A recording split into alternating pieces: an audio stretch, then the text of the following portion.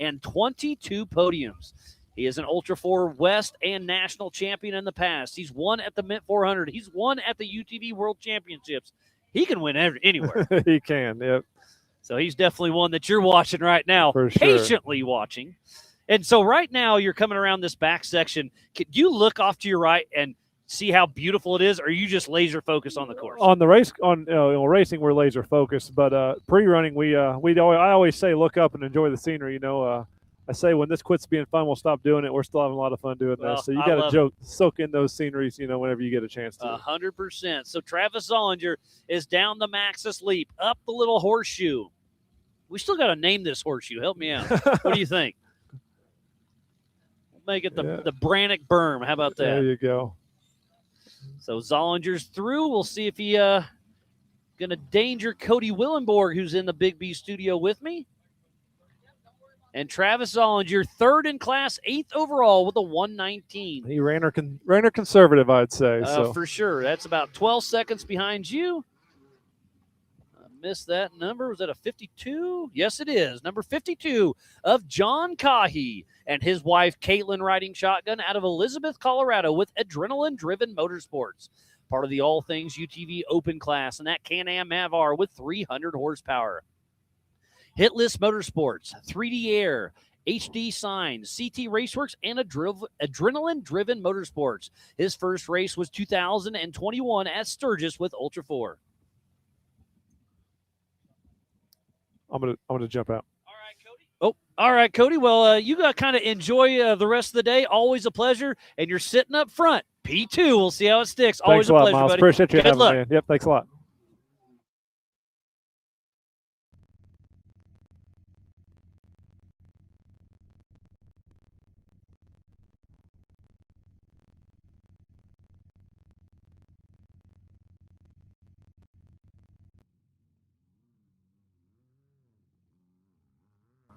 So John Kahi is out here and running. We'll see what kind of time he throws down. Looks like Wrecking Boy's really having fun. Tuning into the Ultra 4 USA YouTubes. And we'll get a time for John Kahi. I think this is going to be very respectable.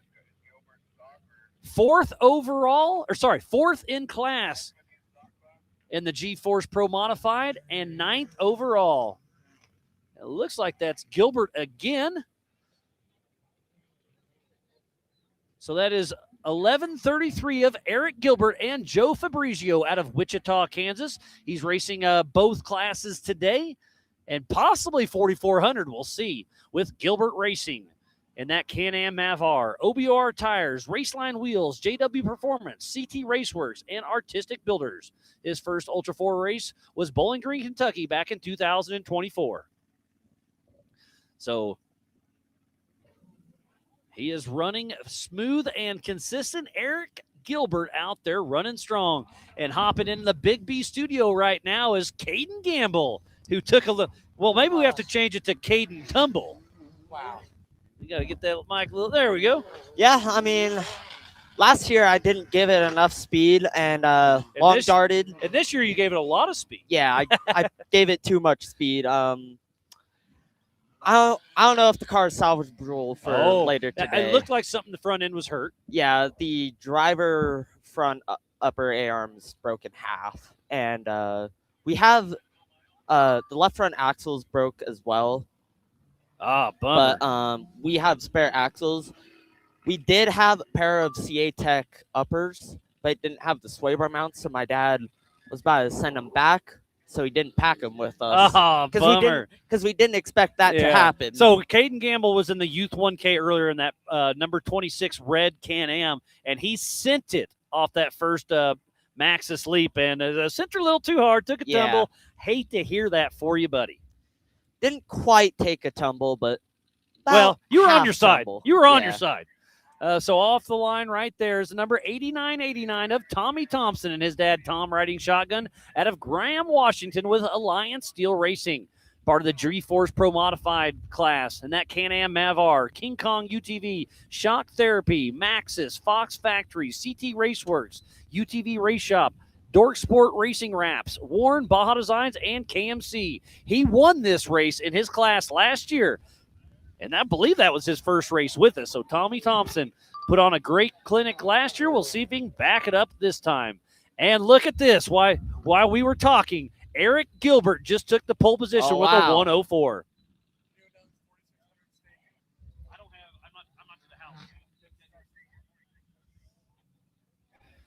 And it looks like UTVs are winding down. So if you're watching on the YouTubes, you're here on site. 4,600 Spider Track stock class, please start staging. And heading out for a second time, that is Dustin Robbins, number 311 out of Decatur, Alabama, with all things UTV.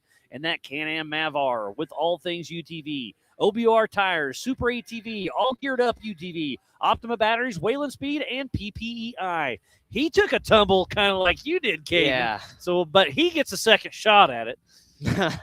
Tough break. So you've raced 170s with us for quite a while, and you've stepped up to that Youth 1K. How much more fun is it stepping up to the big car? Man, it's a whole lot more fun because I love going fast, and with Turbo X3 can definitely go fast.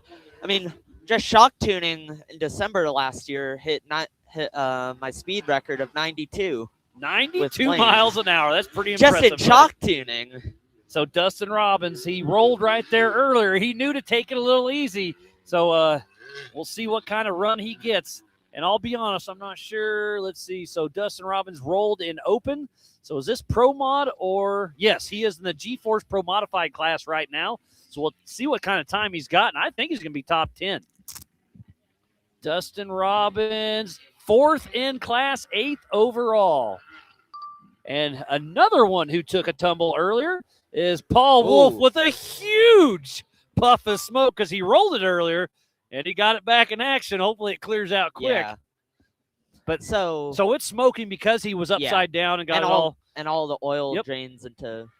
So it should clear out. He should be good. I think the car's okay. We're about to find out. But so all that smoke is just a little excess oil burning off the exhaust. Through the exhaust. Yeah. All right. So he is around this 0.5 half a mile qualifying course for the Maxxis Tires Beatdown here at Area BFE. Over 300 acres out here. Absolutely amazing. He learned his lesson.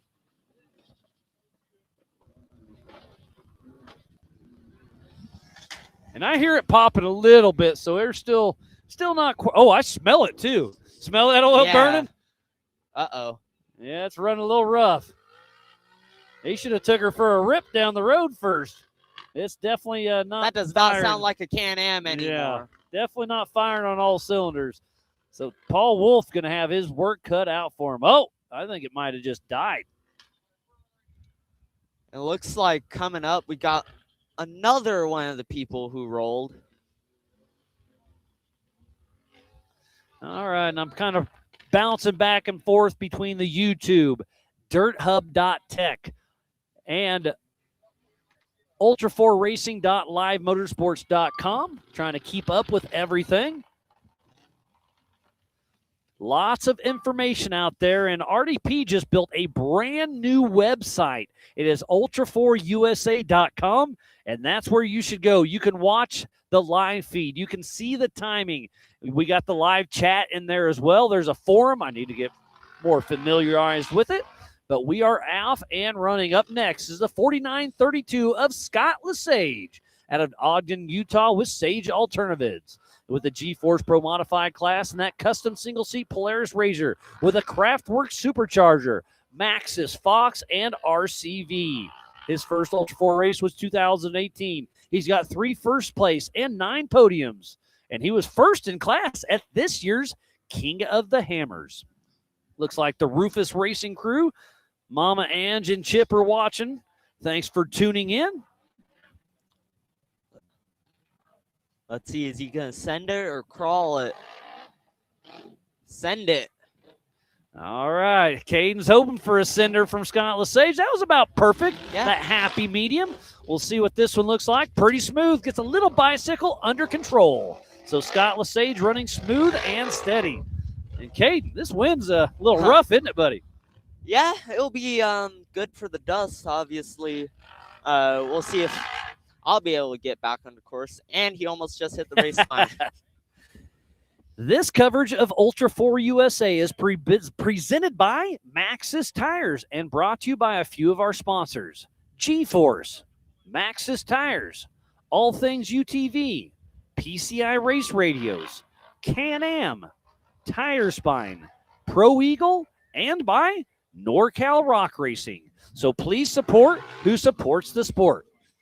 So we have another heavy hitter that's taken off right now who rolled earlier as well, is Cole Clark, number 24, out of Cortez, Colorado, with 2-4 Racing in his Polaris seat. He's got 8 wins and 20 podiums with Ultra 4 USA. That's pretty impressive, isn't it, Kaden? Heavy hitter who took a heavy hit earlier. Absolutely. So it looks like this may be our last UTV to qualify. Looks like it. I see the 4600 Spider Track stock class lined up. And up first looks like it's going to be the old Toyota of Chris Manili. So we'll see what kind of time Cole Clark. I bet you he'll back her down just a little bit. He's still pretty quick.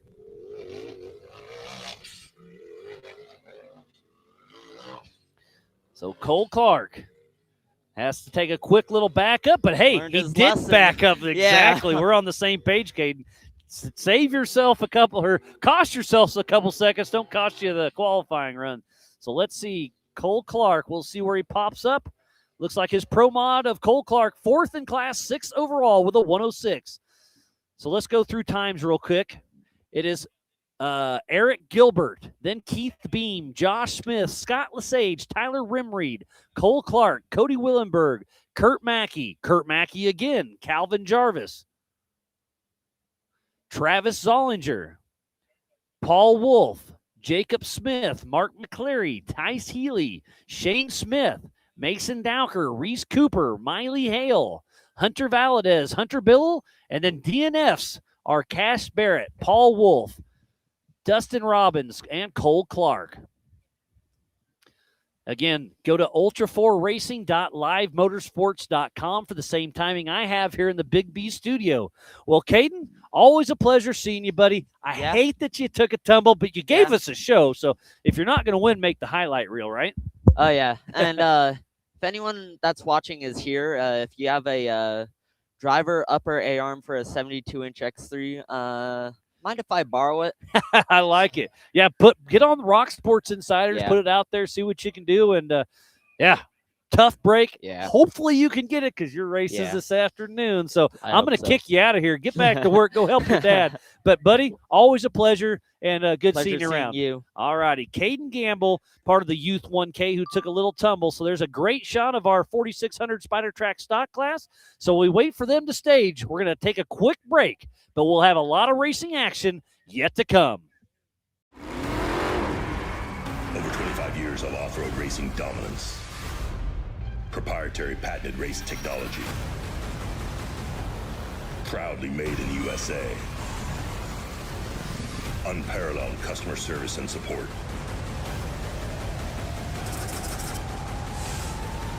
The choice of champions. King Shocks. The leader in off-road shock technology. We don't take these lightly. They're not practiced or anything like that. We're here to try to win. And you know, we're getting bigger car counts. It's a new track. It's a cool venue, and it's a different change of scenery. That's what Ultra 4 is. But then when the green flag drops, it's all out battle. Mad Max and Thunderdome.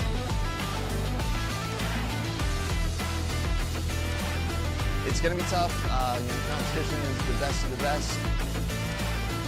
For me, it's just a place to go release some anger and have some fun with my kids. And it's like fist fighting in a goddamn race car.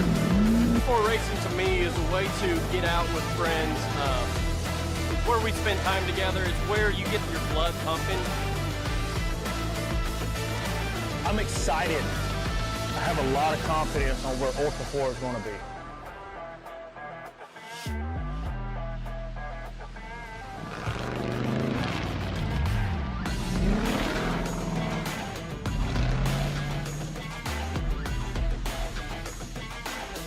Ultra 4 is awesome. It's so much fun because you're just wheel to wheel with the guy next to you, and especially in short course. And what an opportunity to be able to race side by side with like pro level drivers that have won K08 previously, OG drivers that have been in this for 10 plus years.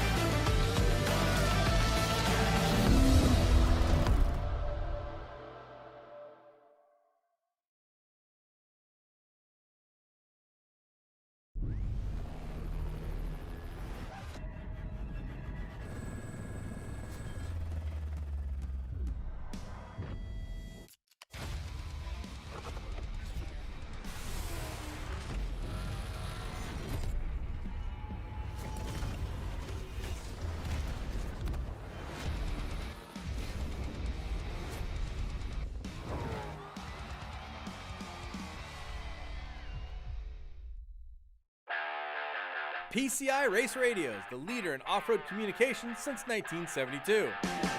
Our equipment was developed for racing in Baja, perfected for enjoying the weekend with family and friends. PCI has the highest quality communications, navigation, and safety equipment, backed by the best support in the industry.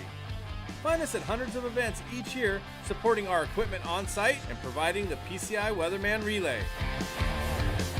See you in the desert.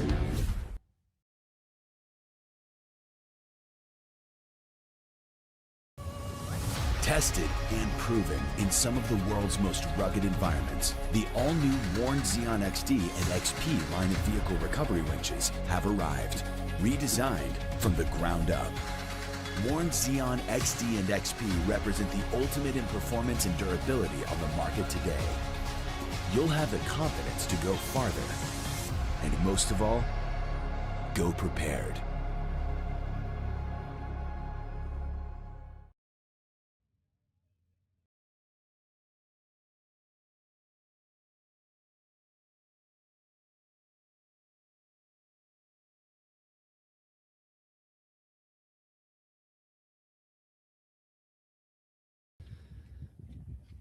Welcome back to the 2026 Ultra 4 USA Maxxis Tires Beatdown here at beautiful Area BFE. I am Miles Hasselquist, and we just wrapped up UTV qualifying.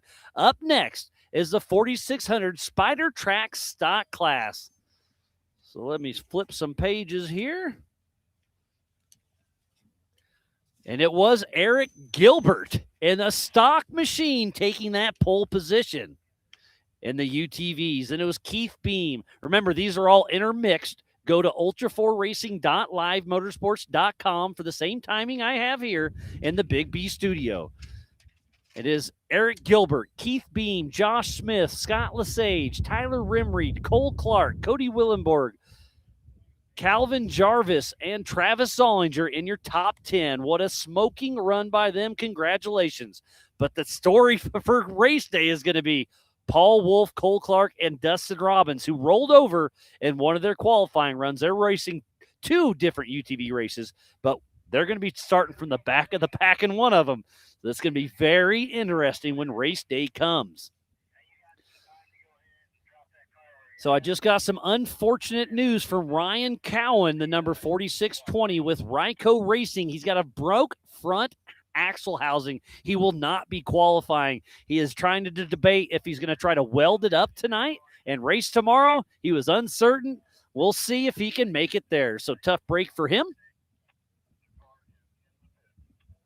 So up next, it will be the 4600 Spider Track Stock Class. And first off the line will be Jesse Bennett and Eric Hornvet out of Reno, Nevada with JBM Racing. And that 94 Jeep Grand Cherokee with a Russ Porter 4.6 Golden Stroker, 300 horsepower. Jesse Haynes Fabrication Portals, front and rear. Mickey Thompson Tires, Radflow, Yukon, Great Basin Aviation. Been racing with us since 2022. Got 2 podiums with Ultra 4. So what is a 4600 Spider Track stock class? You have to have a stock OEM frame Wheelbase must stay within 3 inches. Factory engine, but may be replaced with any available engine in the same make, year, and model. Has to have a factory transmission. 35-inch DOT tire, Department of Transportation. So that's the same tire I have on my Jeep. You have on your truck. So 35 maximum tire. Single 2.5 shock per corner, limited to 14 inches of travel. Factory style suspension like a leaf spring, coil spring, TTB, and on. They have to have mechanical steering. This is a grassroots class. Absolutely love me some Spider Track stock class racing. Who won this race last year? It was John Williams, but I believe it was actually his brother Nate Williams driving for him. He had a lap of 27:49, and then it was Albert Contreras and Brexton Glinds. All three of them are racing, and they're out there. We'll see how qualifying goes and get them kicked off tomorrow morning. So out there running right now is Jesse Bennett.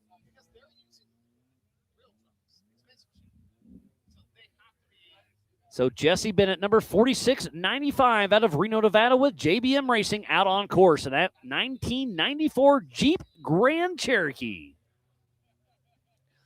So Jesse Bennett having some fun. We'll see. But right now it is fast time of the day of Eric Gilbert with a 104. My original guess was 40 to 45 seconds. I'm gonna back up on that. I'm just wrong.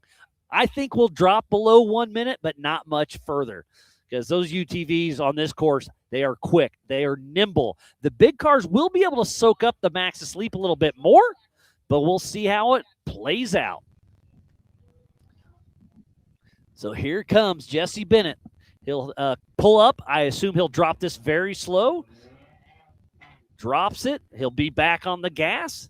He'll take that wide inside line. You can go all the way to the left, and it's a lot easier, or you can take the big drop, and we'll see how it plays out. You do have to drop through those 2 Maxxis flags down the Maxxis Leap. Slow and steady, but smooth. So Jesse Bennett and his buddy Eric riding shotgun. Going to head up through the Brannock berm as we speak. Fun little rock crawl. Gets a little bit of a wheel stand.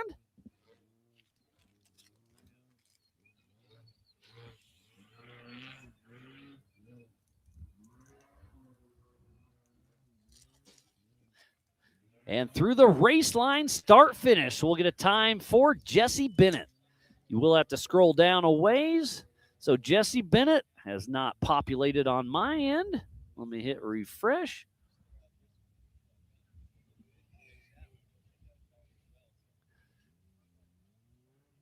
Jesse Bennett just throws down a 1:42 fastest time. Off the line now is the number 4663 of Chris Manili and Eric Jensen riding shotgun out of Paradise, California with Mean Street Racing. And that beautiful beat-up 1985 Toyota with a 22RE Raceworks, Skies Off-Road Design, Rough Stuff Specialties, Redline Oil, Yoda Masters, Warren Racing, and Perry Built Customs. Been racing with us since 2021 and has been on the podium before.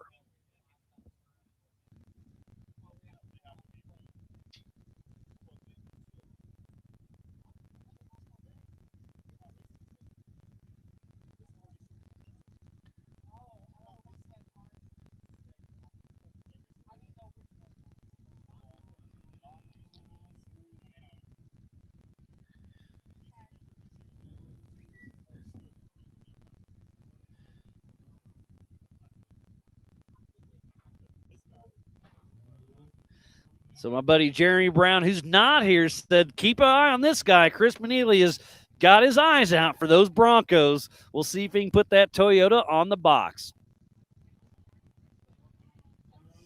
And I can hear that 22RE. All of the squirrels are wound up.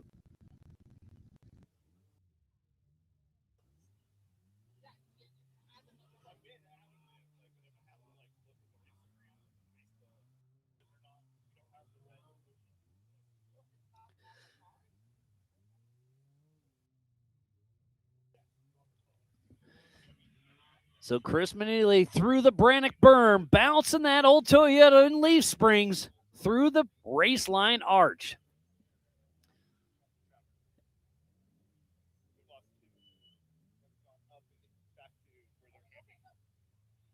So Chris Manili in second place in the 4,600.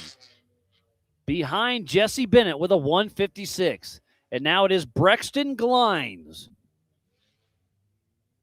And his brother Kaden riding shotgun number 4691 out of American Fork, Utah with Glinds Motorsports. And that Dynatrack Ford Bronco with 355 horsepower. Maxxis tires, Dynatrack axles, Craig Swap and Associates, Ken Graff Ford, Way Safe trailer hitches. Been racing with us since 2022. And our thoughts and prayers are with their dad, Kendall Glinds, who is fighting cancer, but I heard he is going to be here on site to root on his family. So, again, Kendall, hope you are doing good. I know you and Cody Addington and Anthony St. Clair have been fighting cancer, and our thoughts and prayers are with each and every one of you. But, again, if you can come out and be in your happy space out here, we'd love to have you. So, Brexton Glinds dropping down the Maxxis drop. So he's putting that Toyota, getting a little bit of a wheel stand back and back, but hopping in the Big B studio right now with me is Calvin Jarvis. How you doing, buddy? How you doing, Miles? I'm doing great, having a lot of fun. I'm going to screen through here. So you are pole position in the Youth 1K. You got your dad riding with you. How much fun was it out there? You were smooth. Yeah, it was great. Just don't send down the jumps. You can make up your time somewhere else. Kaden found that out. He sent her a little too hard, and he came in here and talked to me about it. He said last year he didn't carry enough speed, and he nose dove. So he's like, hit a little harder. Well, he hit it a lot harder. But you're smooth and consistent. There's a perfect speed you got to hit it happy medium for sure. If you go too slow, you're going to endo. Get your front tires caught in there. But yeah, so but hey, you did it. You're in that pole position. You raced tonight at what time? 3:12, 18 seconds faster than. No, what time do you race? Yeah, you race at 3 p.m. today, hopefully. You do hopefully. 2. Yeah, you as long as we keep everything on time. But, this is off-road racing. You never know. You'll do 2 laps. They are 5.5 miles per. You've been pre-running. What do you think of the course? This place is gnarly, isn't it? It's great, but after seeing that course, I'm a little worried for Paul Wolf where he's going to pass because he's.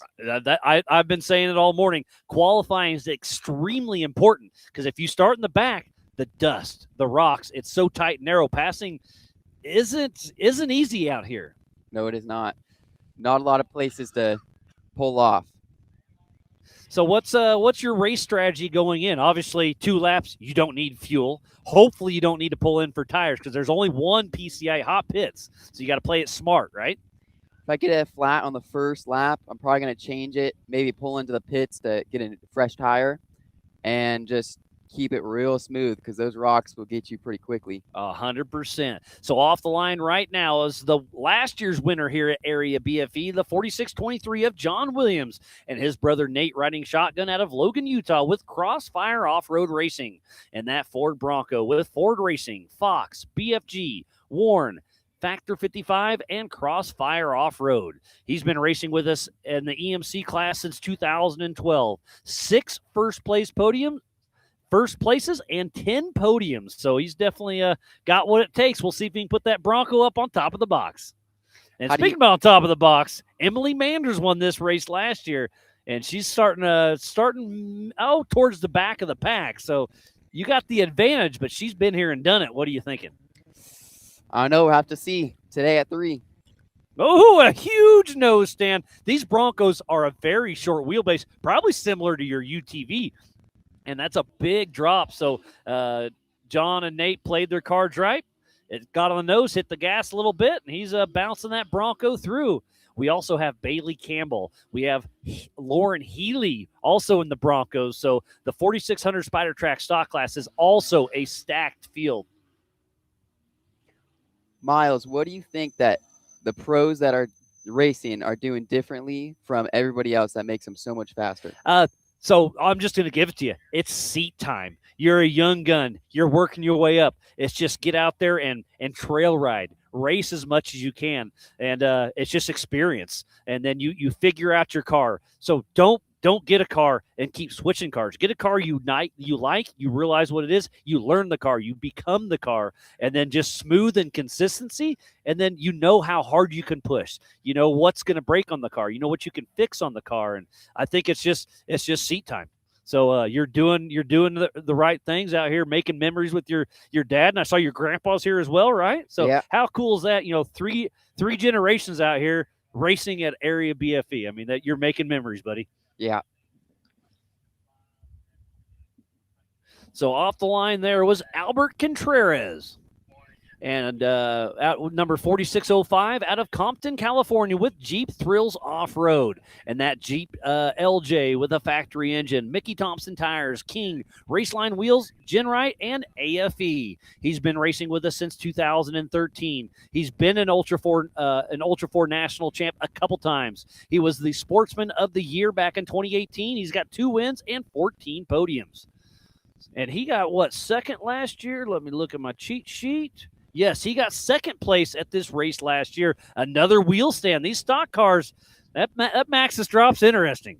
And you guys are a little lighter and nimble, so you can literally jump it just barely and just make it a little smoother. It makes it better with those MRT tires. There you go. They hook up. So speaking about that, you're going to put them through their paces here. I think this is probably outside of Hammers, the toughest race on tires. So what air pressure are you running? I'm going to guess 22.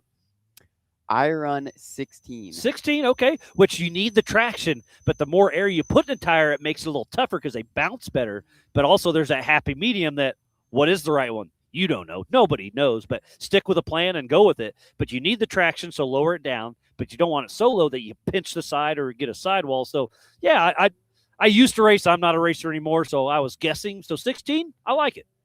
Yeah, just like you said, seat time. You got to find your sweet spot.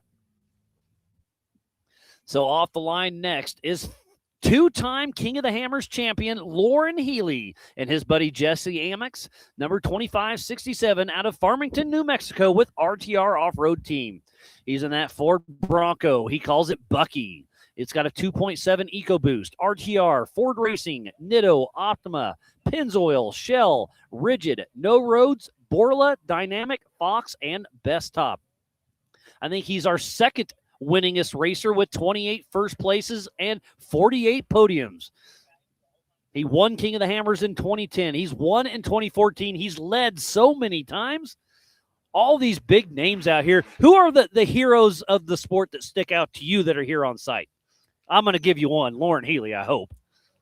I'm sorry. I'm going to have to disagree. My number one's probably Paul Wolf. I'll take really it. No, cool, I was saying really just cool a handful. So Paul Wolf's number 2. Paul Wolf is number 1. Putting you on the spot. Cole Clark. I mean, Shannon Campbell right flipped, here. So one of his. He's racing 2. He flipped one. He had a solid finish on the other. I didn't see his other. What was his time for the other? You're going to put me on the spot now. So Cole Clark is 4th in class and 6th overall with a 106. Albert Contreras is 5th in class. Jesse Bennett got bumped to 4th. Brexton Glinds in 3rd. John Williams in 2nd. And Laurent Healey just got the pole position in stock class for now with a 124. Sorry, we're chatting. I wasn't paying attention to timing, but the 4600 stock class, it's going to be tough. And Broncos 1, 2, 3 right now. So Jesse Bennett and Chris Manili, Albert Contreras, they got their hands full. So off the line next is the number 4635 of Bailey Campbell and Brian Crofts out of Gilbert, Arizona with RTR Off-Road Team. And that Ford Bronco with RTR, Ford Racing, Nitto Tires, and Best Top. She has almost won King of the Hammers back in 2019. Absolute heartbreaker. She started racing back in 2014. She's got 6 podiums with Ultra 4, and obviously her dad is right here. 3-time King Shannon Campbell. He'll be racing the 4400 later on today. And Bailey Campbell looks like a smooth run. We'll see how she drops the second Maxxis leap. Smooth and steady. Smooth and steady. That's the name of the game. And you had a game plan. You stuck with it, buddy.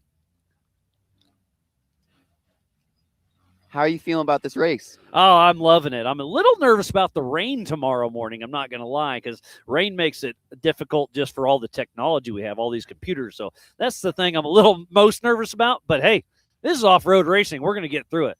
And the car count is absolutely amazing. I think your class has 9 cars. That's probably the most we've had in a Youth 1K class, I believe, right? It sounds familiar. Yeah, outside of King of the Hammers. But, yeah, just being out here, look at the backdrop. You have the snow-peaked mountains, area BFE with 300 acres, just a beautiful drive. And then being here during the 60th annual Easter Jeep Safari, just amazing. So off the line next is Preston Davis and Dustin Carr, number 4648 out of Rexburg, Idaho, with Fueled by Family Racing. And their Jeep Grand Cherokee with Easy Flate, Threat Wheels, Milestar, PRP, and Parker Pumpers. First Ultra 4 race was right here last year.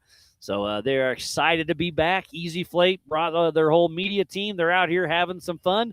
They had some drivability issues when they got it here. They went to back off the trailer, wouldn't start. So they put all new injectors in it thinking it was that. Still no start. Then they ran to good old O'Reilly's in town and got a coil, put her in. They're running, but they're a little nervous. And they had to put a brand new engine in before they came here. So they've been fighting the issues, but they're never quit attitude. They're out here having fun. Working nonstop. Absolutely.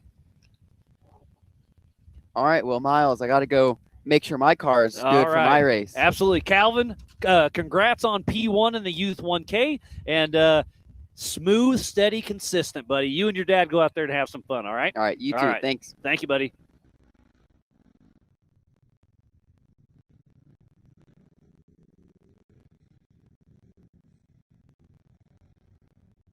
So Preston Davis with Easy Flat, part of the 4600 Spider Track stock class, out on course.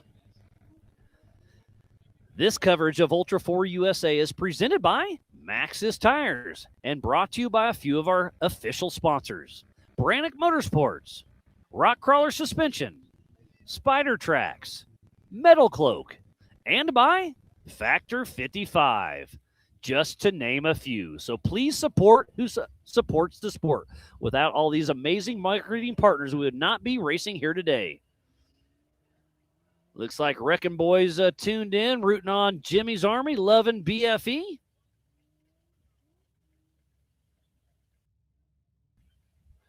Looks like Cole Buckland.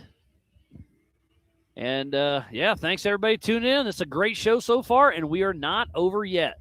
We'll see where Preston Davis moves 31st overall and 8th in class with a 215. And it looks like that's everybody that's going to qualify. You do not have to qualify. You can take a rear start, just like our buddy Ryan Cowan. He didn't choose to. He got forced to. His front axle housing is broken. He's going to try to get it welded up, hopefully, and back in action. So if you're here on site and you have a welder, go check out here in the area BFE pits. Ryan Cohen could use your help. Up next, looks like it's the 4800 Brannick Motorsports Legends class. And first off the line is the Legend Ford Ranger, the number 232 of Adam Lovell and his dad, Brad Lovell, riding shotgun out of Colorado Springs, Colorado, with Lovell Racing in the OG Lovell Ford Ranger. In that Ford Performance, 363 with over 500 horsepower, Amsoil, Ford Racing, BFG, Fox, Method, Ron Davis radiators. This car has ran since 2008 at King of the Hammers, and Brad Lovell, the co-driver, is in the Off-Road Motorsports Hall of Fame. So I just said this is the 4800 Brannick Motorsports Legends class.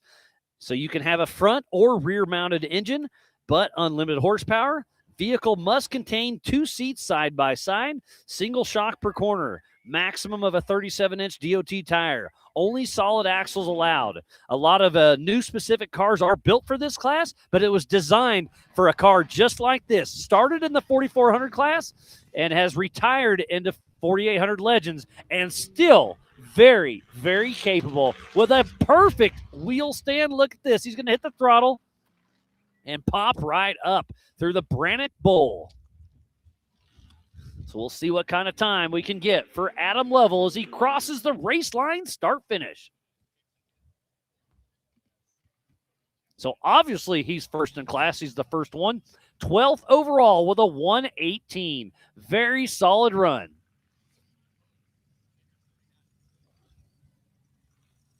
So now we're going to intermix, just like the race, 4,500 and 4,800. So that is the 4584 of Taran Howeritch and Sloan Richard riding shotgun out of British Columbia, Canada with Big Country Customs. In that Toyota with an LSX 454. Yukon Gear and Axle, Mickey Thompson, Trail Ready, Warren Racing, Factor 55, and Lordco. First Ultra 4 race was up in Montana, where we'll be later on this year, back in 2023. And this year at King of the Hammers, he got second place in the 4,500 modified class. So what is a 4,500 car? You can have two 2.5-inch shocks per corner, limited to 14 inches of travel. Mechanical steering, maximum of a 37-inch DOT tire, front-mounted engine, but unlimited horsepower. So again, all EMC cars are DOT tires. So the same tires I have on my Jeep, you have on your truck. They're out here putting them through their paces. So Maxxis really loves jumping on board and showing what their tires can do. Where else can you test them better than Ultra 4? So Taran Howeritch out of the Canada, doing well. See another Canadian up there, Bill McGibbon. Watching qualifying going down. There's Chuck Crossland. All right. I see a Summers car. They always confuse me because they look very, very similar. But I think this is Dylan Summers. Let's see. Can I look up here? Yes, that is Dylan Summers taking off, who won the EMC race at King of the Hammers earlier this year. He's got Guy Miller riding shotgun out of Santa Cruz, California with Summers Racing. In that Jimmy's chassis with a Jeff Ginter LS 427, 650 horsepower, Gearworks Turbo 400, Nitto tires, Ag and Fab, King, and Maxima Oil. Great to see this young man following in his father's footsteps. Derek will be running later, but it was Dylan Summers 1 and Derek Summers 3rd at this year's 2026 King of the Hammers.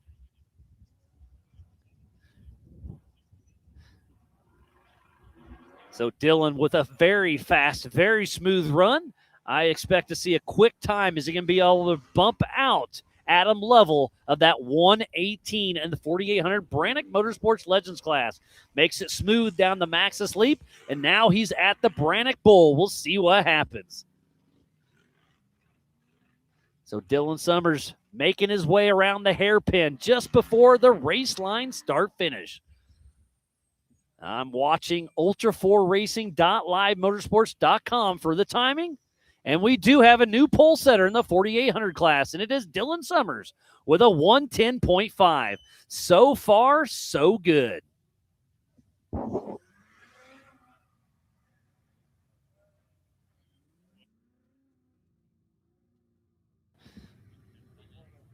And I wasn't paying attention. Was that Dan Huyrick looking at the back? And it is the 218 of Dan Huyrick and Jason Sears out of Gardnerville, Nevada with DW Racing. And that 2024 UFO Toyota Tacoma with a Grom LS3 with 600 horsepower. Milestar, Raceline, FK, UFO, King, Frontline Optics with some awesome sunglasses. He gave me a pair, and they are amazing. Warren Racing.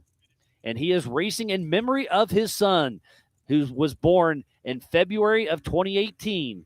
So 218 is his race number. Close to my heart. I absolutely love it. And that's probably the nicest 4,500 modified class car that'll be out on course as he hits the first Maxxis Leap. Now he's on the drop number 2. So Dan Huyrick with a very smooth run. We'll see what he can do. These cars are pretty impressive. He's around the Brannick Bowl right now. We'll see how it plays out, but so far, so good for Dan Huyrick. Having some fun. Got Chase and Matt out here running around with Our Day Off podcast, getting some peoples, and just having fun. That's all they do. I don't think they're a part of Fun Haver, but they definitely have fun doing everything they do. Let's find a time for Dan Huyrick. So Dan Huyrick, first in 4,500, 16th overall with a 122.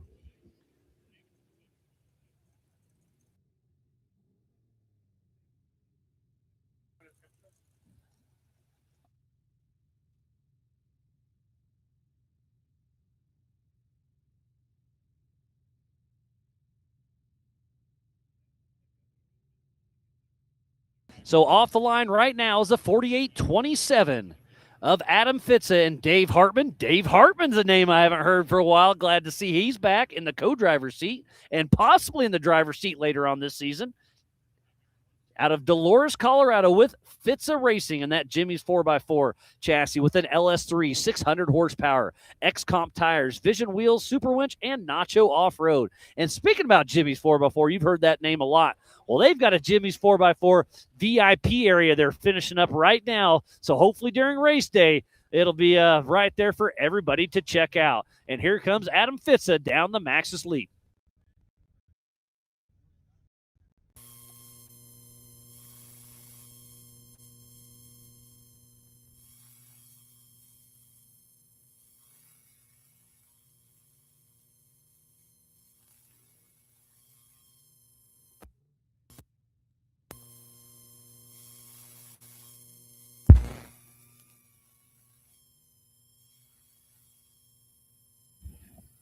So we'll get a time for Adam Fitza.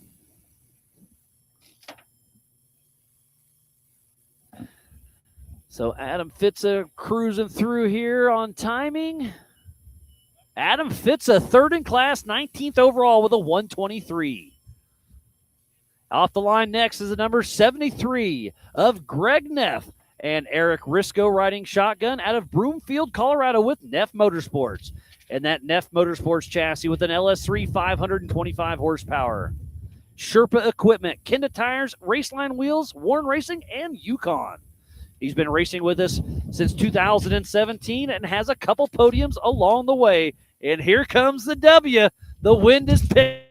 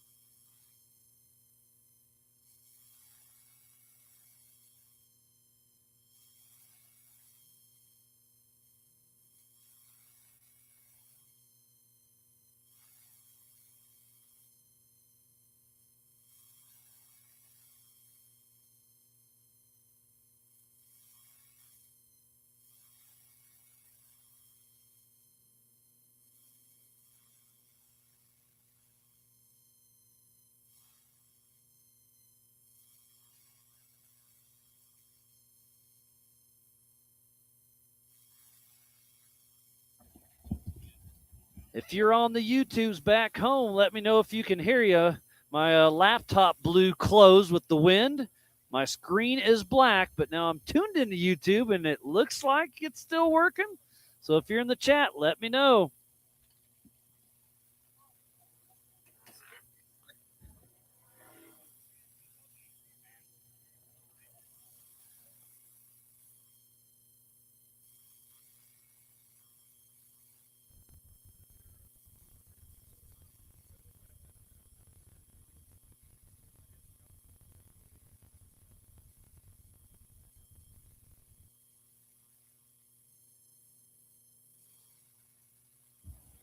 I got something back on my screen. So, Chris, if you're back home, if you could log into my computer and fix me, I would love it. All right, so I'm getting confirmation from Lundy, Glenn Page. Thank you, everybody. And tuning in from back home is Kendall Glinds. He's asking where they ended up. I'm scrolling. So you were 4th in class. Brexton did a great job, got 4th in class. So thanks for checking it out. Hope to see you later. And yeah, so Dave's just tuned in, watching. Thank you, buddy. And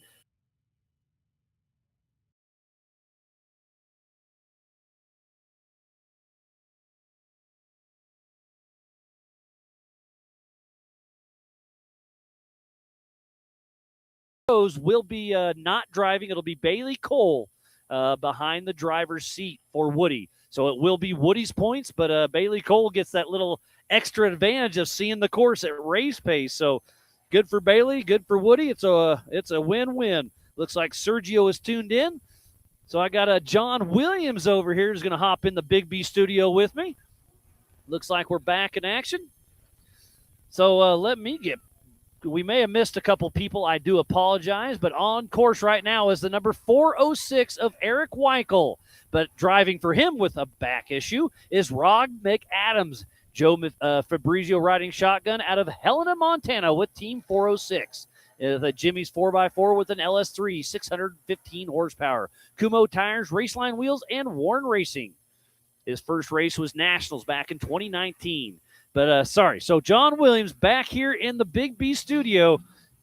Remind me, was it your brother last year here that won this race? Oh no, that was me. That was NorCal. I was racing with his Spirit, but yep, okay. NorCal, I get mixed up.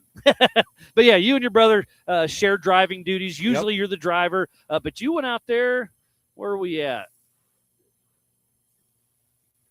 Got to scroll. So Lauren Healey 1, John Williams 2. Perfect. So you're second off the line. I believe your race will probably do 30-second increments. So how important was qualifying to go smooth Consetti but still push? Well, I don't even know the exact total. I hear 15, 18, how many people are in our class. But qualifying out here was really, really important.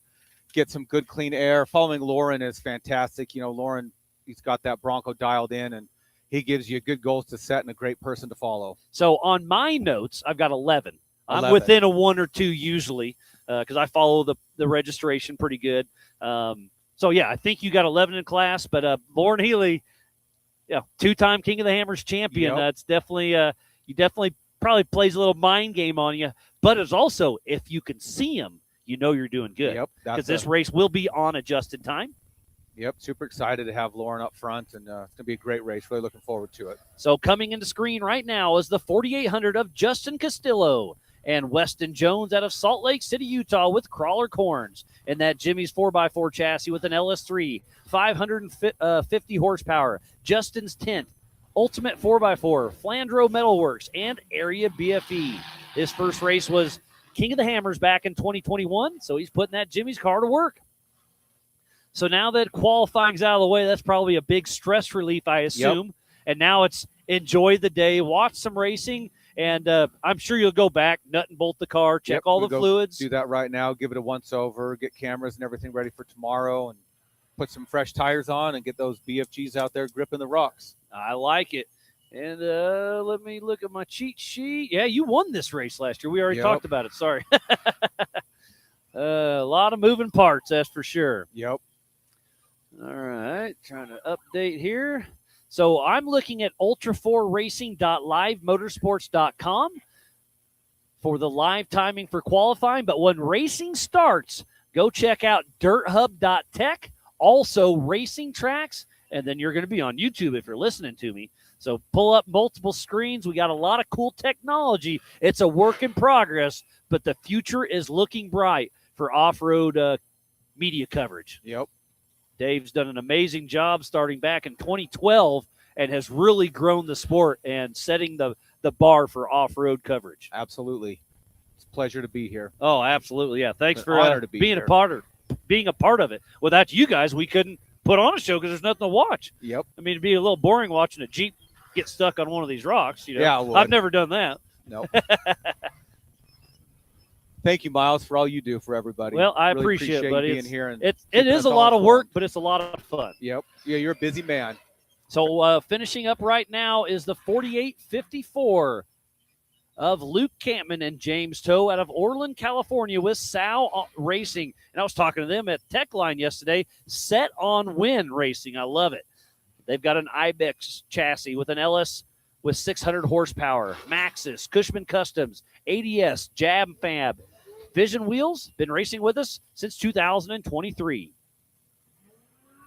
And speaking about Woody Rose, who's not in the car, it's Bailey Cole, number 22, out of Sparks, Nevada, with Dylan Trent riding shotgun out of Trent Fabrication. And that Trent Fab top shelf chassis with an LS X440 with 750 horsepower, ATO Turbo 400, Kumo tires, Raceline wheels, and carbon off-road. This is Derek and Lisa Trent, son, but obviously it is Bailey Cole driving, Dave Cole's son. First race for Woody was Crandon back in 2021, 3 wins and 9 podiums. He was also the 2022 Western champion. But he has Woody does have a back issue, so he has a fill-in driver of Bailey Cole. So we'll see him dropping down the Maxxis Leap, smooth and steady. And how cool is this? Because Bailey's driving a Trent Fab car in 4800 and a Trent Fab car in 4400. So they handle very similar. So I think that's a huge advantage of just being in the driver's seat more. Yep. So bummer that Woody, his back's hurt, but hey, safety first. You get 1 fill-in driver per season unless it's a medical issue with a back injury. He sent the email this morning. Derek, Woody's dad, did, so it's recorded. So off the line next is the 48-22 of Rob Shepard and his dad, Robert, out of Colorado Springs with RLS Racing and that Toyota with a 3.4 engine. Warrior Winches, SLRK Performance, TGA Performance, Maxxis, and Vision Wheels. He made his Ultra 4 rookie debut at the 2026 Griffin Radiators King of the Hammers, powered by Optima batteries, just a few short months ago. It feels like yesterday, but it also feels like a year ago. Yep. So now that qualifying's out, we've already talked, you're going to relax. You're going to check the car. So what's strategy going into race day following 2-time King Laurent Healey? Well, we have the water that we may or may not have to deal with. Hey, shh. We don't talk about rain. We don't talk about wind.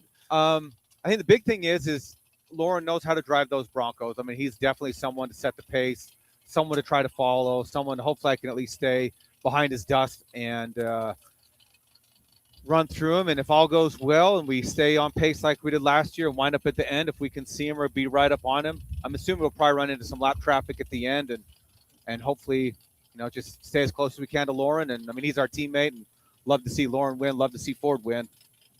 And you guys are running 3 laps. Does that sound right? Yep. So 5.5-ish miles. Is that right? I think so. Yeah, that's what I remember. Lots of numbers in my head, so I mix them up. I remember there's a couple things a little harder than they were last year. Couple climbs that were a little more this year than last year. So let's talk about that. We come to places, we try to build a course, and then people want to come and wheel the same course because this is a private park. But you go down to Area BFE, buy a park pass, you can come out here and race, and then they're like, I think Ultra 4 went here, and you can tell because it's burned in. So now it gets beat up all year. And then we come back out. It's a different course, even though it's the same.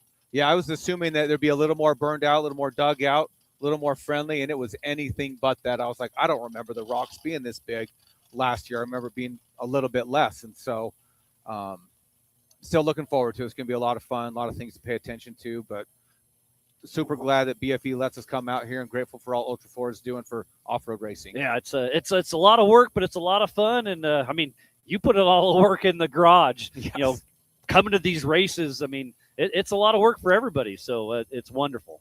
Well, thank you guys. Can't thank you enough. Is that Holly Fowler? Man. Yes, it is. Perfect. 43-13 of Holly Fowler and Justin Joseph, who will be racing 4,400 later. Justin Will, her co-driver, out of Hurricane, Utah with Seat Time Syndicate. And Nessie the Rock Ness Monster with a 2018 JK, LS3 with 525 horsepower, Maxxis, KMC, Fox, and PRP. She's been racing with us since 2023. So when you and your brother Nate are in the car, is it all business or are you guys giving each other a hard time? Because I know me and my brother, we love each other, but it's a lot of fun. He definitely, like even when I navigate for him, you're navigating as though you were the driver and making suggestions. And I would do this, I would do that, go here, go there. And everybody sees things a little bit different, but we've been together for so many years. We think very much alike. And sometimes we'll play a game and we'll be out running around. I'm like, I would go here, and I'll tell myself that in my head. And he'll go right where I would have gone. And it's like, okay, we're right on, we're on the same page in everything that we do. And so that's, I don't know, I think the measure of a teammate is when you could ask them 10 questions, if 8+ they'd answer the exact same as you, you're doing something right. And Yeah. rely on that person. And it builds you confidence, For sure, yeah. I mean, obviously you guys have grown up together your whole life, so you guys are on the same page Yeah. most of the time, but I'm sure it's every once in a while it's like, shut up. Or why'd you hit that rock? That hurt. Yep. I try to be more conscientious on his side. But yesterday, all the bumps yesterday were all on the passenger side. The driver line was way smoother. And I was just watching Holly Fowler there, and she crawled that inside rock with her right rear tire. I really like that, but it didn't set her up for the corner. So I thought it was a good move, but then she still had to take a backup. So I think on the Brannock Bowl right there, you really want to hug the outside, trying to not get that backup. And you're in those in that new Ford Bronco, and when you're coming down that Maxxis drop, you're a short wheelbase. That was steep, but you just gave it enough throttle to keep that momentum going. It was the smoothest of the times we practiced was in the qualifying run. Well, when I dropped, it's usually the opposite. Yeah, I know. When I dropped this one, I was like 8 inches or a foot off to the left and hit the passenger door handle on a rock. I was like, that's not right. Whoops. So off the line next is the 4812 of Jacob Pacheco and Mike Murphy out of San Martin, California with BP Racing. And that Trent Fab chassis with an LSX with 630 horsepower, Hankook, Dynapro, Raceline, Rugged, and Warren Racing. Been racing with us since 2012. Started in the stock class, but has worked his way up. Has won King of the Hammers in the Legends class. Sorry, in the stock class back in 2017. He's got multiple podiums with us here at Ultra 4. So Jacob Pacheco, definitely one to watch in the 4800 Brannock Motorsports Legends class. So we've already had 50 cars go out on course. We have over 100 that are racing this weekend, but you do not have to qualify. So we are already halfway through qualifying.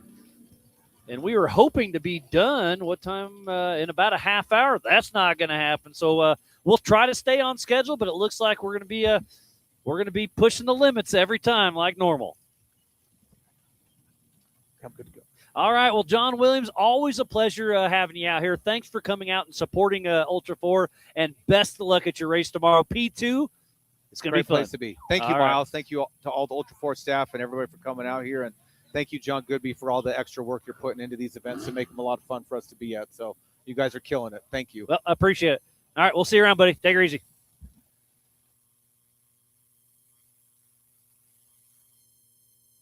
So off the line right now is the number 1717 of Johnny Valadez and PCI's Ranger Steinberger, riding shotgun out of Algaduce, California with Telemetry Motorsports, and that bomber chassis with an LS3, PCI, Mickey Thompson, Yukon, Radflow, TR Beadlocks, Carbon Off-Road, and Sunoco.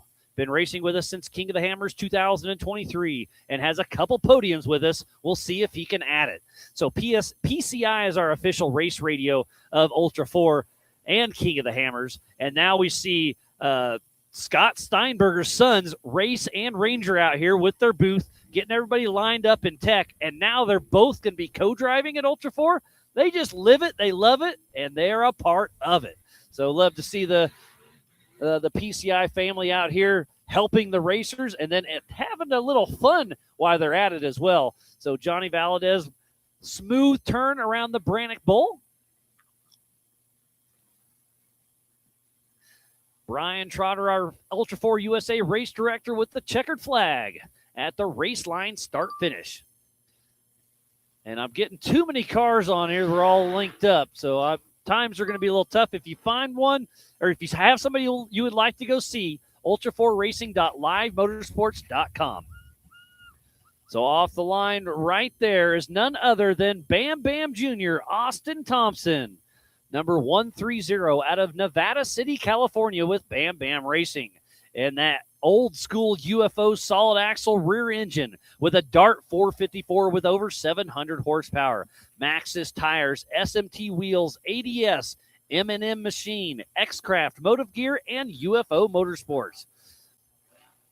He's been racing with us for a couple years now. His dad, Brendan Thompson, won this race in the 4,400 class. So we'll see what these Maxxis athletes can do. Like I said, I remember when this car got debuted. I'm going to guess, man, I'm getting old. 15 years ago or so, Brendan had it. Joe Thompson, Mr. UFO, is out here. I saw him run around supporting his cars that are out here racing.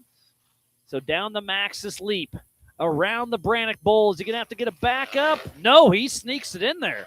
One hard left to go, and Austin Thompson gets the checkered flag in this half-mile qualifier, all during the Maxxis Tires Beatdown here at Area BFE.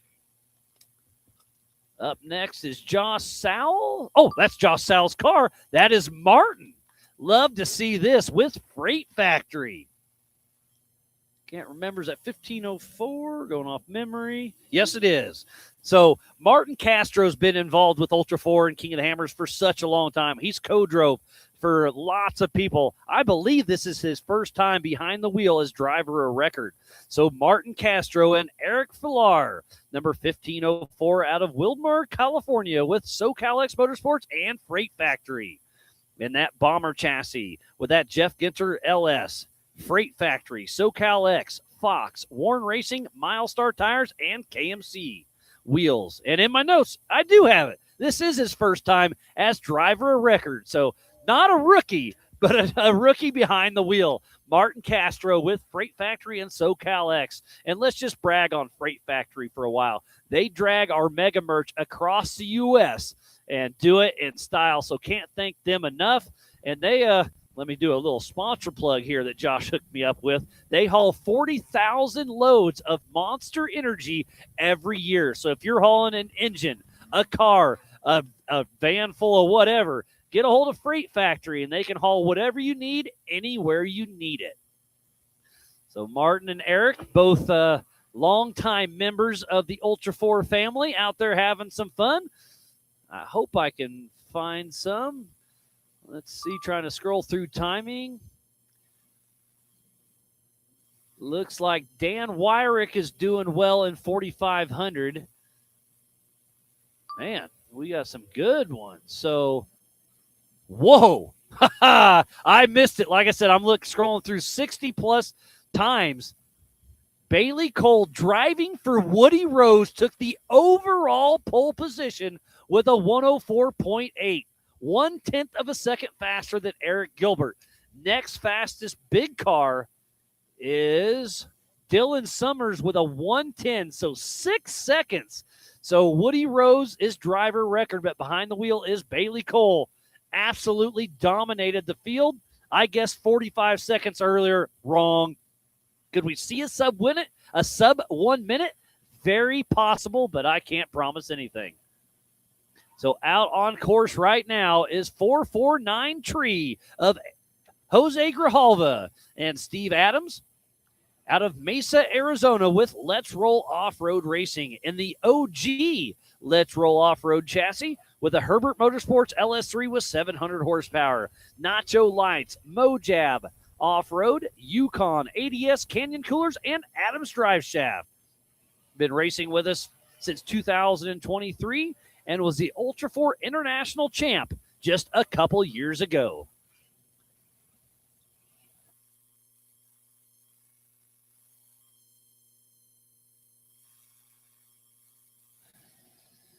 So Jose Grijalva through the line. Up next, it looks like it's Adam Miller. And speaking about Todd Miller. It's because I said Adam, because Adam Lovell is hopping in the Big B studio with me. Lots of names going out here. I'll get Todd Miller off the line and Ken Goodall riding shotgun out of New River, Arizona with Goodall Racing. And that Stern chassis with a Klein LSX 454. Dirty Life Wheels, Warren, Mickey Thompson, Sound Capital, Maxima Racing Oils, and Torco Fuels. He's co-drove for Goodall's for a long time. but stepped behind the wheel last year and is doing well in the 4,500 modified class. But hopping in the Big B studio with me right now is Adam Level. How you doing, buddy? Good. How are you doing? Oh, I'm doing great. We're racing. I love it. Yeah. All the buildup, all the work, everything, it's out the window now. It's go time. Let's have some fun. Yep. Yeah, of course. It is that time. The cars are finally going and everything, and it's exciting. No, it's great. And there's a lot of names, but let me scroll through right here. You're in the 4,800 class. You raced King of the Hammers in the 4,400 class this year, but that car belongs in the Legends class, and I think you're going to do well this weekend. And, man, you're 20th overall, 9th in class, so very solid in the old school Ford Ranger, huh? Yeah, Dad and I, we were walking back to the pit, and he was talking that there are a lot of newer, updated cars out there, and, we can only do so much in that truck with its age and everything, and a lot of our times they are pretty close. We're right in that kind of group right there. You're doing great, and maybe it's Brad, but has it been racing since 2008? Do I have that right in my head? Yep. It's as old as you are. Yeah, he started building it in 2006 when I was born. So why does that car look so much better than you do? I don't know. I'm just joking with you. No, it's great to see following in your dad's footsteps. Yeah. Brad Level's here, your co-driver. I mean, if you're going to find a co-driver, I guess Brad Level's all right. Yeah, I mean he's done it for a very long time, and there's no one else I could want in that. Oh, absolutely. And just having your dad, making the memories, because you come out here to race, you're serious about it, but it's fun. Yeah. So doing it with, your dad, I can't think of anybody else I'd rather do it with. Yeah, we were talking, out in MOAB here. We've both kind of grown up here with both of our dads. Yeah, because you're out of Colorado, not too far. Yep. So we do come Colorado out here regularly. Springs? Yep. So out on course right now is a 48.94 of Ryan Hawkins and Patrick McCarthy out of Peoria, Arizona with Hawkins Racing. And that Trent Fab chassis with an LS 408 stroker. Mickey Thompson, Two-Tech Auto, King, and Rugged. Been racing with us for the last 4 years, so we'll see what kind of time he's got. And the wind is the racer's friend, but I hate it. Yeah. It's got my paperwork all goofed up. It is good, but. So we'll see how he drops this Maxxis Leap. You kind of just hit that just about that smooth, perfect, because you don't want to drop it, but you don't want to jump it. You just want to kind of float it. Yeah, I mean, you saw in practice the 4,400 cars were certainly able to use that ledge on the driver's side to their advantage, but with these solid axle cars, it is kind of about sneaking it through there and plopping the front off. And I want to talk about it a little bit. So obviously the Ranger you're driving started as a 40. Well, it wasn't even a 4,400 class back then. It was King of the Hammers. Yeah. And then we turned into 4,400 and EMC and went through that. So your car started there, but with technology, your car's still amazing. I'm not trying to talk it down, but the new IFS cars, it's big money. You can't compete at that level. You can still race it and do well, but I love what Dave did bringing the Legends class back. So your car is 4,400 legal. You could race it right now. All you had to do is go to a 37-inch DOT tire and put a single shock package, correct? Yep. Yeah, and there was a couple of years that Dad did race the EMC and then prep it overnight. I remember those days. And that was back when you were young and had a little more energy, right? That's a lot of work. Brad's over here kind of chuckling with us, having some fun, and I just see the smile on his face, and I know he's proud of you, buddy. All right, who's on track now? Kevin Bates, number 1728, with Ray Steinberger, another PCI member out of San Diego, California, with KBR and that TMR chassis with an LQ9, Maxxis, Method, Radflow, All-Terrain Concepts, and Yukon. His first race was this year at the Griffin Radiators King of the Hammers. So going into race day, you race tomorrow late morning. Yep. Or early afternoon, I can't remember. You guys take off. Should be around at noon. Yeah. So I was wrong and right. Yeah. So you're starting in that top 10-ish area, which I do think's about right because it's tight. There's not a whole lot of passing. Could be dusty unless we get that rain. What's kind of your race strategy? I mean, just like always, get in the car, get settled in, and make the right moves. You're kind of racing your own race while you're out there. You can't stress too much about the people in front of you and the people behind you. Yeah, it just is what it is. I mean, you see dust, you want to chase dust, but you got to play your own race. Yeah. Because later on, it is on adjusted time. So drive your own race. You see somebody, you want to catch them, but don't forget, you started 30 seconds behind that guy. If you see him, you're beating him on time. Yep. Obviously, right now it's qualifying, so it's just straight time. Yeah. But coming up, when we start racing, you take off one at a time, I believe every 30 seconds, depends on class and car count. But it really throws in some strategy out there. Yeah, and look at this. Oh, yeah. We're tuned into the 4,400, the unlimited class. And off the line first is number 19 of Paul Horschel out of Park City, Utah with Horschel Motorsports. And that single-seat Ford Bronco with a Dangio P600 big block with over 1,000 horsepower and 800 foot-pounds of torque. One of the biggest horsepower out on the field. He's got Nitto tires, Fox live valve shocks, alloy drilling, and obstacle. He has been racing with us since 2014, and he's got 5 wins, 14 podiums, and I just got to watch this. I'm done reading my notes. He's going to send it over the Maxxis Leap. Launch 1 done. What's he going to do on number 2? Perfect launch. Are we going to get a sub-minute? I think we're going to have it with Paul Horschel. Time will tell. Right now, it's Woody Rose driven by Bailey Cole in P1, but I don't think it's going to stick very long. Can he make the turn? It's looking good. Paul Horschel, where is he going to be as he crosses the race line start-finish? You can really see that motor put in the work off that second drop man. there. That is horsepower is impressive. fun to watch. And I just updated. I don't see Paul Horschel. Oh, there it went. It finally updated. P1, sub 1 minute with a 58-second is Paul Horschel. And off the line next, who told me he was going to race his UFO, but he's in his Campbell car, number 47 of Philip McJilton out of Tuscaloosa, Alabama with 47 Motorsports and Rusty Nail Racing. He's got a UFO UTV that is 4,400 legal that he told me he was racing, but he brought the old Campbell car out. So it is a single-seat IFS with Schofield Performance LSX 454. Southern Tire Mart at Pilot, Yokohama, KMC Wheels, Simpson, Willwood, and FK. He has been racing since 2016. He used to race ARCA and Craftsman Truck with NASCAR. And he's got some wind under his belt. We'll see what he can do. Man, this is getting fun, isn't it? So drop number 1 done. Drop number 2, Philip McJilton putting that Campbell car to work. Adam, do you want to sit with me or you want to go watch? Oh, I'm happy to watch Okay, here and sit perfect. with you. If you want to get out of here, do Very it. But, neat. man, I'm just getting excited. I love all this racing, but it comes down to the 44s. You Yeah. just can't get any better. And They across are the some race line, impressive start cars. finish. They're amazing, aren't they? So Philip McJilton, second in class, 4th overall with a 104. So we have 3 cars in 104. We have Woody Rose, Eric Gilbert, and Philip McJilton. Was that car 17? I believe that looks like Stephen Watson. Yes, it is. Number 17 of Stephen Watson and Wayne Lambert out of Rifle, Colorado with Off-Road Design Racing. And that Triton chassis with an LSX 454 with 650 horsepower. Off-Road Design, Maxxis, Baja Designs, and Seymour Paint. He's been racing with us since I first started going to King of the Hammers way back in 2009. There's quite the lineup of 4,400s Oh, out there. man. Do you know how many there are? I've got 27 on my notes, Wow. and it should be pretty close. We'll That see is a when lot of timing cars. updates. But, yeah, I think this is the biggest car count in 4,400 we've ever had. And at a regional race, it's pretty close. 27 cars on a 6.5-mile track. Yeah. It's going to be – the leader will have lap traffic on lap number 2 of 8 I tomorrow. think with the race being so short here, it's going to be interesting with how hard people push. Yeah, I think you're going to have to push hard. A lot like a short course race. Oh, yeah. Just all out. And then a sprint endurance is what I like to call it. Absolutely.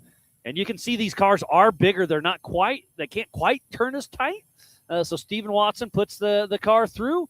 See if I see number 17 on timing. He is obviously third. He's third across. 18th overall with a 113. So still time to beat is Paul Horschel with a 58-second. Looked like that was Craig Allen, the number 595, straight from We Rock down in Texas, getting here yesterday. And then he's doing We Rock Saturday here at BFE, so he can't get enough seat time. So Craig Allen and Justin Bodowitz out of Norco, California with Allen Racing. And that Kirby's IFS chassis with an LS7 with Portal axles, Juicy Whip Beverages, and BFG. He's been racing King of the Hammer since 2016, but coming to KOH since 2009.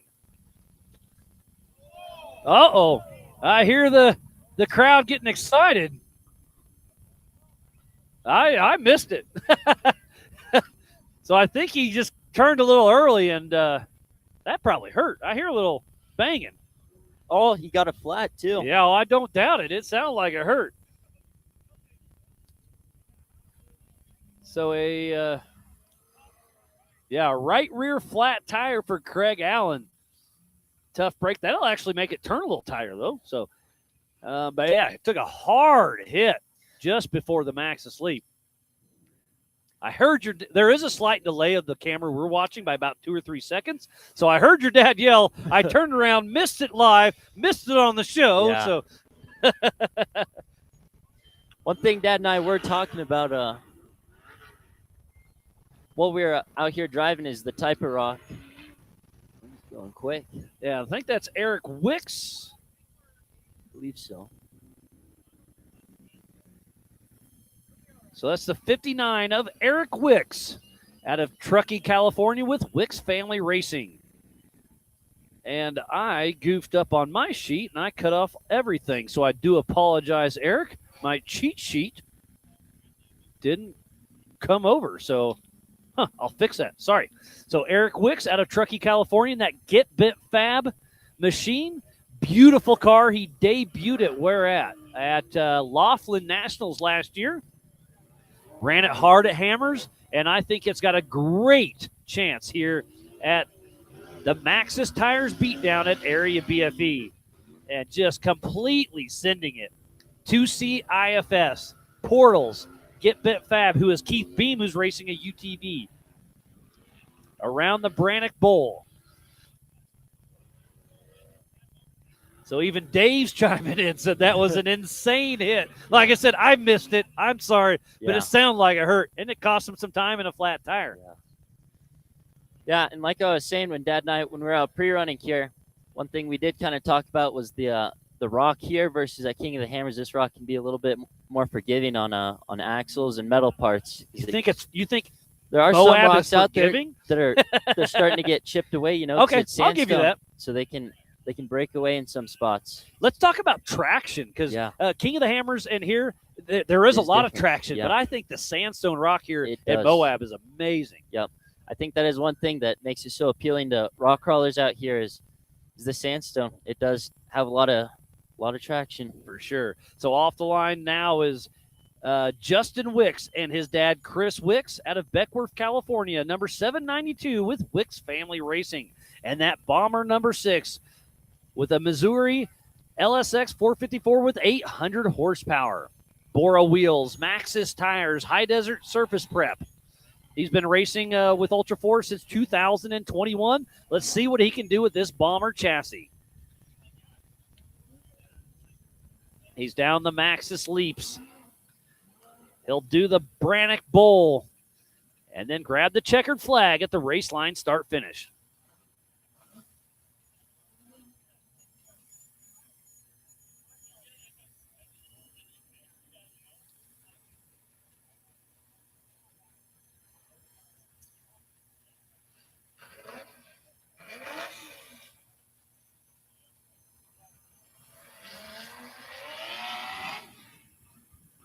So that's SXOR.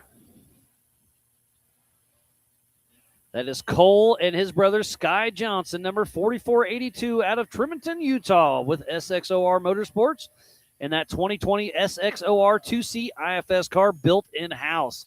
They've got a Texas Speed LS3 416 with 550 horsepower, maximum transmission, Falcon, trimmer wheels, and KDM shock technology. They've been in, his family has been involved with their dad, Brandon Johnson, since 2008 at King of the Hammers. And their first race was right here at Area BFE as a driver. And that thing's got a distinct sound. I love it, Adam. Yeah, it does. Man, those 4400s, they really are just the real deal out here. It's amazing. The drops, nothing. Yeah. It's unlimited racing at its finest. I'm an off-road fan. I love Pro 4s dancing at Crandon. Yep. I love the unlimited trucks bajaing down in Mexico. but there's just nothing better than a 4400 that can short course, that can rock crawl, that can do it all. I just love it. As he has a little bit of, see a little bit of smoke. I don't see fire, but we'll get it checked out. Got her shut down. Does look, you see all the stuff dripping out underneath. I do see some smoke. There. So he popped something. I'm going to guess transmission. Brian Trotter's quick on the scene with the Russo fire extinguisher. But you can see the trail, so now it's a little slickery up there. Mm-hmm. So it looks like we're going to have a little bit of a recovery on our hands while we figured out what happened to Cole and Sky Johnson. I'm going to let you out of here, Adam. Always a pleasure. Yeah. Best luck during race day. We're going to take a quick break, but we'll be back with more qualifying action right after this. Over 25 years of off-road racing dominance. Proprietary patented race technology. Proudly made in the USA. Unparalleled customer service and support.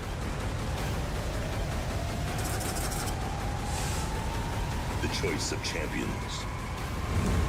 King Shocks. The leader in off-road shock technology. We don't take these lightly. They're not practiced or anything like that. We're here to try to win. You know, we're getting bigger car counts. It's a new track. It's a cool venue, and it's a different change of scenery. That's what Ultra 4 is. But then when the green flag drops, it's all out battle. Mad Max and Thunderdome.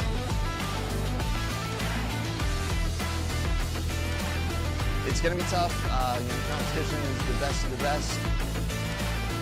For me, it's just a place to go release some anger and have some fun with my kids, and it's like fist fighting in a goddamn race car. Before racing to me is a way to get out with friends. It's where we spend time together. It's where you get your blood pumping. I'm excited. I have a lot of confidence on where Ultra 4 is going to be.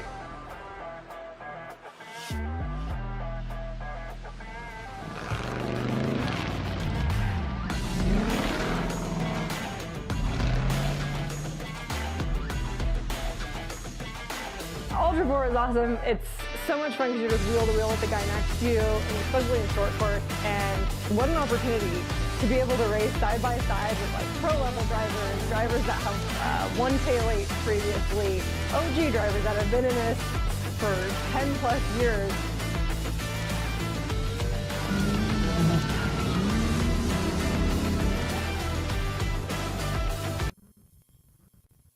Welcome back. Sorry I had to pop out a commercial. That recovery went quicker than I anticipated. This is the Ultra 4 USA Maxxis Tires Beatdown here in beautiful Area BFE. It's a little overcast today. The wind is blowing, and Chris Adrack is, Adrack Racing is out there. Chris Hicks, where do I got him?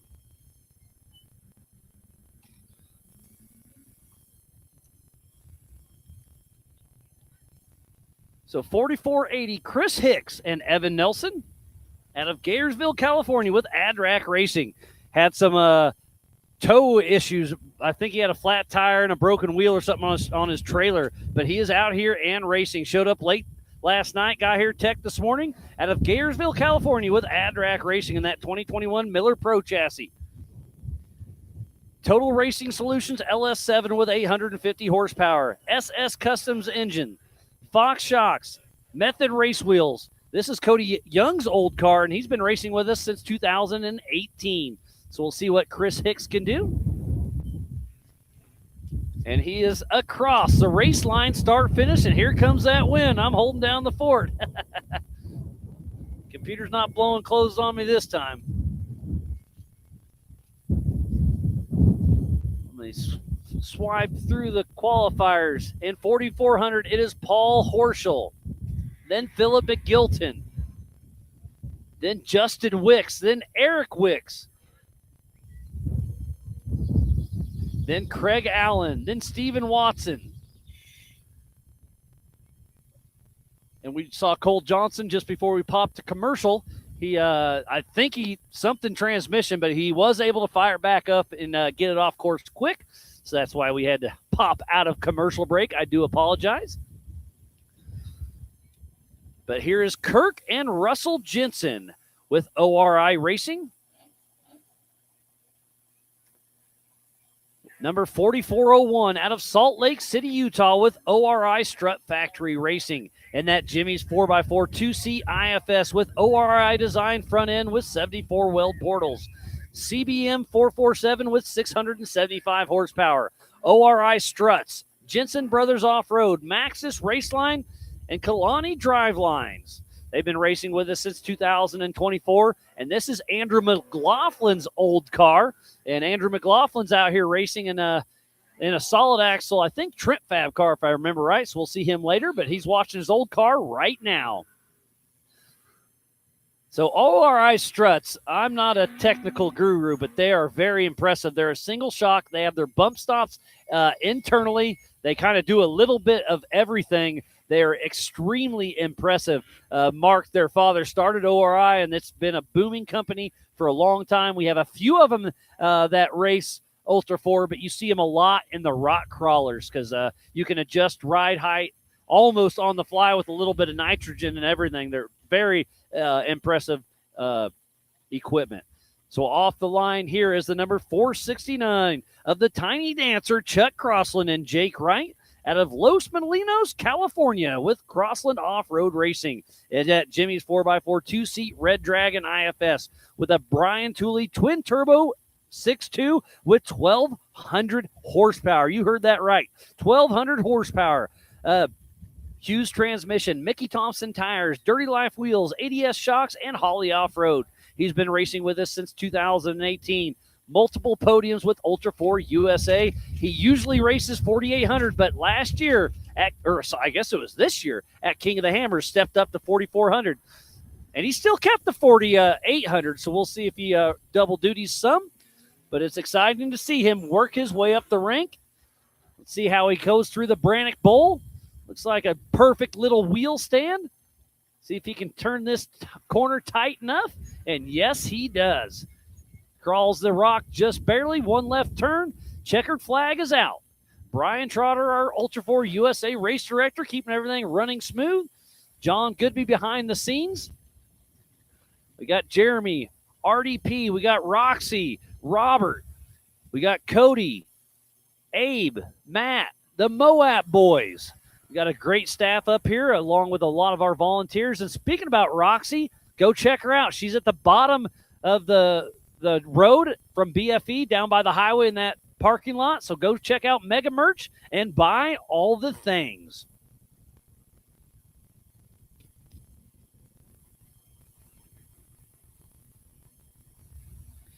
Looks like our start line camera just went down. I'm going to go check it real quick. I'll be right back.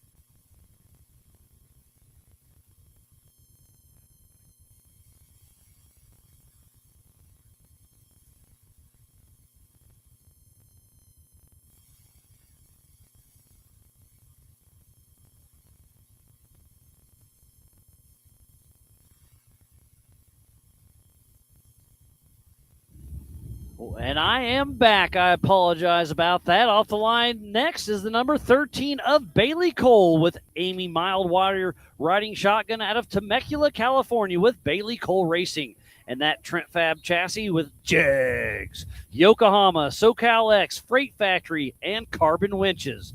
He's started racing in the stock class at 15 years old back in 2013. He's got 13 first-place finishes and 31 podiums. He's won KOH in the stock class. He's been a national champion. He's won down in Baja. He's been over to King of France and King of Britain. So Bailey Cole does a little bit of everything. We saw him set a pole position in the 4,800 class, and he's P2 in the 4,400 with a 104. Identical run to his run earlier on today. So let's see. His 4,400 run was a 104.6. His 4,800 run was a 104.8. And off the line next is none other than Off-Road Motorsports Hall of Famer, three-time king Shannon Campbell, and just riding shotgun out of Lakeside, Arizona with the Coupe Racing and Fabrication and that 2C IFS Campbell chassis, a Klein 540 big block with 850 horsepower. He's got 72-gallon fuel tank, and he's a Monster Energy athlete. Nitto tires, ADS, AMSOIL, Brannick Motorsports. He won King of the Hammers back in 08, 2011, and 2017. He's got 11 wins, 23 podiums, and he's also been a Dirt Sports Driver of the Year. So Shannon Campbell is definitely one of the rock stars of our sport, and he is coming down the Maxxis Leap as we speak. See what kind of time he can throw down. Is he going to bump out Paul Horschel with that 58 seconds? I don't think so. It's a good run, but Paul Horschel was absolutely blistering fast.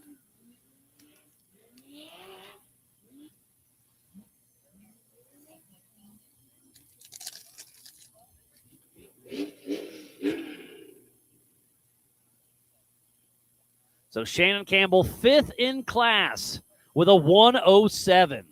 So a very solid run. And I do apologize. I missed Andrew McLaughlin just a minute ago out of Mesa, Arizona with Let's Roll Off-Road Racing. It is Let's Roll Off-Road chassis with an LS 409 stroker with 600 horsepower. Nacho lights, Yukon, Raceline, Maxxis, and ADS.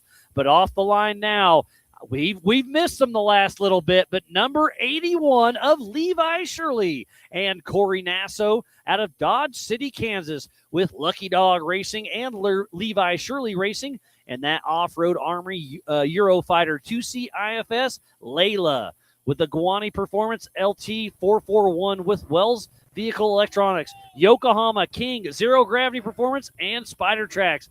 Takes a big hit. Looks like a left front flat tire. Took her a little too hard over the Maxxis Leap. It's going to cost him some time, but he is not letting out. That left front is going to make this turn extremely difficult. He will have to take a backup. I almost guarantee it. Yes, he does. So tough break on that tire, but he's still moving.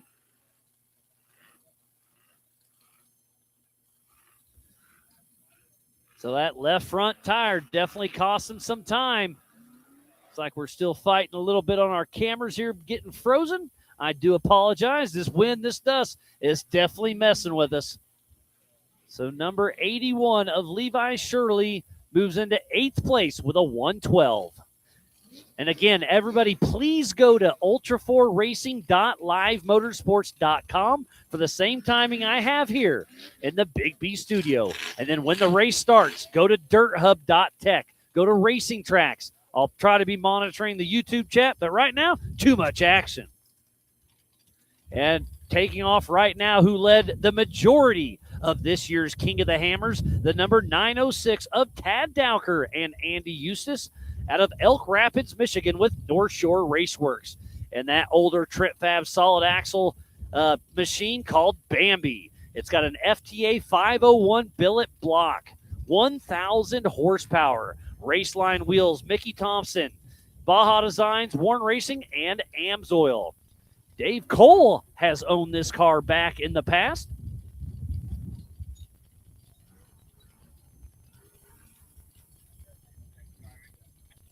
So Tad Dowker does take the spare tire off for qualifying. Interesting. I like it.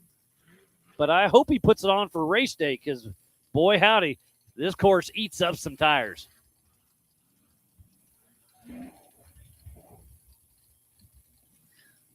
So it looks like he is clear through. So Tad Dowker with a great run. Where'd he end up? Looks like he's 6th in class.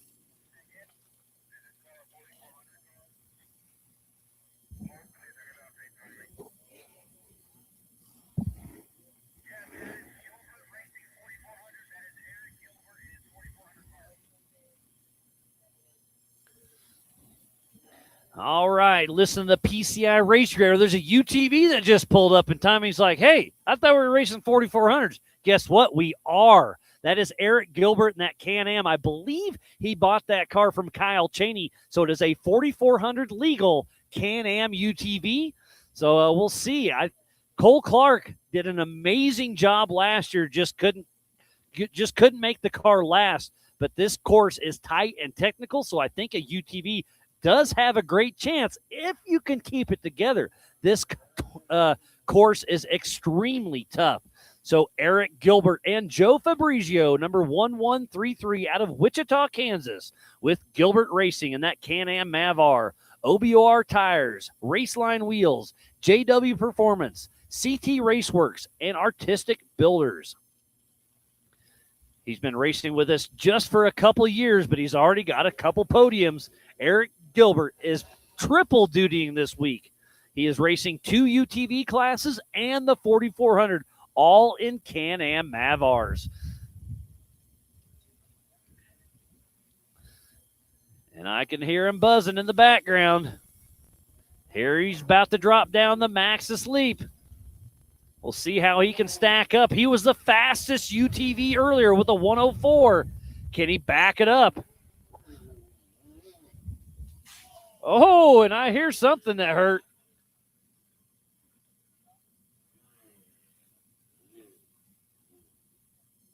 Uh-oh. Something's mad. So he had a great run going, but hit the ledge a little too hard. Again, sorry for the frozen cameras. We're fighting the wind and the dust. And again, when I was here setting up when nobody else was, I couldn't make a phone call, couldn't make a text. So what we're doing here is still amazing. But he's definitely fighting some steering issues, probably has a right front flat tire, but he is across the line, but he'll definitely be back in the pack.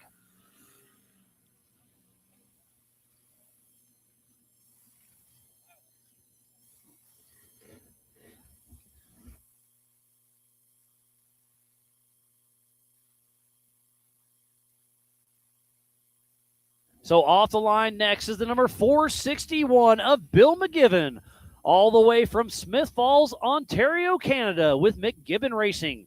And that Jimmy Single C IFS Green Dragon with an LS with 800 horsepower. Mickey Thompson, Wizzo Suspension and Fab, TMR, and Jimmy's 4x4. He's been racing with us since 2022. And hopping into the Big B studio is Jacob Pacheco. How we doing, buddy? Good. How you doing? Oh, I'm doing great. You had a very smooth run. I believe you're in the top 5 or so, if I'm remembering. I don't know the times. I haven't heard or seen anything. That's not why I came over here. I wanted to come over and say hi to everybody and to give you a heads up that I have a new co-driver with me this weekend. It's actually my twin brother, which most people don't know that I have a twin brother. Well, I was talking to you earlier, and you looked at me like you didn't know me because you didn't. It was your brother. It was my twin brother, Jason Pacheco. So that's one thing I wanted to point out is I do have a new co-driver this weekend, and it's my twin brother, Jason. Let me make sure I have my notes right. Did you put it in registration right? I did, but you probably went off old something. No big deal. We'll see. I'm gonna check myself. That's no big deal. Oh, well, I love being corrected. That's all right. Never be scared to come over and tell me. Well, I did have it right. Or wrong, sorry. Okay, I'm like, wait a second here. Nope, I had it wrong. Thank you for coming over here and letting me know that. So well, I want to give credit where credit's due. Oh, my for twin sure. brother begrudgingly decided he would help me out because I had no other co-driver for this race. So I talked him into getting in and go and have fun with me. This will be the first time we actually get to race together.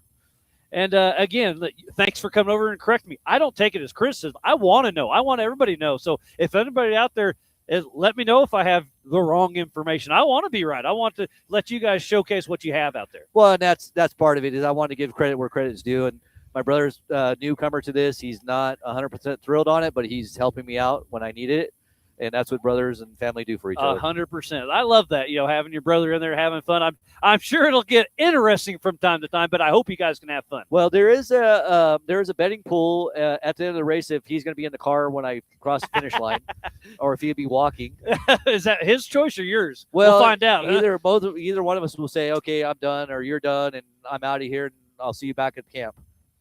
Well, we'll see how it shakes out. I hope you guys are both in the car when it's done. I hope so. I think we're fine. We work together.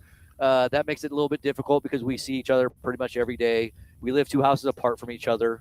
So it's all good. We have fun. That's all that matters. That's what it's all about. Speaking about having fun, it is Travis Riley driving for Jeremy Brown, number 50 out of Rio Linda, California, with Brown's Motorsports.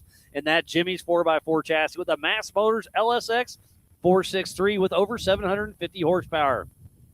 Sierra Gear and Axle, the Grateful Ones Motorcycle Club, Rock and Road Performance, Maxxis Tires, Bilstein, and 4WP. Jeremy's been racing with us since 2017. He was unable to make this race, but he wanted the Western points. So you can have one fill-in driver per season. He let John Goodby know before the race started. All good. You do have to drive driver records car. So Jeremy Brown's car's here. Well, it's somewhere. Let's see recovery heading out. So something's going on with Riley possibly. So hate to see that. Yeah, I thought I heard his name or his car was here, but he wasn't here. So we miss you. I mean, obviously, I raced against him in a 4800 class. And I'm 100% incorrect. I see Jeremy Brown's right there. I was looking at timing. I'm wrong. That is Bill McGibbon parked. You can see his roof just barely right below us. So, got it. So we have somebody stopped right in the bottom. That's pretty nasty down there coming up that uphill. It's getting dug out, obviously, after every car. Especially now that we got cars that have, 5, 6, 7, 800, almost 1,000 horsepower, Horschel. It makes it tough as it's getting more dug out. You're coming up that, you pick up the front end pretty good. It gets really light really quick. And then having to try to get the front end down and make the hard left up that little hill right there that pops you up again. It's a interesting track. I enjoy the qualifying course. It's actually fun. Yeah, and it's great for spectating. I mean, it's early in the morning. The weather's not perfect, and look how big the crowd is out here. Yeah, I was very skeptical, to be honest with you, about holding it over a week. I'll be honest. I was curious about it too. I understand it, but it looks like it's working. Yeah, so far it's great. Well, it works out good because I'm sure a lot of people are doing what I'm doing. We're hanging out after the race, and we're going to go play. And after. Right. It's the 60th annual Easter Jeep Safari, so everybody comes here to wheel anyways. Well, hey, wheel over the weekend, take a day off, come here and spectate. Now go back wheeling. Yeah, well, it works out good. I have a couple buddies that are part of. You have buddies? Yeah. If I give them enough money, they're my buddies. I get that. Oh, I'll be your buddy. Oh, yeah, okay. Derek Trent are really good friends right now, let me tell you. I'll bet, yeah.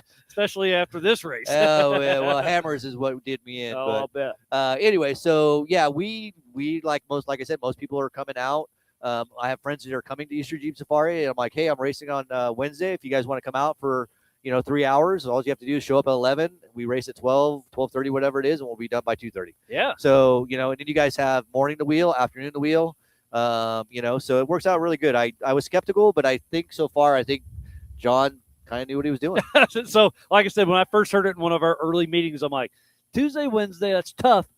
But a lot of people are taking the full week. Let's see what happens. And I really think he nailed it. Yeah, no, I think see, and a car count is amazing. Oh, I don't know how many 4400s are here. 27. Wow, how many 48s were?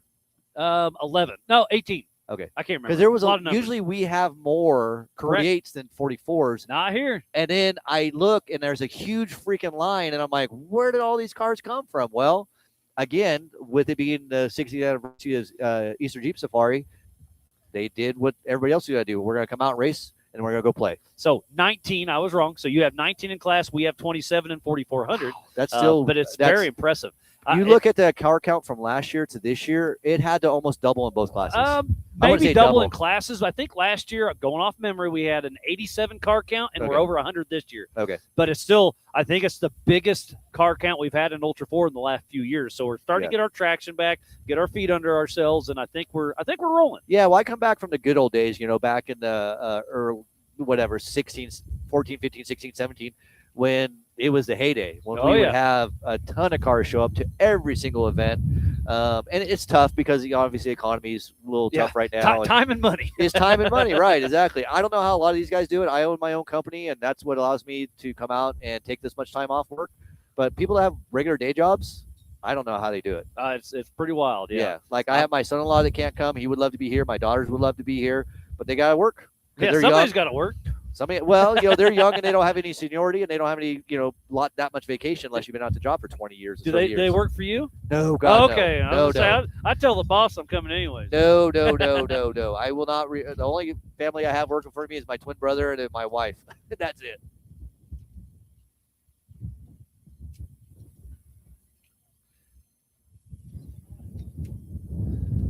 All right, so Bill McGibbon is stuck in the hole right now, so we are trying to get him recovered out. But, tough break for him. So, Jacob, always a pleasure seeing you, buddy. I appreciate it. Thanks for having me over here. And I had you. I think you're 9th in class. Let me scroll down. I had you pulled up. Oh, there you go. You're 6th in class. Okay. So that's not bad. I was 19? hoping for a top 5, so 6 is not bad. I took it easy out there. Because last year I actually left a line and got a flat right off the corner and had to start mid-pack. So starting 5th in class, which is great. I have a lot of fairly clean air in front of me with only 4 cars in front of me. So we're just go out there and cruise and see how the Hankook tires hold up so far. They've been great. I haven't had any problems, and thanks to Rugged Radio for helping me out this weekend. And AccuAir and all my sponsors support me. It's been great. Trent Fab Fabrication helped me get the car back together after my rollover at Hammers. So it happens. It does. But fortunately, Trent and the boys at the shop, they got it all together, and it's been great. So again, thanks to Ultra 4 putting this on. I had having a great time out here. Look forward to the next race, which is for me, Montana. Well, sweet. I can't wait to see Miles. this weekend. Jacob, good luck tomorrow. Right, best luck. We'll see how it shakes out. So Jacob Pacheco, 5th in class. We're still trying to recover Bill McGibbon. So while we have a little break in the action, we're going to step away. But we got lots more qualifying yet to come for the 4,400. So we'll be right back here in just a moment. Over 25 years of off-road racing dominance. Proprietary patented race technology. Proudly made in the USA. Unparalleled customer service and support.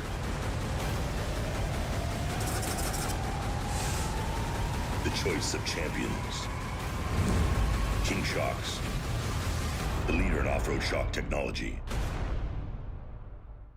We don't take these lightly. They're not practiced or anything like that. We're here to try to win.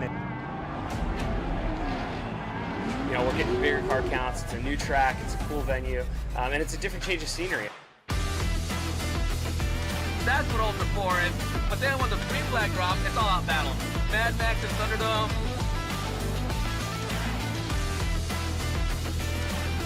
It's going to be tough. Competition is the best of the best. For me, it's just a place to go release some anger and have some fun with my kids. And it's like fist fighting in a goddamn race car. Ultra racing to me is a way to get out with friends.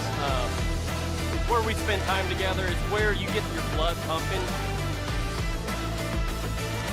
I'm excited. I have a lot of confidence on where Ultra 4 is going to be.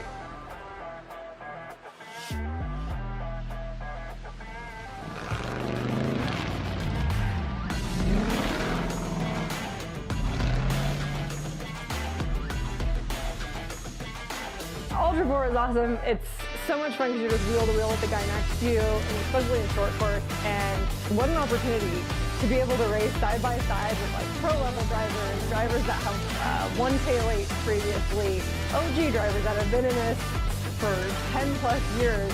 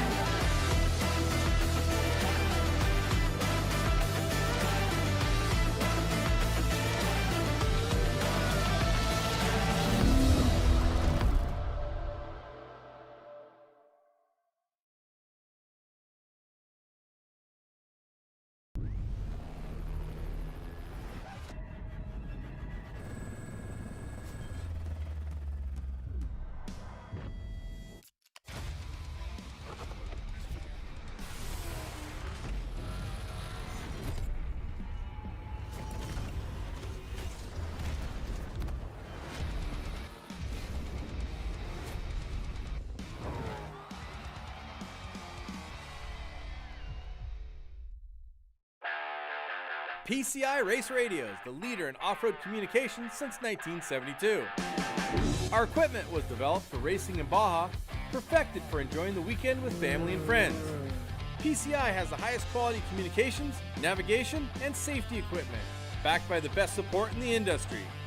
Find us at hundreds of events each year, supporting our equipment on site and providing the PCI Weatherman Relay. See you in the desert.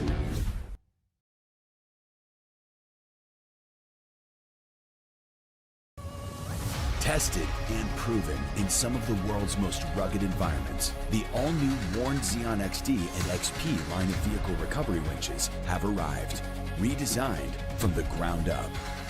Warn Xeon XD and XP represent the ultimate in performance and durability on the market today. You'll have the confidence to go farther, and most of all, go prepared.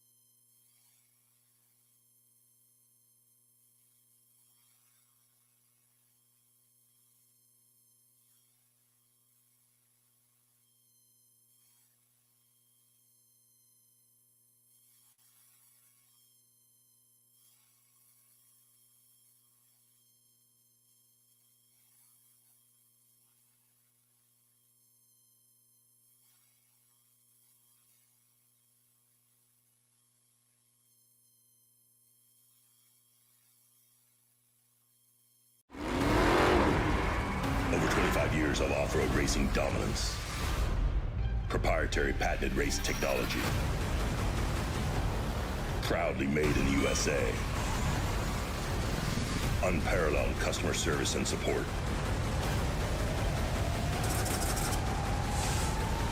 The choice of champions. King Shocks. The leader in off-road shock technology. We don't take these lightly. They're not practiced or anything like that. We're here to try to win. You know, we're getting bigger car counts. It's a new track. It's a cool venue, and it's a different change of scenery. That's what all the for is. But then when the green flag drops, it's all out battle. Mad Max and Thunderdome.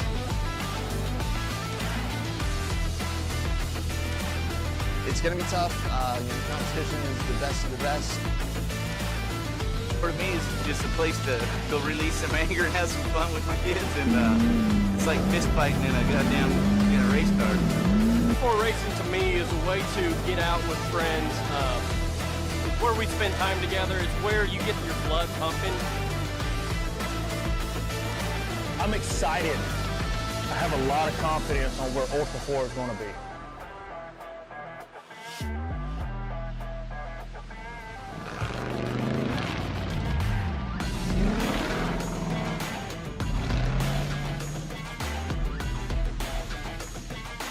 Ultra 4 is awesome. It's so much fun because you're just wheel to wheel with the guy next to you, and especially in short course. And what an opportunity to be able to race side by side with like pro level drivers that have won Healey previously, OG drivers that have been in this for 10 plus years.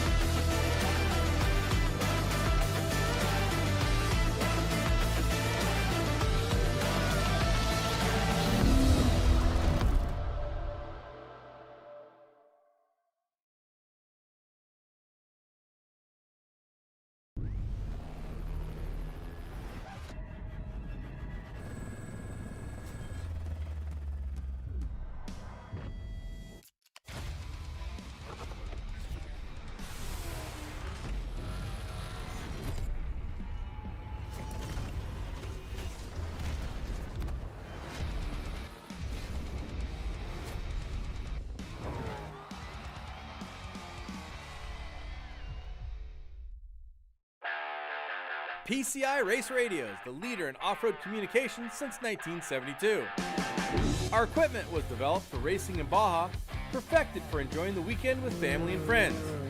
PCI has the highest quality communications, navigation, and safety equipment, backed by the best support in the industry. Find us at hundreds of events each year, supporting our equipment on site and providing the PCI Weatherman Relay. See you in the desert.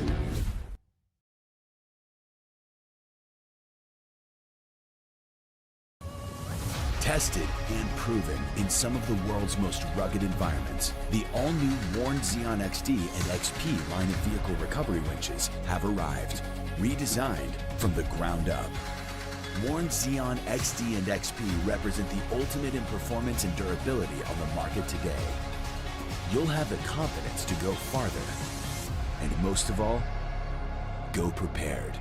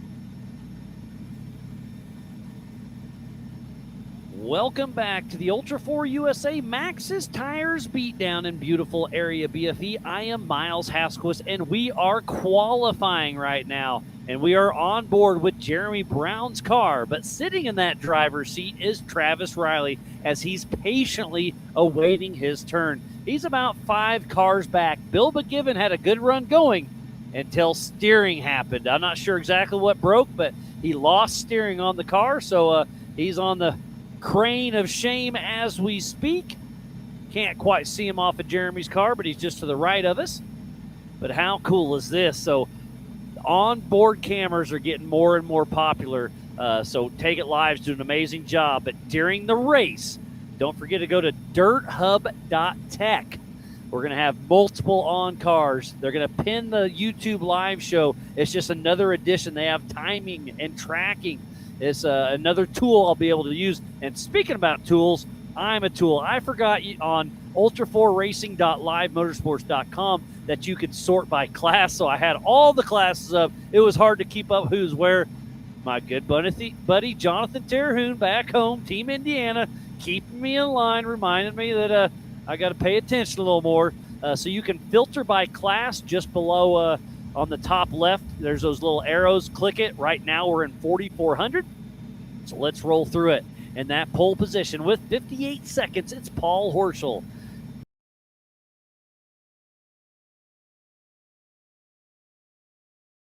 Crossland, Shannon Campbell, Tad Dowker, Justin Wicks, Eric Wicks, Levi Shirley, Andrew McLaughlin, Craig Allen, Stephen Watson, Chris Hicks, Kirk Jensen, Eric Gilbert, and 2 DNFs are Cole Johnson and Bill McGiven. Looks like we do have Bill off course, so we're going to keep this qualifying action going. Up next is the young gun. New to Ultra 4, it's the 514 of Cameron Sorensen and Guy Miller riding shotgun out of Las Vegas, Nevada with Sorensen Motorsports. And Bailey Campbell's old car, it's a Campbell 2-seat chassis IFS. They've got an Edelbrock RHS, Nitto tires, Optima batteries, Comp cams, and VP fuels. He made his Ultra 4 King of the Hammers rookie debut just a few short months ago, and that car right there took a big tumble during qualifying. So we'll see what he can do with a healthy car.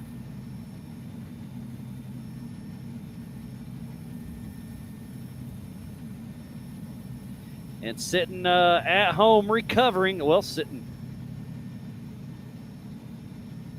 at the hospital as he's getting some treatment done is Cody Addington, who's fighting cancer. So again, our thoughts and prayers are with you, buddy. At least we can give you a little bit of action while you're sitting there twiddling your thumbs. I know Kendall Glinds, who's fighting cancer as well, is supposed to be here later on today. Hope to see him there. And then Anthony St. Clair is back home. So a lot of our Ultra family's fighting, but we're all thinking about you guys. And Cameron Sorensen is really putting in quick work, so we'll see what kind of time he gets. I think this is going to be a good one as he makes it through the race line, start-finish. So Cameron Sorensen just moves into P2 with a 1:03, 1 second faster than Bailey Cole, but 5 seconds slower than Paul Horschel. And this is the 5150 of Brendan Thompson out of Nevada City, California with Bam Bam Racing. In a Joe Thompson beautiful built UFO IFS single seat chassis, who won this race last year with a Barillo Tall Deck LS 493 with 775 horsepower, Maxxis tires, FK Roddins, SMT wheels, M&M machine, X-Craft, Motive Gear, and UFO Motorsports. He's been racing with us since 2013. Again, won this race last year. He's a fabricator for Paul Jr., and he's been on the Discovery Channel for American Chopper. So he's definitely been around, been there, done that. This Maxxis tire athlete just launching down the Maxxis Leap. We'll see if he can make quick work of the Brannock Bull, a huge wheel stand. So far, so good. Wonder who's going to qualify better, Austin Thompson, his son, or Brendan Thompson. We'll see. I'm sure there's a little friendly rivalry going there. They're in different classes. So Brendan Thompson, P2, just bumped out Cameron Sorensen's sub 1 minute with a 59 seconds. So Brendan Thompson, P2, last year's winner, looking good. Off the line now is the 111 of Justin Joseph. And John Cunningham out of Pueblo, Colorado with Off-Road Affair and Seat Time Syndicate. And that Triton chassis with a Mast LSR 466. Seat Time Syndicate, Maxxis tires, RPM Extreme steering, Otaway, and KMC wheels. Made his Ultra 4 rookie day year right here 1 year ago. And I'm got in my notes that it's co-driver John Cunningham, but I'm going to change that because I'm pretty sure I remember it's Holly Fowler. We were doing safety check, I guess was that yesterday? Yeah, yesterday morning, going through all the safety gear. I was helping out a little bit, and yeah, pretty sure it's Holly Fowler in that passenger seat. And that's a Triton engineering machine. I believe that's one of the Fun Haver old cars.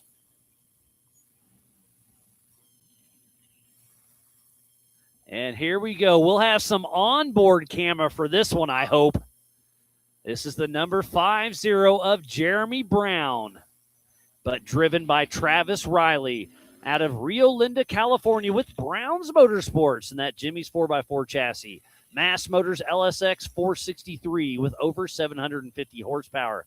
Sierra Gear and Axle, the Grateful Ones Motorcycle Club, Rock and Road Performance, Maxxis, Bill Steins, and 4WP. Jeremy's been racing with us since 2017. Again, you can have one substitute driver per season unless it's a medical issue. So Jeremy Brown's tuned in right now, hoping his car's going to do well today. And I'm sure he's super jealous right now, but I'm glad you're staying back home doing what you got to do, buddy. And look at Travis Riley driving for Jeremy Brown. Smoking fast right now. So it looks like the main picture's frozen, but we're in the end cab with Travis Riley. There we go. We're back on top. There is a little bit of a delay. So we saw him earlier. Gets that corner a little wide. So we'll just ride with him all the way through the finish. I physically hear him in the start-finish, but obviously there is about a 15-second delay. But it's cool to have this on-bar almost live as he launches the Maxxis Leap. And those Maxxis tires still holding there. Travis Riley driving for Jeremy Brown, getting ready to turn up into the Brannock Bowl. Has a great run going thus far. We'll see what kind of time he's going to get. And he is 12th overall with a 1:10, very respectable time. I mean, it is less than 10 seconds for our top 12, so very, very close.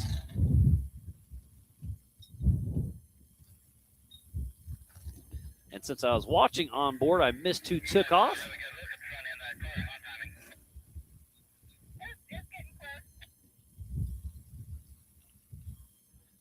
And I've got physical eyes. Oh, this is Kaden out on course. You can't call him a dark horse, but it's so great to see him back.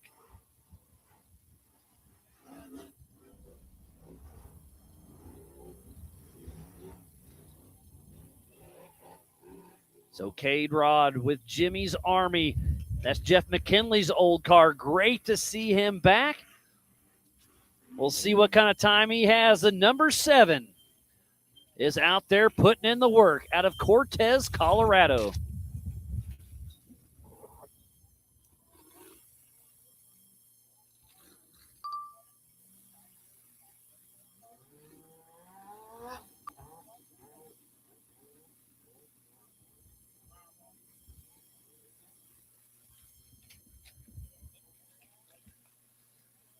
So let me get a time for Kaden. Well, I'll have to refresh because it's not up here yet. So Kaden is not showed up for me yet. I do apologize. We'll get that time when we can. Now I got to scroll all the way down here. I missed who took off this time. It is Cole Clark, number 24, out of Cortez, Colorado, with 2-4 Racing in that 4400 legal built UTV. And hopping in the Big B studio with me right now is Cameron Sorensen. How are you doing, buddy? I'm doing great. Yeah. You were P2 for just a second, but then Brendan Thompson came through and bumped you out by just a couple seconds. But sitting P3 at your first Ultra 4 race, you raced King of the Hammers. That didn't really count. Yeah, because you took a pretty good tumble in qualifying. Yeah. If you're not going to win, you made the highlight reel. Oh, yeah. And your family, the Sorensen family, does a lot of racing. You do a lot of drifting, desert racing, and you're cannonballing in at Ultra 4. I love seeing it. Yeah, this is my, really second time driving that car. Yeah, it's great to see you out here, but I'm going to bump you real quick. That's the 1018 of Paul Wolf out of Alton, Illinois with Wolf Racing. And that 2018 UFO single-seat IFS with Schofield Performance LSX 434, Nitto tires, Holly Off-Road, Raceline wheels, VP, and ADS. He's our winningest racer in Ultra 4. He's got 47 podiums and 30 first-place wins. So we'll watch Paul Wolf, but Cameron, you took a bad tumble at Hammers during qualifying. You got the car back. You got her fixed up. And you're right now sitting P3. How you feeling? I feel great. I kind of held the car back. I don't have enough seat time in that car to really get on it yet. But this time I kind of held myself back, made sure I didn't get on the highlight reel with this race too. Yeah, no doubt. But it's great to see that. That was one of my favorite cars when it debuted. Now the technology's coming around. I still love the car, but those new Triton cars, there's a lot of cars out there. Still one of the better cars in our field for sure. And you've got a rocket ship. Thank you. Yeah. And excited to see how you do. And Paul Wolf, I got to refresh my. Oh, yeah, I got to refresh. My timing's not working. Because I expect to see Paul Wolf higher than, so waiting on timing to refresh on me. But regardless, you're going to be top 5, I believe, on race day. And if I'm not mistaken, you skipped doing some drifting over in Australia to stay in the States and have some fun with Ultra 4. To me, that's pretty impressive. Yeah, I had a full sponsored ride to go, plane, everything, to go over to Australia and go drift. but this has been my dream since I've been 7, so half my life. I love it. So a gearhead's a gearhead. You'll drive anything with wheels, and to pass up an opportunity like that to come race here at Area BFE, that's pretty cool, and I'm excited for you. I want to see how that car can do with you behind the wheel, and man, and you got Guy Miller. He's been with us for a long time, so you got a veteran in the right seat. Yep. I met him literally yesterday. It was my first time meeting him. Well, he's a good guy. I'll let you know. But anyone that is crazy enough to get in the car with a 14-year-old that they literally just met, I'm crazy enough to trust them too. Exactly. So that I works love it. out great. And we're here at Area BFE. It looks like qualifying's wrapped up. The timer has started. We're less than 5 minutes away. If you haven't qualified, you're probably about got 4 more minutes to make it this way before qualifying is closed, and hopefully we can kick off the 170 race because we're already a little behind schedule. We're going to try to keep rolling. But what has been your favorite thing of the weekend thus far? This right now. Qualifying. Yeah, qualifying. It's get behind the wheel and just start turning it. I saw you when you were practicing, you were in a Can-Am, and you parallel parked right here behind me, and that's not what you're supposed to do. Yeah, off of the drop right here, there was a rock. The first lap, jumped it just fine. Second lap, came down.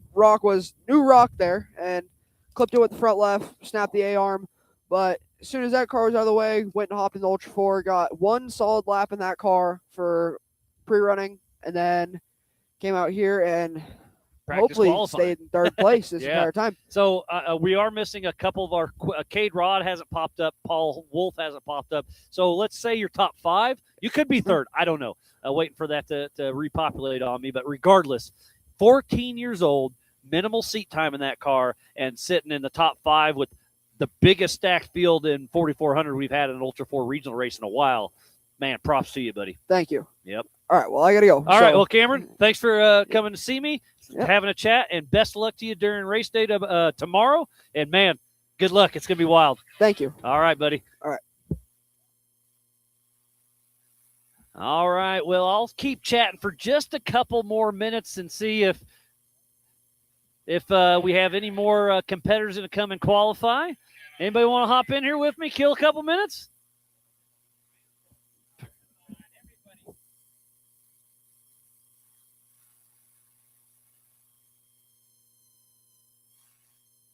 So I got some news that just updated on me. Paul Wolf won with a 48 seconds. Paul Horschel 2 with 58 seconds. Brendan Thompson 3 with 59 seconds. Then it's Cameron Sorensen, Bailey Cole, Woody Rose driven by Bailey Cole, and then Eric Gil. Oh, this is overall. Okay, so let me get back to 4,400. Philip McJilton, Chuck Crossland, Shannon Campbell, Tad Dowker, Justin Wicks, Eric Wicks, Justin Joseph. Again, go to ultra4racing.livemotorsports.com for the same timing I have here in the Big B studio, and get caught up on everything because we just qualified. Let me scroll through here. I'll keep scrolling. We had 81 cars qualify. You don't have to qualify, but 81 cars chose. We had 6 or 7 DNFs.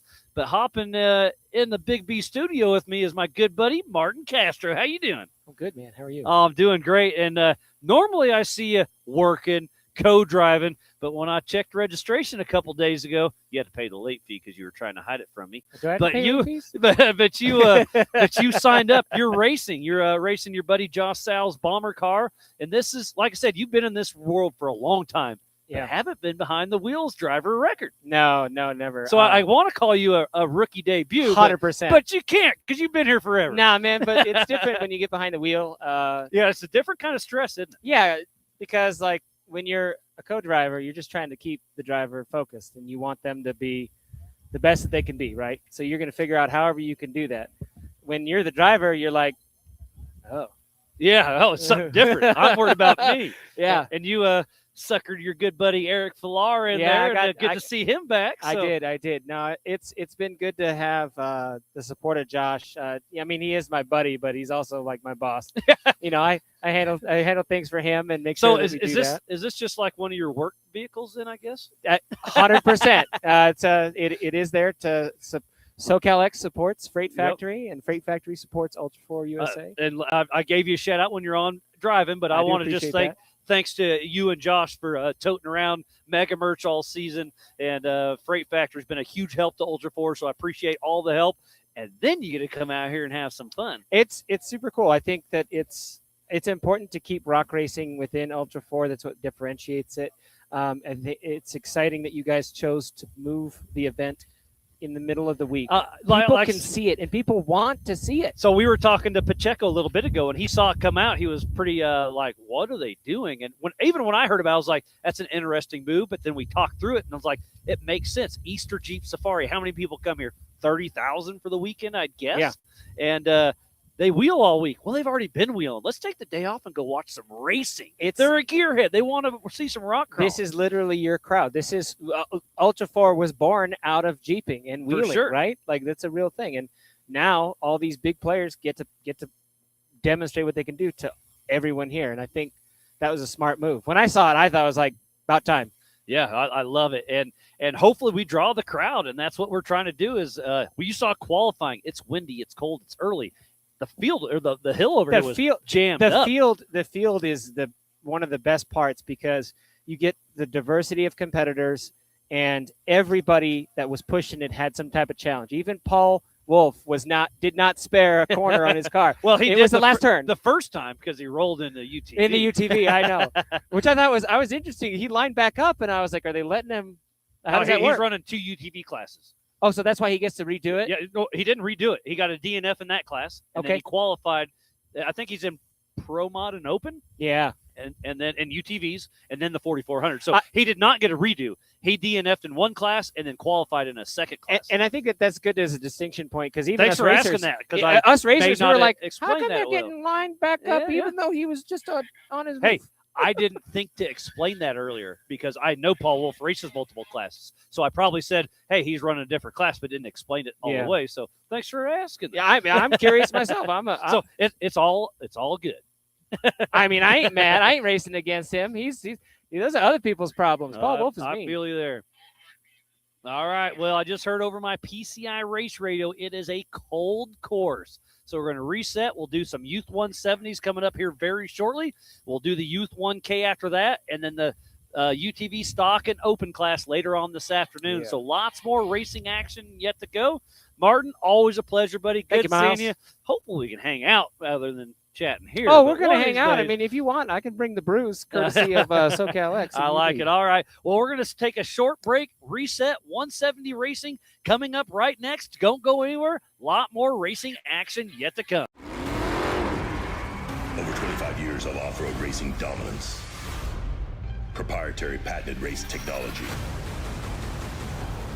Proudly made in the USA. Unparalleled customer service and support. The choice of champions. King Shocks. The leader in off-road shock technology. We don't take these lightly. They're not practiced or anything like that. We're here to try to win. And you know, we're getting bigger car counts. It's a new track. It's a cool venue, and it's a different change of scenery. That's what Ultra 4 is. But then when the green flag drops, it's all out battle. Mad Max and Thunderdome.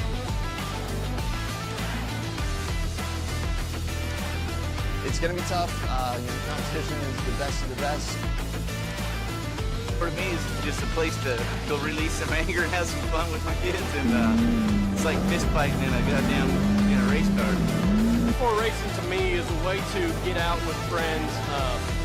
It's where we spend time together. It's where you get your blood pumping. I'm excited. I have a lot of confidence on where Ultra 4 is going to be.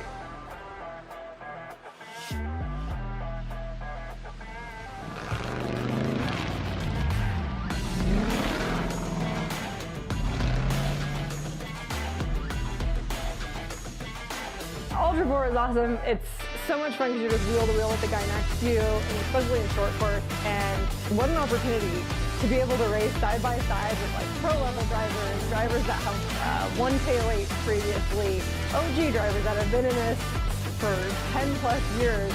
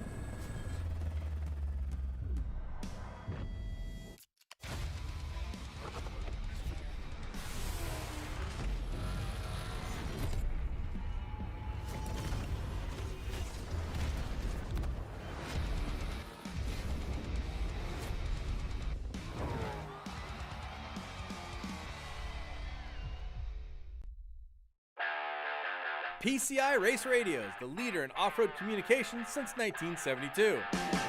Our equipment was developed for racing in Baja, perfected for enjoying the weekend with family and friends. PCI has the highest quality communications, navigation, and safety equipment, backed by the best support in the industry. Find us at hundreds of events each year, supporting our equipment on site and providing the PCI Weatherman Relay. See you in the desert.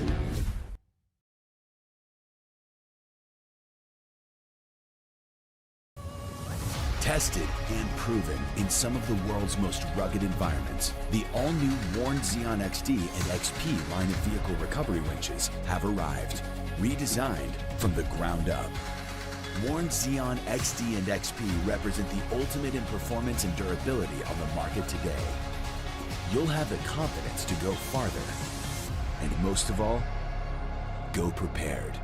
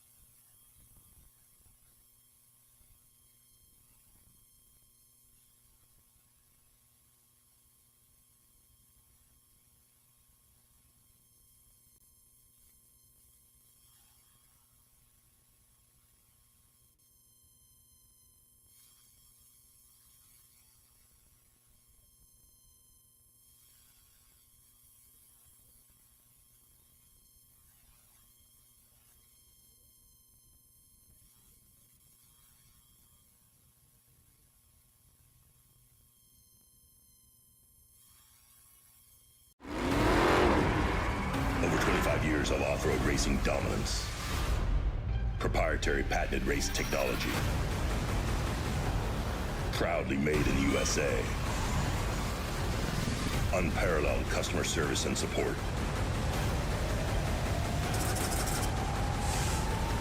The choice of champions. King Shocks. The leader in off-road shock technology. We don't take these lightly. They're not practiced or anything like that. We're here to try to win. And You know, we're getting bigger car counts. It's a new track. It's a cool venue, and it's a different change of scenery. That's what Ultra 4 is. But then when the green flag drops, it's all out battle. Mad Max and Thunderdome.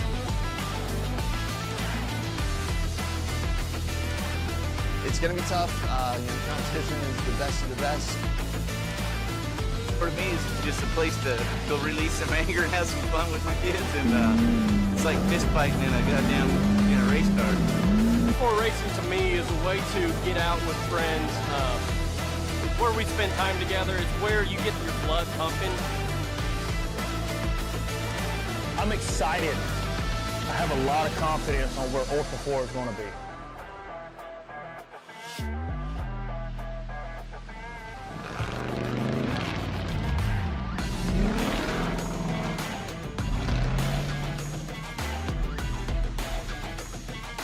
Ultra 4 is awesome. It's so much fun because you're just wheel to wheel with the guy next to you, and especially in short course. And what an opportunity to be able to race side by side with like pro level drivers that have won K8 previously, OG drivers that have been in this for 10 plus years.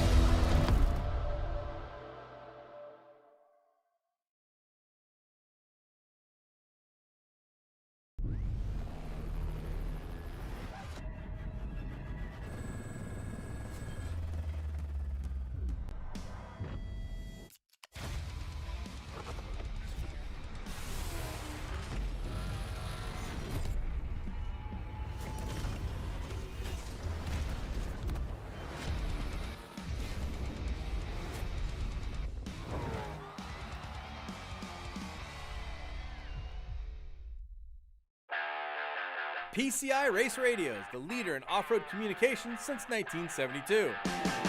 Our equipment was developed for racing in Baja, perfected for enjoying the weekend with family and friends. PCI has the highest quality communications, navigation, and safety equipment, backed by the best support in the industry. Find us at hundreds of events each year, supporting our equipment on site and providing the PCI Weatherman Relay. See you in the desert.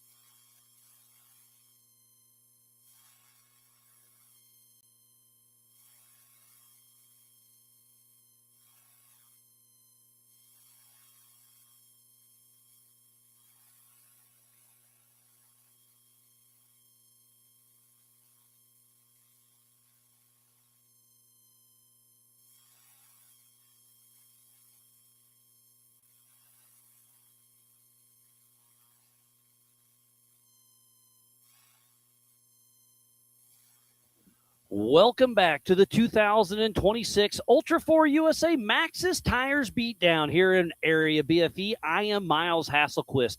We just wrapped up qualifying, and it was a spectacular event. Right now, the Youth 170s are taking a couple parade laps. Then they'll do some practice hot laps, and then we'll go into racing. So we have, I think, 5 little guys and gals out there that'll be battling it out. We have Kaylin Dowker, number 2, out of Elk Rapids, Michigan, with North Shore Raceworks. They have a Polaris 170. North Shore Raceworks, mom and dad. Been racing with us since Badlands last year, and she has 1 podium with Ultra 4. And then we have Kaiden Murty, number 10, out of Grass Valley, California, with Triple M Racing. With another Polaris 170. Mom and dad, Triple M Towing, Austin Thompson with Bam Bam Racing. Their first race was King of the Hammers just a few short months ago. We have Lizzie Horschel, number 19, out of Park City, Utah, with Horschel Motorsports. And her Polaris with Alloy Drilling and Obstacle, making her Ultra 4 USA debut. And then we have Harley Mahoney, number 308, out of Colfax, California, with Mahoney Racing, with her Polaris. Roseville Painting and mom and dad, making her Ultra 4 USA rookie debut as well. And then we have Action Jackson Fernandez, number 1111, out of Sebastopol, California, with Fernandez Family Racing. And a Polaris 200 with 11 horsepower. Sun Solar Electric, TCS Suspension, Elka, Fern Family Vineyards, and Sons of Appalachia. First King of the Hammers was 2026, just earlier. He has been the NorCal and East Street 2025 champion and first in class at King of the Hammers earlier this year. We do have 4 in the stock class and 1 in the modified. They will be racing at the same time, but scored separately. And then we also have Madeline Manders. I'd missed them on. So who am I missing? I'm missing Matthew Horschel as well on my sheet. So Matthew Horschel, son of Paul Horschel, and then Maddie Manders. That is Emily Manders' sister, who won the Youth 1000 class last year.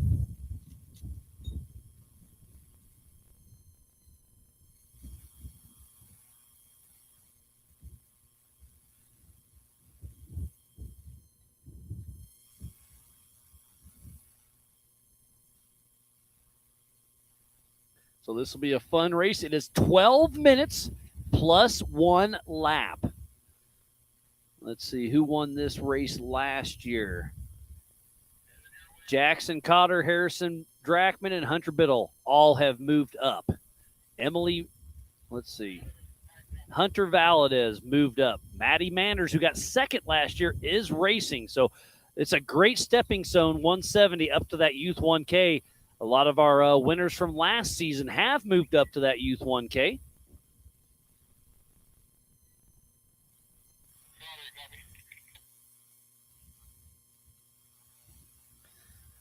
So we're letting the little guys and gals get settled in, and then we will be live racing for the Youth 170.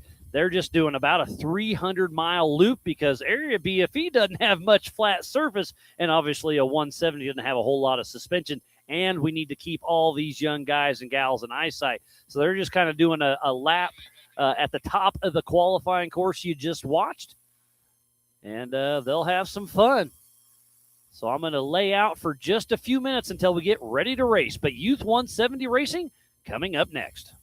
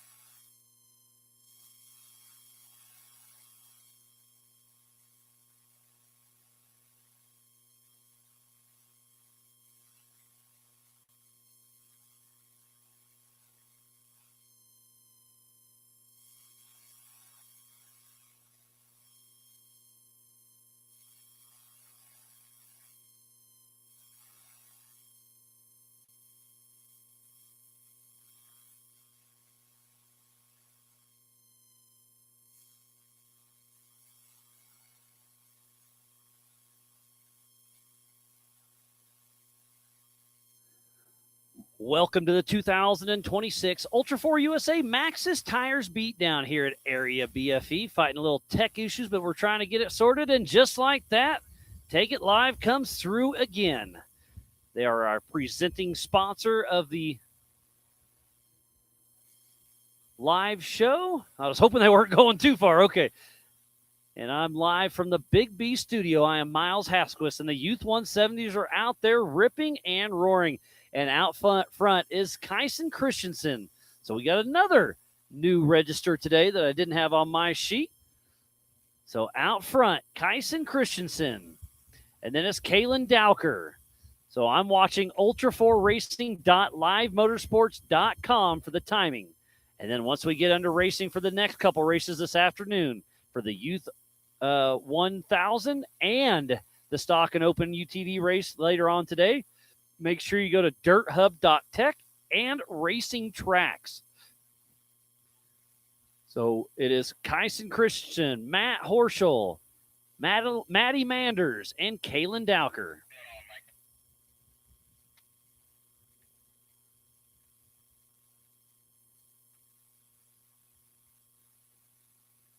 And I see some people wondering about times. I've got them on my computer, so you should have it on yours. Ultra, the number 4, racing.livemotorsports.com is the live timing we use here at Ultra 4. And they've got all the qualifying times.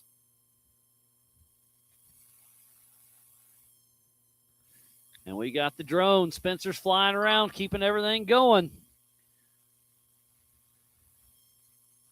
And you see we have modified, limited, and stock. Oh, so we end up getting enough racers to have 2 separate races possibly. I'm not sure if the stock racers are out there yet, because right now it's Kyson Christensen, Matthew Horschel, Maddie Manders, and Kalen Dowker. 1, 2, 3, 4.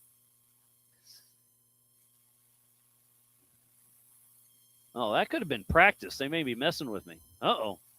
Dowker's running through our tape. Okay, that was practice. I do apologize. Just getting caught up on the PCI race radios. I was over teching the camera, and I saw them running, so I ran over here thinking they were racing, but getting caught up, I do apologize. That was practice. A lot of moving parts out here. Again, we are at Area BFE. It is a private park with 300-plus acres just located south of MOAB, Utah, with over 150 off-road trails. It's got some of the best terrain that MOAB has to offer, thanks to Robert Lucero and his entire team.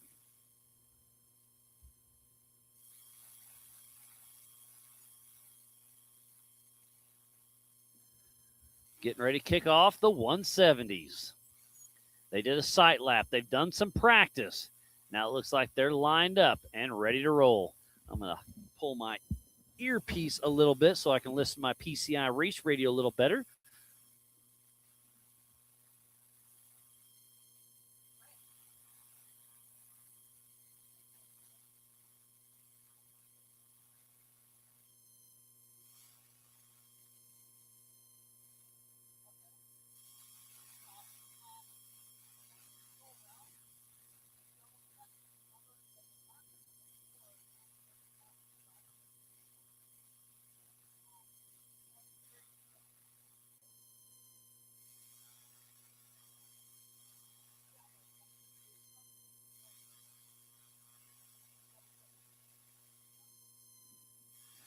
Getting everybody lined up and ready.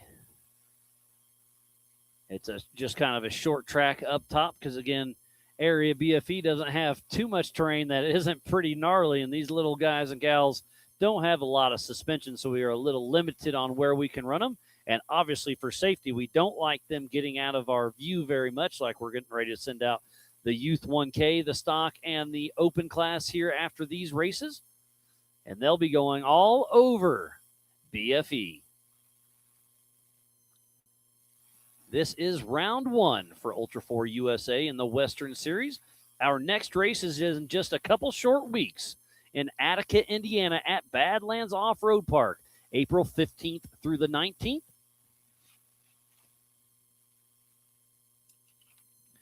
And then we go to Roush Creek, April 29th through May 3rd.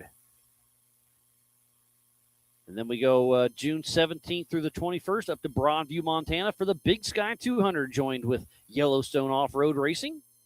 July 8th through the 12th, we go back to Davis, Oklahoma for Clash at the Crossbar. And then we're going to Sturgis Daring Bike Week, August 8th through 12th. And then over Labor Day weekend, we'll be in Crandon, Wisconsin for a no points race.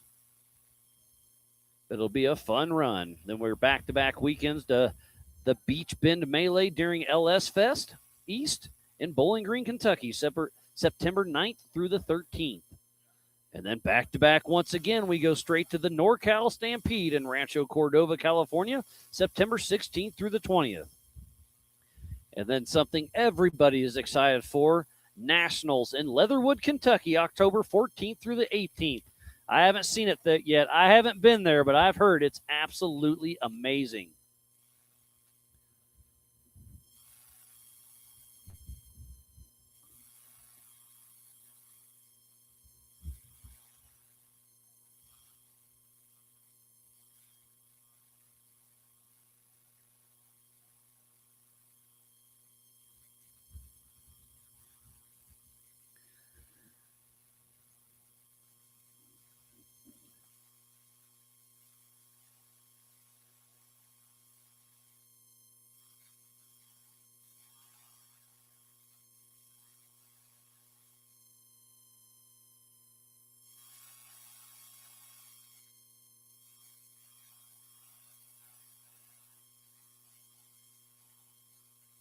So the 170s are out there, and they are qualifying. They'll get a lap or two and put down their times and get lined up for the big race. So they got a sight lap. They got some practice. Now we are qualifying for the Youth 170s.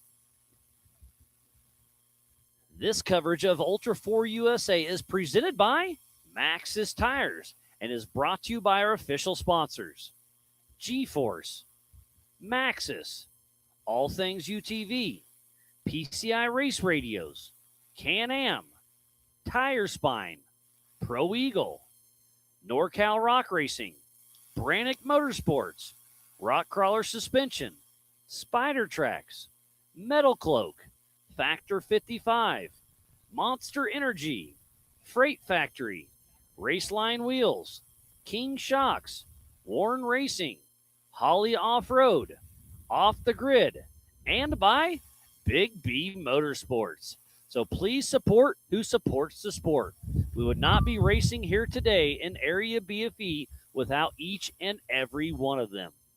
So if you're building a mall crawler, a race car, just a toy, go check out all of these amazing sponsors we have. Looks like Kyson Christensen should be on the pole. Then it's Matthew Horschel, Madeline Manders, Action Jackson Fernandez, Kaiden Murty, Kaylin Dowker, and Harley Mahoney. We do have 3 different classes racing all at the same time. We have 2 in the modified, 2 in the limited, and 3 in stock.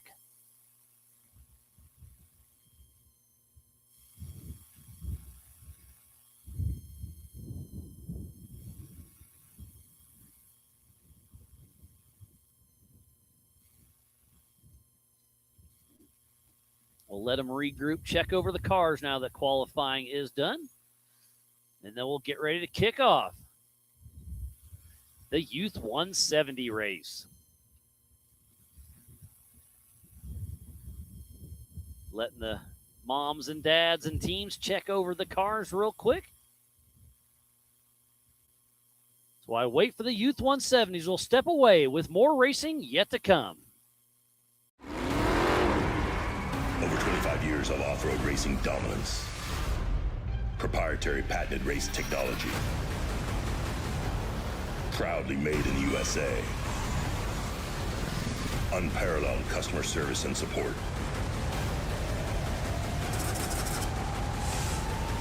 The choice of champions. King Shocks. The leader in off-road shock technology.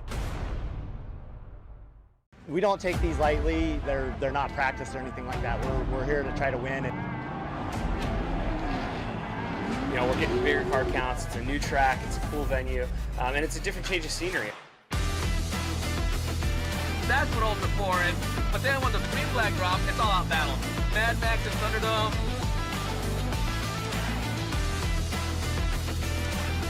It's going to be tough. Competition is the best of the best. For me, it's just a place to go release some anger and have some fun with my kids, and it's like fist fighting in a goddamn race car. Before racing to me is a way to get out with friends. It's where we spend time together. It's where you get your blood pumping. I'm excited. I have a lot of confidence on where Ultra 4 is going to be.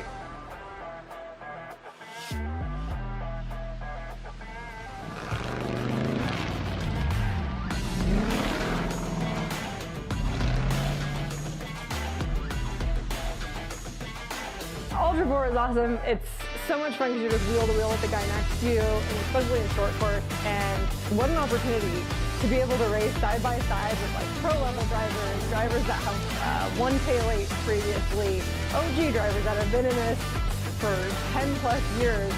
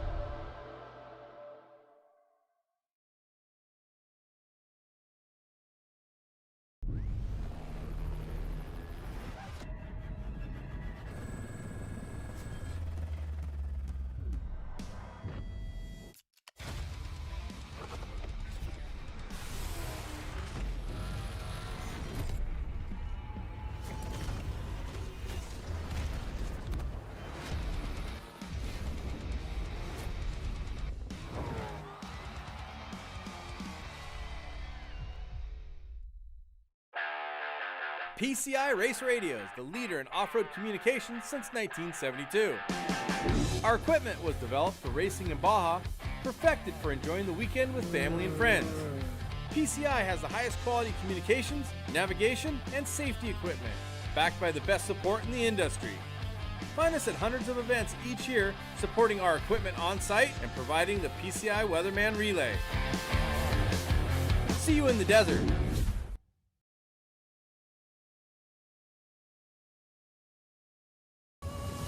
Tested and proven in some of the world's most rugged environments, the all-new Warn Xeon XD and XP line of vehicle recovery winches have arrived, redesigned from the ground up. Warn Xeon XD and XP represent the ultimate in performance and durability on the market today. You'll have the confidence to go farther, and most of all, go prepared.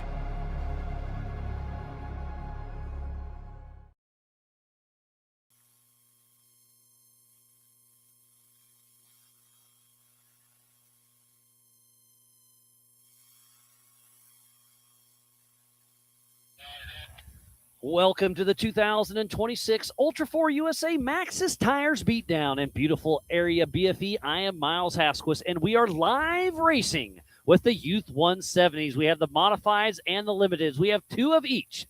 This is a 12-minute race plus one lap. I was just chatting to our race commissioner, John Goodby. Everything seems like it's running as smooth as it can. But you know what? We're in MOAB. The weather can throw anything at you. And it looks like we got some great racing on our hands. We have Kaden Christensen out front. We have Matthew Horschel, Matty Manders, and Kalen Dowker. And Kaden Christensen is really starting to pull a pretty good gap already. Matthew Horschel in second. Matty Manders in third. Overall, so in modified one, it's Kaden Christensen. In limited one, it's Matthew Horschel. And we're still waiting on Kalen Dowker. Oh, that may have been Kalen parked sideways in the course. And yeah, our recovery crew is running over. I can see him over my shoulder.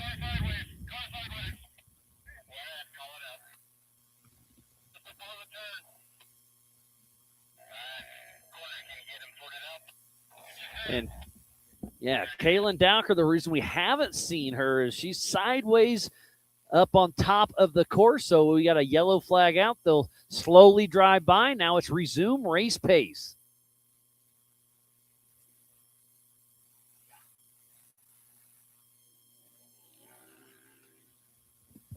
So Kyson Christensen is moving strong.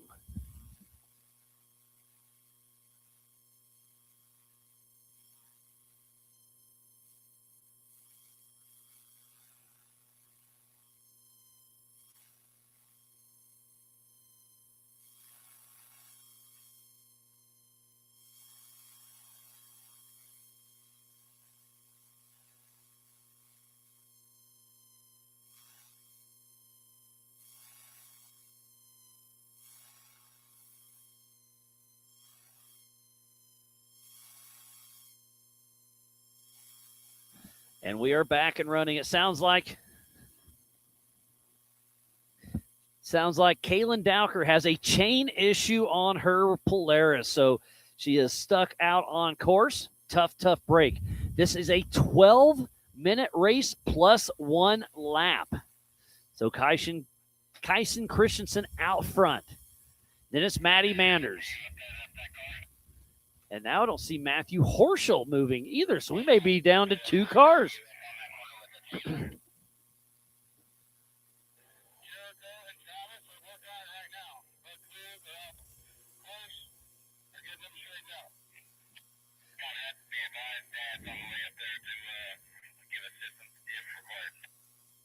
So Kaylin Dowker is off course, and Tad Dowker, Dad, is running up there.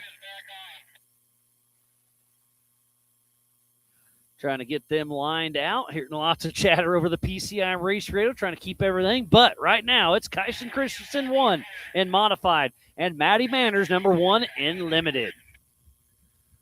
Kyson Christensen is out on lap number 5.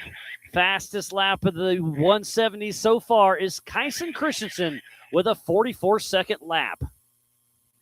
That's pretty good for these young guys and gals.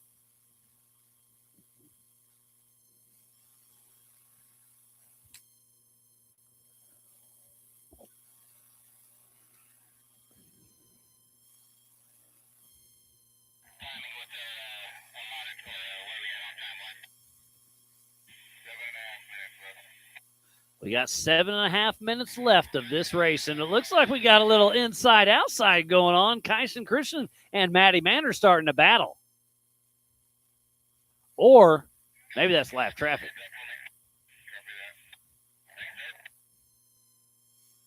I think that was lap traffic. I think that's Kyson Christian getting around Matthew Horschel.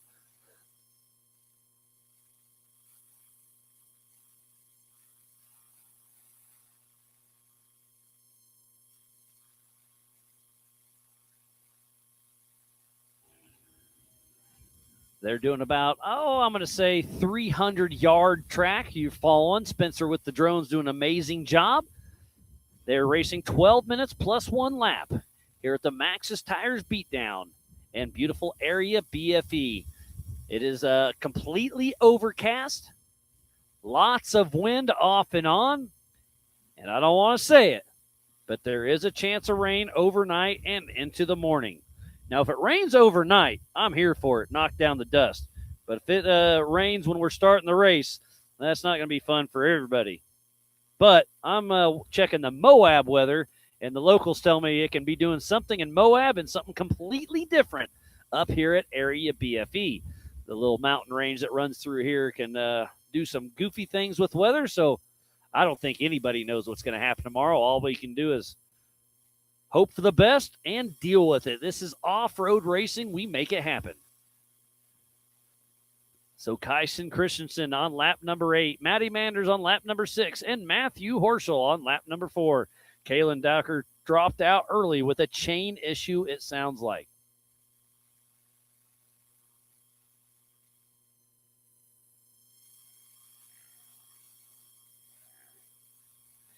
So I've got eyes on Matthew Horschel, spun out a little bit. And Kyson Christensen back on the gas. We still have the stock race yet to come.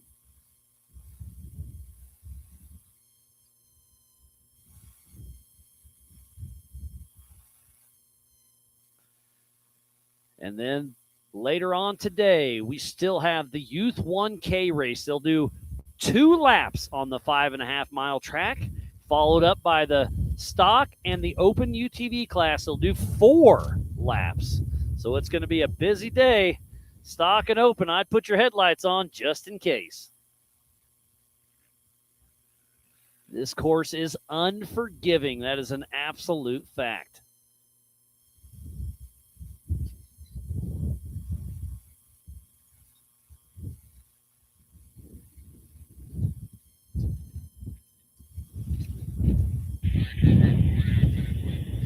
Four and a half minutes yet to go.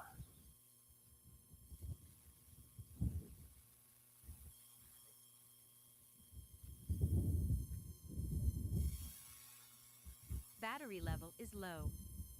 Aircraft will return to the home point in 10 seconds.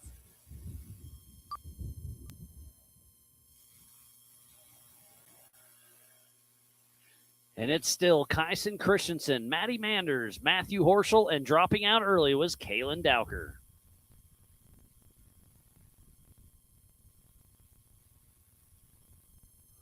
On this roughly 300-yard track, 12 minutes plus a lap. Looks like we're about, 3.5 minutes from the end. Until the white flag comes out. So after the 12 minutes, they'll have one more lap. These young guys and gals are having an absolute blast. And I'll tell you something that's pretty cool is a lot of our Youth 1K racers that we're about to see started in 170s. Let me grab my list on that, and I'll read through it.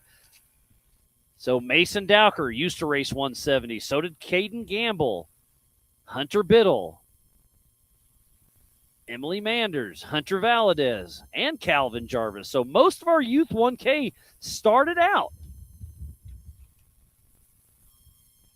in the 170 class, and then they stair-stepped to the Youth 1K, which is something we added just a few years ago, and obviously it's been a huge hit. We've got almost 10 of those guys and gals out here racing with us this weekend because prior to that, we didn't really have a stepping stone. You went from Youth 170 to racing with the big dogs. So the Youth 1K is just a great stepping stone for our young guys and gals to get their feet wet and have some fun out here racing with Ultra 4 USA. All right.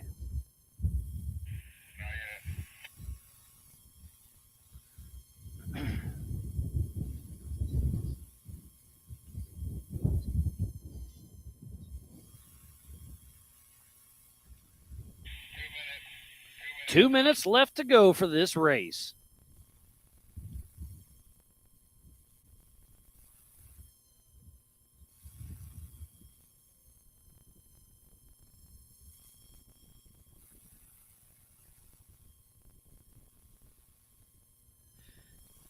Scrolling through the YouTubes. Looks like John's tuned in. Cole, Wrecking Boy. Thank you, everybody, for tuning in. Oh, Aaron's rooting on Action Jackson, who is not out on course yet. He will be up next.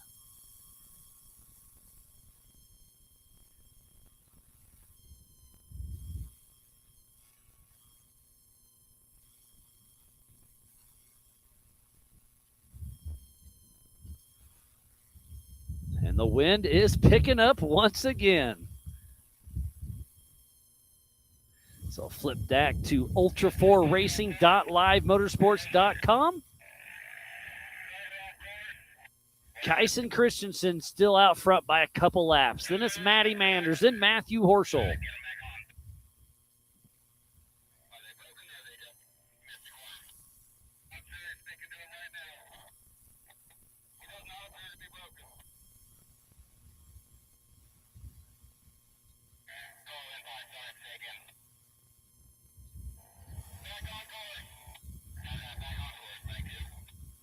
Looks like Matthew Horschel had a little bit of a hiccup.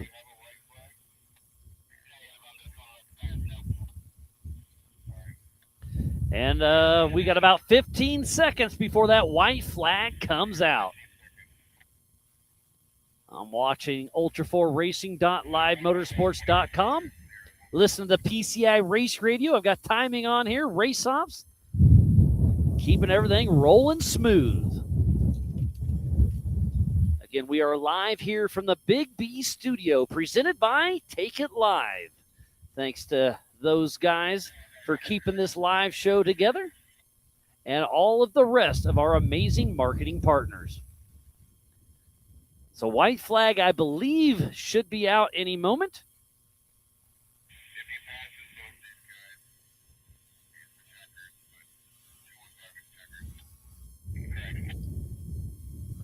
So the checkered flag will be out for Kyson Christensen. Fighting through some lap traffic right behind me. The drone had to land and swap some batteries, but I see it taking back off as we speak. So hopefully we get it picked back up and catch the end of the race. See that checkered flag fly. So Kyson Christensen, I believe, just takes the win in the modified class. And then it's going to be Matty Manders and then Matthew Horschel in the limited 1 and 2.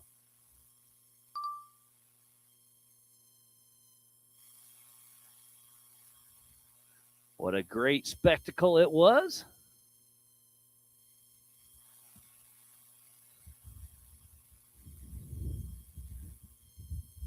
So modified and limited is wrapped up. Again, congratulations goes to Kyson Christensen overall and first place in modified.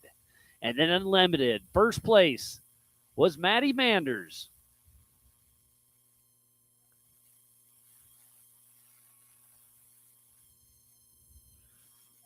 And then timing just blipped on me.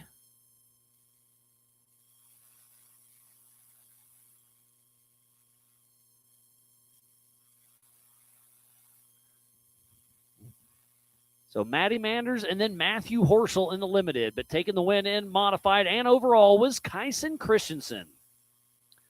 So up next will be Kaden Murty, Lizzie Horschel, Harley Mahoney, and Action Jackson Fernandez. They'll do another 12-minute race plus 1 lap.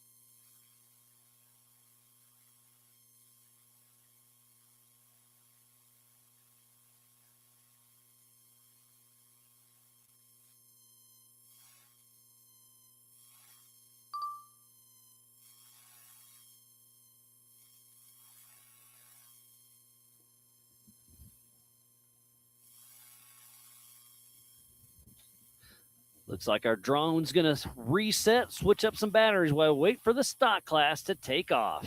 We have Action Jackson Fernandez, Kaiden Murty, Harley Mahoney, Lizzie Horschel getting ready to take off.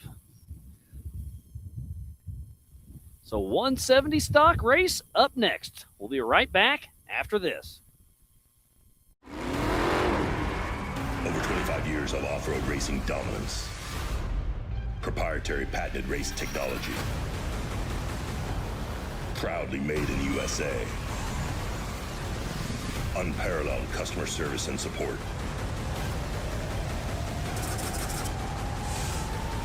The choice of champions.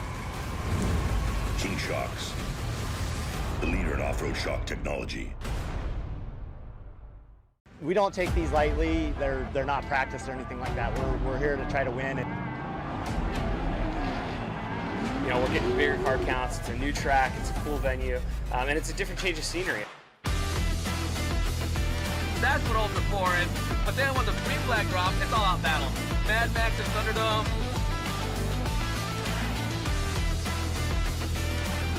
It's going to be tough. Competition is the best of the best. For me, it's just a place to go release some anger and have some fun with my kids, and it's like fist fighting in a goddamn race car. For racing to me is a way to get out with friends. It's where we spend time together. It's where you get your blood pumping. I'm excited. I have a lot of confidence on where Ultra 4 is going to be.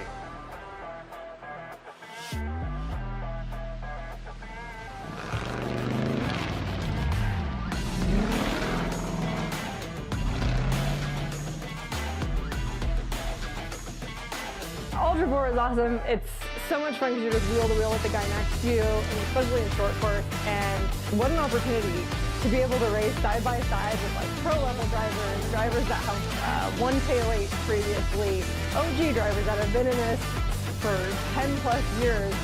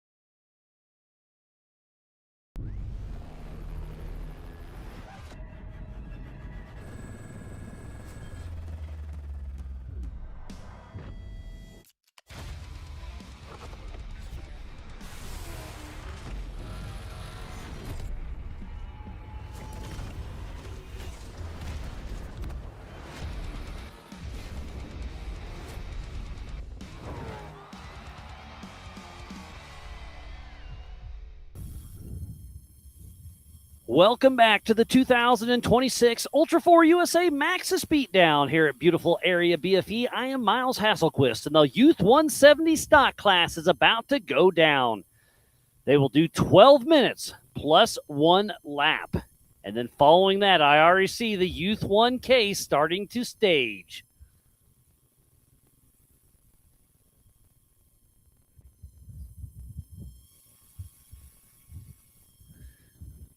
I see a few people playing down on Black Flag. That is not part of the race course. Robert Lucero has a few of his buddies down here having some fun. I see Kevin and Brittany Williams with Light Bright down there doing a little rock crawling.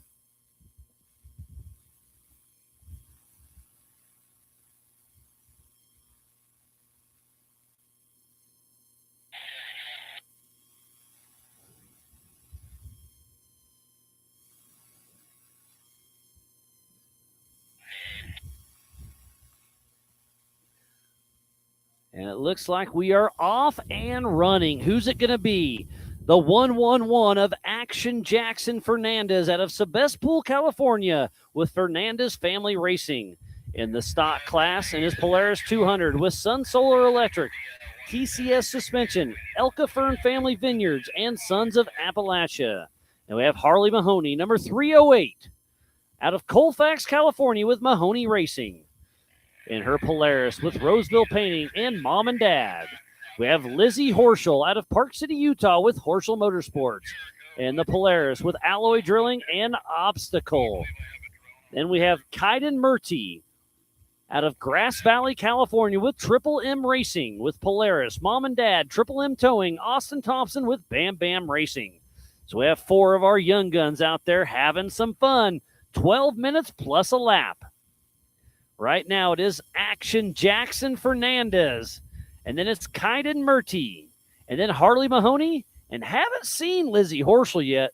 As I just get dusted out. The wind is doing some crazy things out here.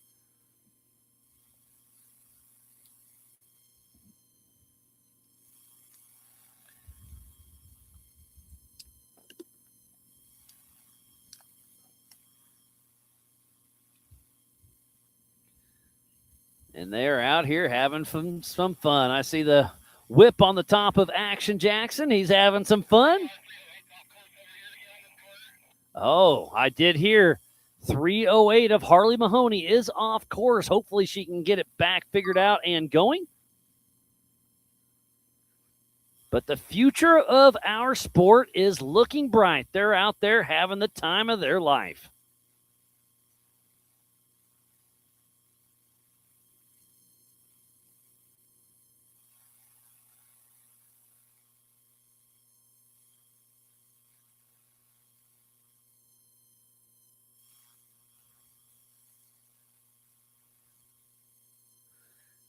Out here ripping and roaring. Looks like a little lap traffic for Action Jackson. Oh, we may have a little pass on screen.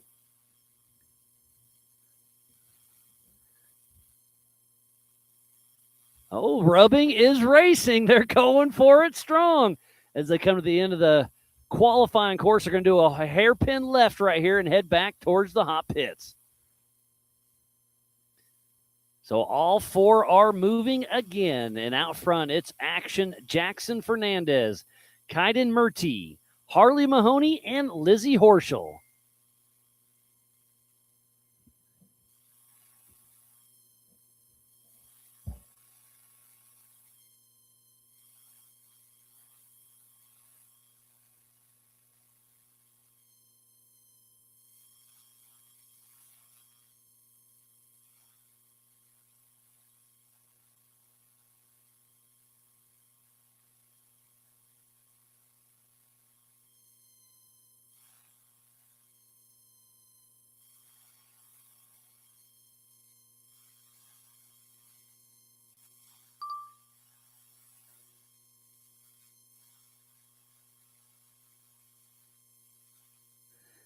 And hopping in the Big B studio with me is Mark McCleary. How we doing, buddy? We're doing pretty good, man. How are you? Oh, not bad. I mean, it's so fun. You're supporting a driver in the Youth 1000 that's coming up next. But watching these Youth 170s, it's just something special, isn't it? Yeah, it's awesome. My co-driver Tyler's kid actually is going to start racing the East Coast stuff in his. We got him one last year. He got his feet wet. And I love watching these 170s. These kids go for it. There's no fear. It's whatever. They don't know better. Yeah, they just hold it to the floor and just drive. I mean, they just go. It's awesome to watch the 170 class. It's the future of our sport. It is. I mean, I was just reading through the names in the Youth 1K, and more than half of them used to race 170s with us. Now they've bumped up to Youth 1K, and then they're going to be coming after you, buddy. I know, man. I'm worried. These kids out here today is just the talent's on another level.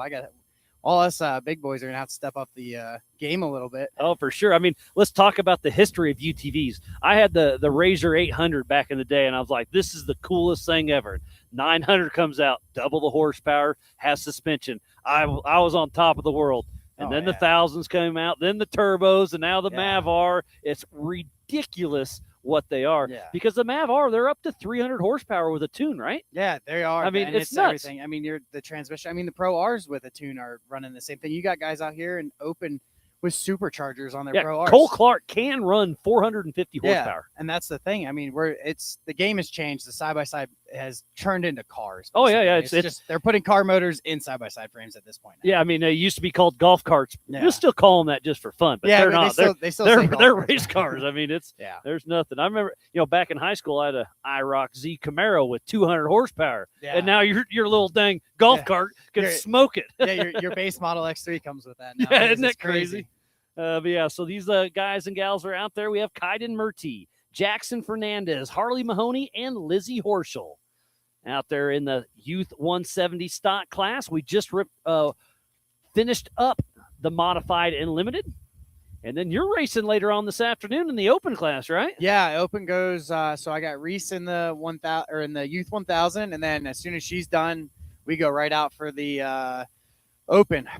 Yeah, and it's 5.5 miles, if I'm correct. So it's 5.5 miles. And I think we're doing 4 laps. Yep, 4 laps, 5.5 miles. So that's 22 miles. Yeah, and you've pre-ran. This course is tough. This is a back off and keep your tires because, I mean, everybody I've seen for qualifying coming past, It's tires. The rocks Tires, A-arms. Dude, the rocks are just coming out of the sand and everything so hard now, and they're all pointing. Nothing out here is round. It's all sharp. Yeah, So, it's pretty wild. But speaking about the rocks, the traction is incredible. I it's love different. it. It's totally different. There's a couple of I did test some of the 4400 lines yesterday. Those aren't as much traction. They got some cliffs and stuff. They're Okay. pretty smooth, but like most of the rocks, even like the climbs, like there's no diff lock, nothing. You can just right up over everything. It's like driving on sandpaper. It's totally different. It's crazy. And it looks like Action Jackson Fernandez gets another pass.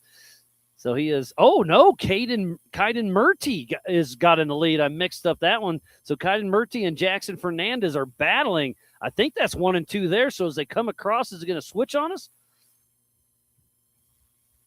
Nope, Kaden Murty still out front, followed by Jackson Fernandez. And then Harley Mahoney and Lizzie Horschel. So let's talk about strategy during your race. We just talked about tires. That's a big thing. Yeah. I think you can make the entire race on 1 tank of fuel, right? Probably a half a tank. I mean, I could do. I won't even burn a half a tank. I don't think my car's got a big tank in it. I mean, I was doing a half a tank at 100 miles at the Mint, so I'm not even worried about fuel. I got just over half in the car, trying to keep it as light as possible. But tires, I think, are my the thing, plan. right? I'm backing way down. At least the first 3 laps, I'm back at 50%. And then the last lap, if you're in the hunt, let you're it in the rip. hunt, you can let it go. And if you have to limp it in the end on a blown tire, you do. But there's going to be so many people blowing tires, changing tires. And the other thing out there is this course is so tight. When someone does that, there's barely anywhere to get off to do that. So I think the key out here is back off, be smart, and just finish this one. And I assume you're carrying a spare because let's talk about racing. There's the PCI pits just right at the start finish. So you have to make the entire first lap. Obviously, you can stop out on course and change a tire, but there's no outside assistance. So it's you and your co-dog. Obviously, we have Ultra Force crew out there for safety, but they're not going to help you change a tire. No, they're not. And that's the thing. I mean, I always run with a spare. Even I like the weight on the car, but we're fully set to changing out there because, like you said, I mean, you're 500 feet out of the start line is the pits, so you got to do the whole lap to get back in. So I mean, if you have the tire, you're better off getting out, changing it, and making it back in, and then having them rack you another tire through the pit just real quick, and then go right back out. So in the pits, it's basically just tires. You'll probably have axles, but I mean, if it's much out more here, than a tire and an axle, you won't do it, right? Yeah, other than that, you're not going to go in there. I mean, a big thing out here, it's really going to be tires. If you're hard and heavy-footed, there's spots you could jam an axle because the rocks are sticky out here. Yep. All it takes is that to bite real hard, and you're going to blow an axle. So let's get back to the race right here. Action Jackson Fernandez back out front ahead of Kaiden Murty, and then Harley Mahoney and Lizzie Horschel. So a pretty good battle for first and second right now. We'll see how it plays out. Looks like we have 2 more minutes until that white flag comes out.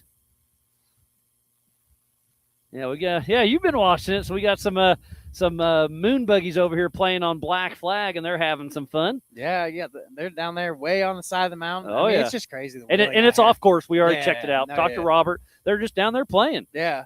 No, the stuff they do in those things is crazy. It's crazy. I mean, they probably think the stuff you do racing's crazy, so it's 2 different animals, but it's still, birds of a feather flock together. A gearhead's a gearhead. Yeah, exactly. I mean, I respect on both ends of that. Looks like 2 more laps before the checkered flag will be coming out. Because one more minute until the white flag, so should be about 2 laps, is what I heard over the PCI race radio.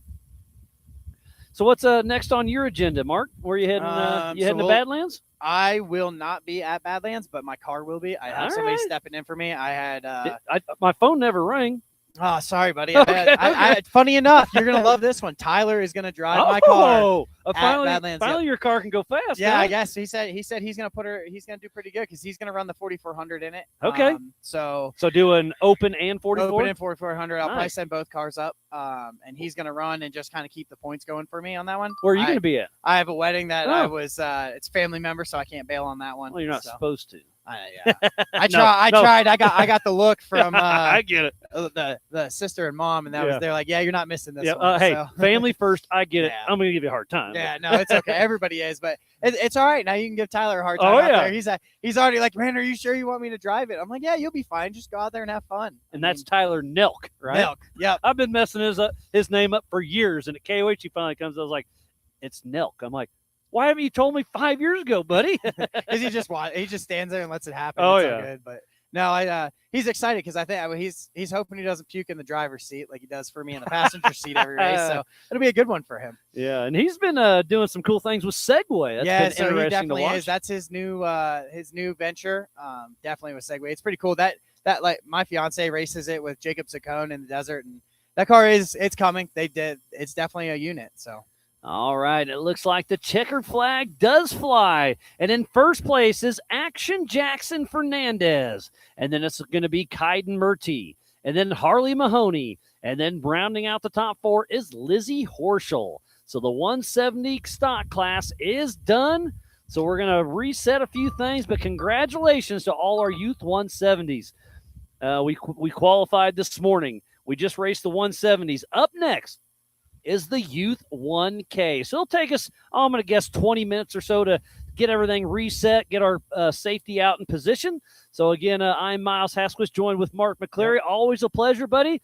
Go out there, root on Reese, and then good luck in your race, buddy. Thank you, man. All right, always Appreciate a pleasure. Buddy. So, Mark McCleary, he'll be racing later on this evening, but we're going to step away and get this next race kicked off here in just a few minutes. So, stay tuned in. Lots more racing yet to come. Over 25 years of off-road racing dominance. Proprietary patented race technology. Proudly made in the USA. Unparalleled customer service and support. The choice of champions. King Shocks. The leader in off-road shock technology. We don't take these lightly. They're not practiced or anything like that. We're here to try to win. And we're getting bigger car counts. It's a new track. It's a cool venue, and it's a different change of scenery. That's what Ultra 4 is. But then when the green flag drops, it's all out battle. Mad Max and Thunderdome.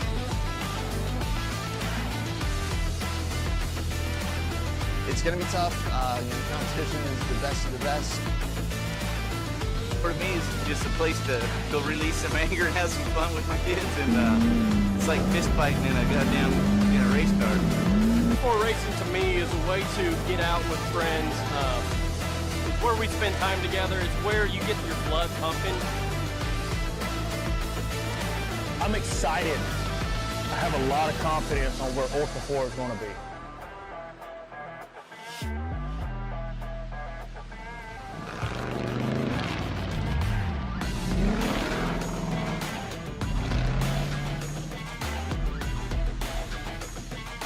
Ultra 4 is awesome. It's so much fun because you're just wheel to wheel with the guy next to you, and especially in short course. And what an opportunity to be able to race side by side with like pro level drivers that have won K8 previously, OG drivers that have been in this for 10 plus years.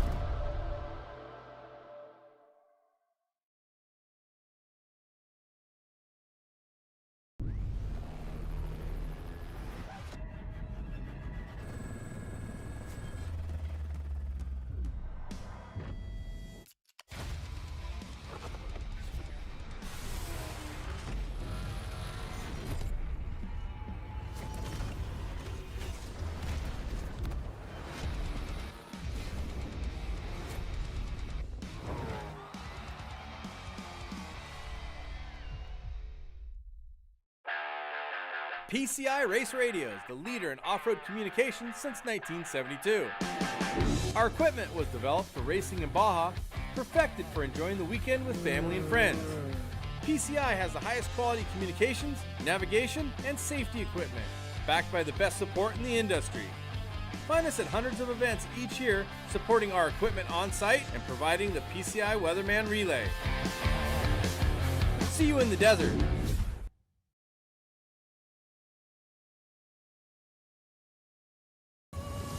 Tested and proven in some of the world's most rugged environments, the all-new Warn Xeon XD and XP line of vehicle recovery winches have arrived, redesigned from the ground up.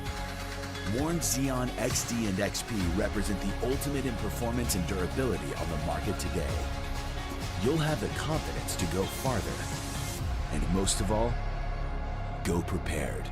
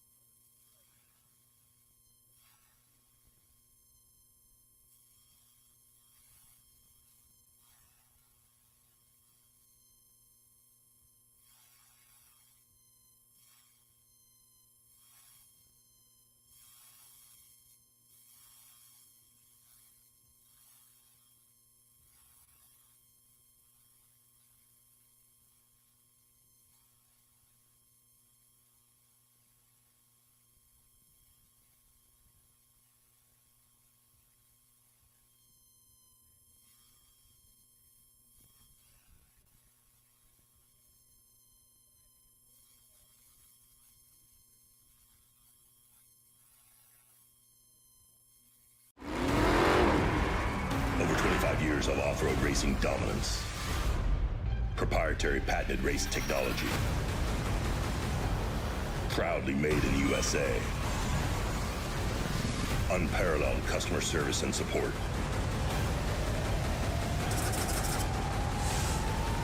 The choice of champions. King Shocks. The leader in off-road shock technology. We don't take these lightly. They're not practiced or anything like that. We're here to try to win. And You know, we're getting bigger car counts. It's a new track. It's a cool venue, and it's a different change of scenery. That's what Ultra 4 is. But then when the green flag drops, it's all out battle. Mad Max and Thunderdome.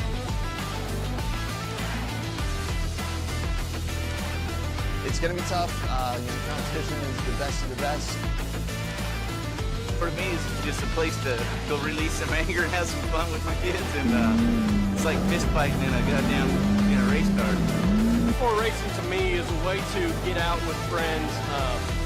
It's where we spend time together. It's where you get your blood pumping. I'm excited. I have a lot of confidence on where Ultra 4 is going to be.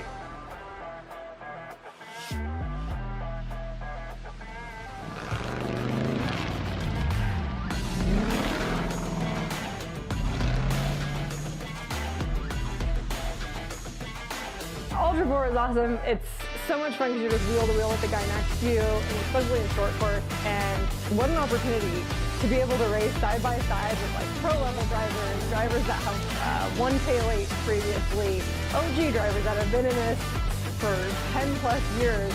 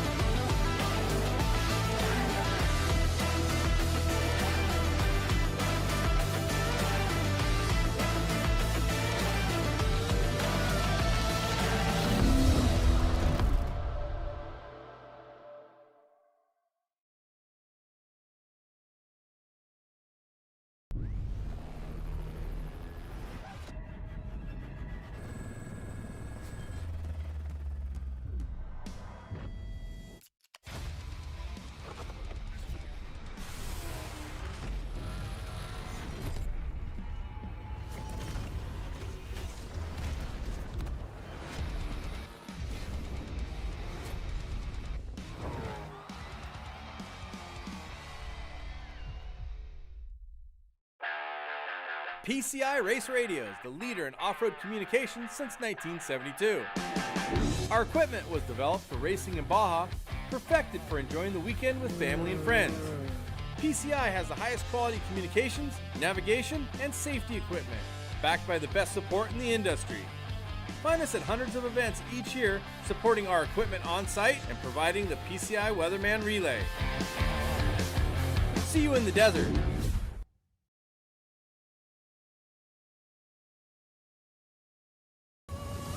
Tested and proven in some of the world's most rugged environments, the all-new Warn Xeon XD and XP line of vehicle recovery winches have arrived, redesigned from the ground up.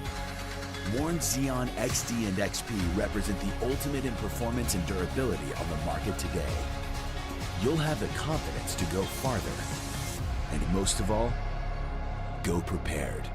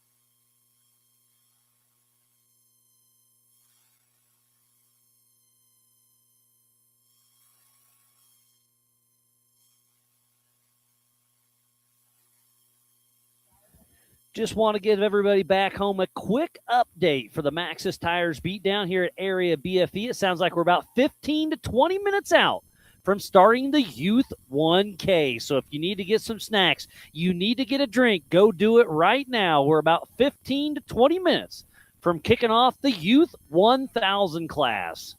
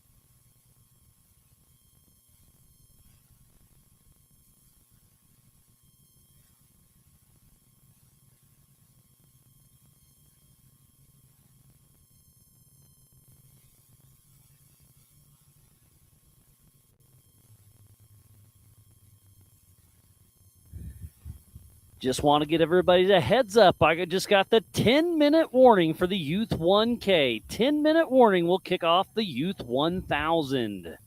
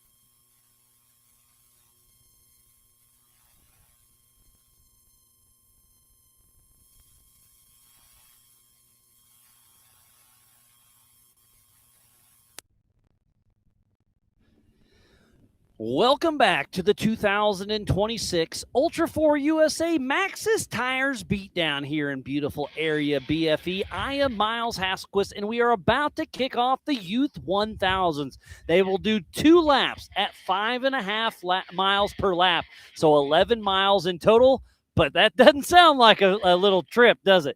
This place is rowdy. The rocks are unforgiving. The tires are going to be the killer here. I don't think anybody will have to stop for fuel for the entire weekend, but they'll be in the PCI pits doing some tire repairs or tire swaps. I'll promise you that. Recovery's tough here. Not a whole lot of passing. We are about to show you what this Ultra 4 track is all about. You watched qualifying this morning. It was amazing. The 170 race was so much fun to watch. Those young kids have so much fun. I love seeing the smiles on their faces. But now we're about to kick off the Youth 1000s. Age limit is 12 to 17. It's a stock UTV rules. You have to have a co-driver that is 18 years or older. And they are supposed to be responsible is what we say, but man, the wind's blowing and getting dust everywhere in here in the Big B studio, so I do apologize. We're fighting some tech stuff with the clouds, the wind, the dust, but we're putting on a show and we're having some fun, so I hope you guys do too. It's about to go down. I see Calvin Jarvis, our pole setter, heading out there and getting ready to take it for a rip. So I'll run you through the roster real quick. P1 is Calvin Jarvis. Then it's Tice Healey, Mason Dowker, Reese Cooper, Emily Manders, who won this race last year, Hunter Valadez, and timing just switched on me, but we're going to have some great racing. So it's going to be a lot of fun. Here we go. Hunter Valadez, Hunter Biddle, Kaden Gamble, and Cash Barrett.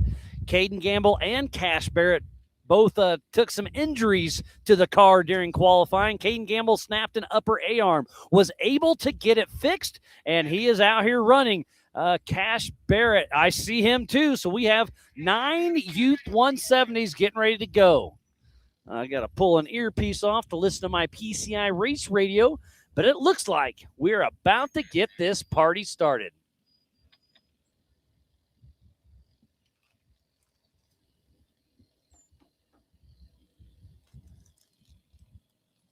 I see our Ultra 4 Commissioner, John Goodby, green flag in hand. I hear a bunch of radio checks. Sounds like we're about to go live racing. 1 racer every 1 minute. This race is on adjusted time. 2 laps for the Youth 1K. Again, they have to follow the stock rules in UTV. Has to be an OEM chassis. Must use stock suspension pickup points. Reinforcing is allowed. Must run front body and side plastic. Rear bed can be trimmed to fit a spare tire. 1,000 max cc engine and 35-inch tire. And again, the age limit is 12 to 16. And you have to have an 18-year-old co-driver to go out on course.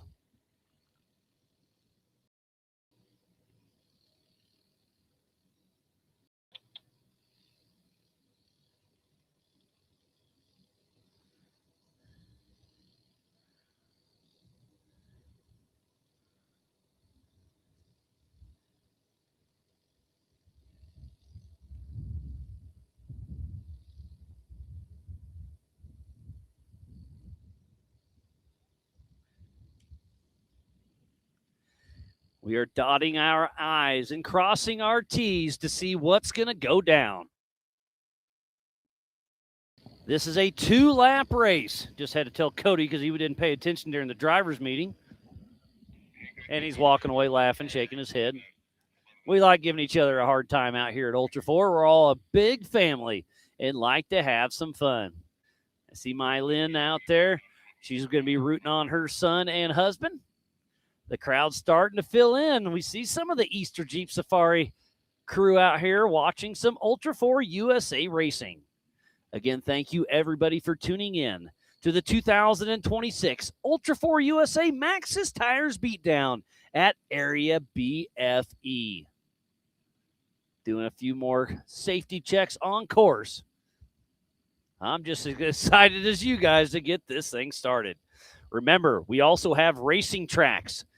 So go to racingtracks.com, scroll down, find Youth 1000 at the bottom, click that, show all, and I see all the trackers. And right now, if you're paying attention,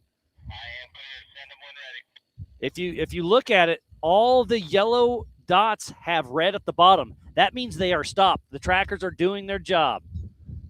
So it sounds, I just got the course clear is already. 5, 4, 3, 2, 1.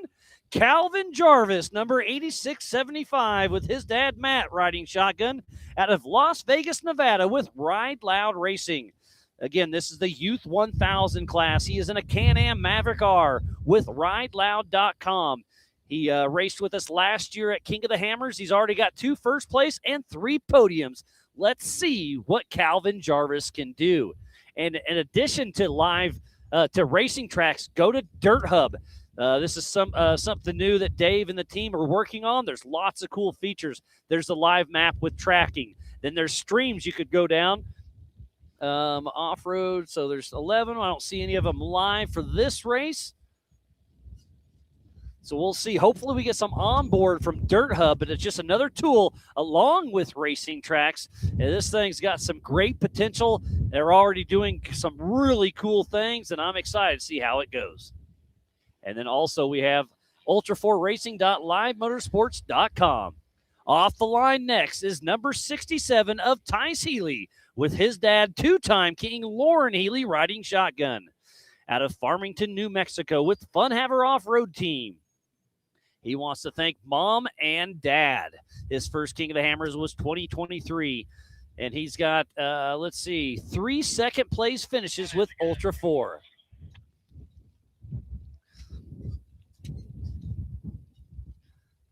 So we do have our drone that'll be flying around. We got 2 cameras here at the start finish. We've got a remote camera we're trying to get to you from the back of the course. MOAB John is doing recovery and put up a camera for me.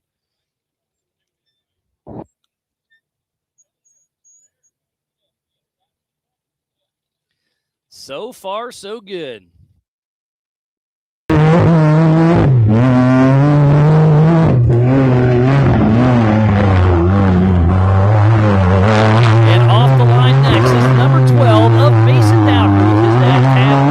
Riding shotgun out of Elk Rapids, Michigan with North Shore Raceworks. He's a Polaris Turbo Racer with MRT, Raceline, Horn Racing, and Baja Design.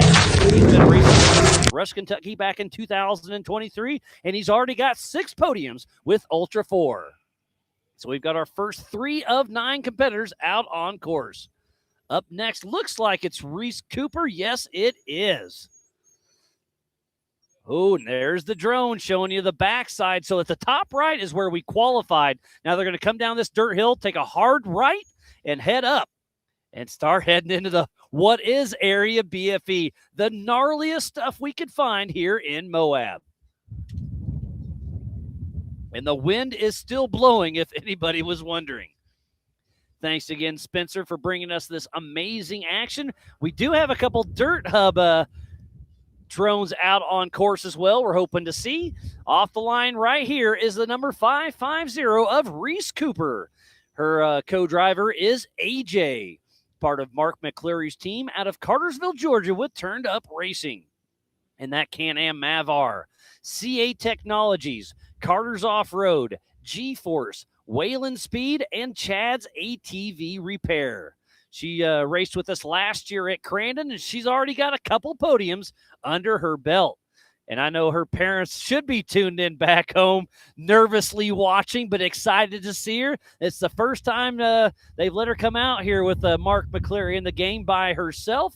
But I was talking to her in the tech line yesterday, and she was super excited. So we'll see how it goes down.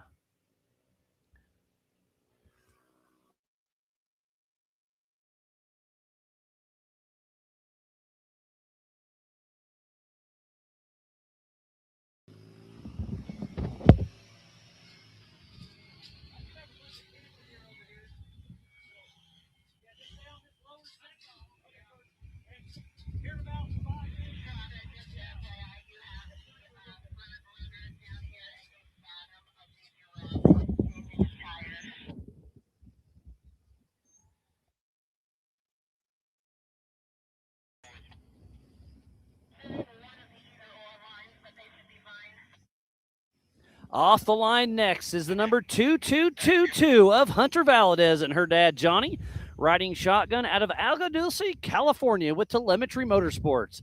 And that Can-Am Mavar with North-South Machinery, Mickey Thompson Tires, S3 Power Sports, Radflow, and All-Terrain Concepts. She's been racing. She started on the 170s, but has moved up since 2024. She's got 3 first place and 5 podiums. And she is off and running. We have 3 more Youth 1000s to go. Already hearing somebody's having problems on course. So I think attrition is going to be extremely high this weekend.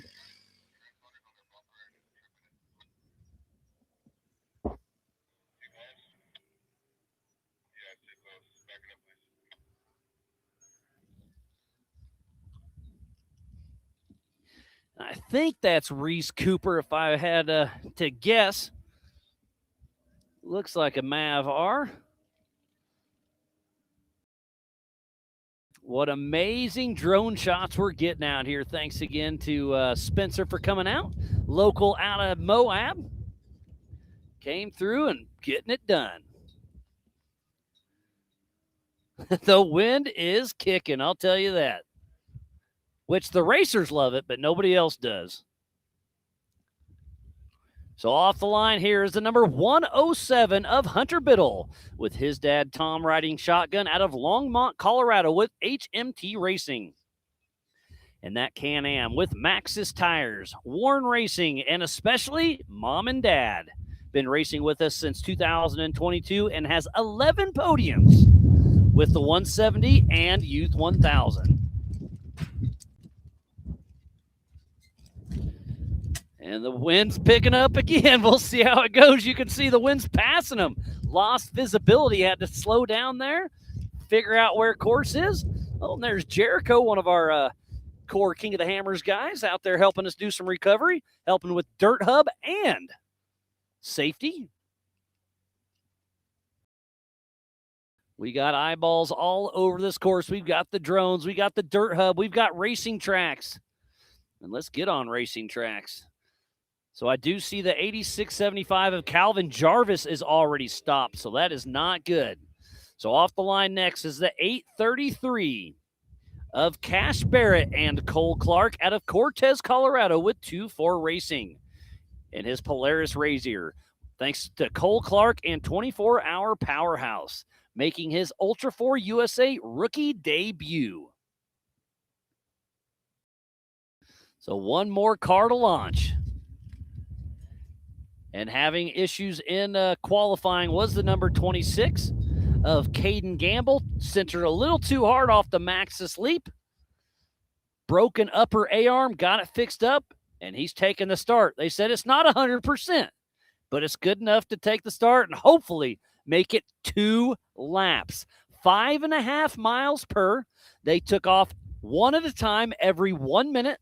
This race is on adjusted time, so Kaden Gamble could start from the pack and win this thing. So we'll see what he does with his dad, Kevin Gamble, out of Tierras, New Mexico with Bomb Tech Racing in his Can-Am X3, Apex Power Sports, Ultimax belts, Brannick, anti-gravity batteries, and Method. Been racing with us since 2023. He's got a first place, 11 podiums. He used to race quarter NASCAR midgets, and this kid can do a Rubik's Cube in like less than 30 seconds. It's incredible. So the whole field is out on course, all 9.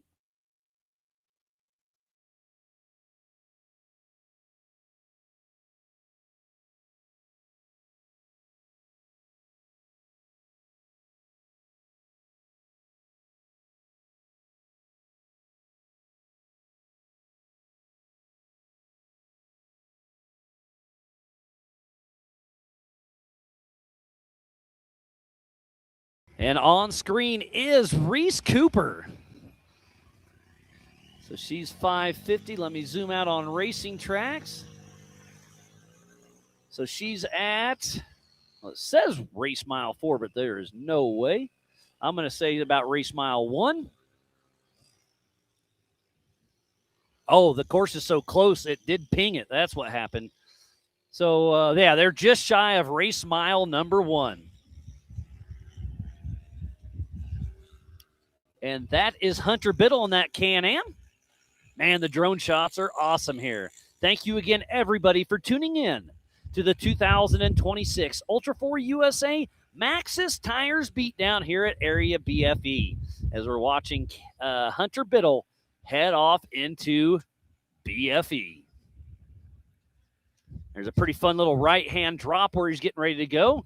I was lucky enough to ride around with Brian Trotter, our Ultra 4 USA race director, on our first day here, and I saw the entire course, and I'm telling you what, it's tough. Minimal passing, lots of single track. And, well, right now the wind's helping out. Dust could be gnarly. So I think here he's going to take a right and keep coming at us. And they're just kind of plucking away. Behind him is Cash Barrett, I do believe.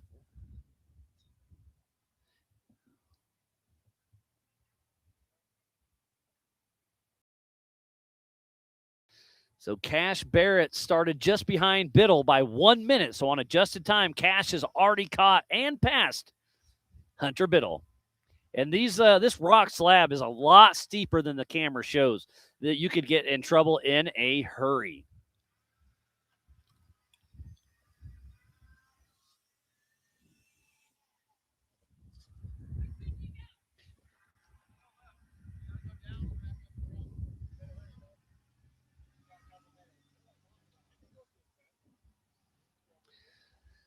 So there's looks like one of our recovery crews. I think that's the Dirt Hub crew. So that's probably the Dirt Hub drone we're watching right now. It's some pretty cool technology that's coming, and there's a lot more to come. Just stay with us.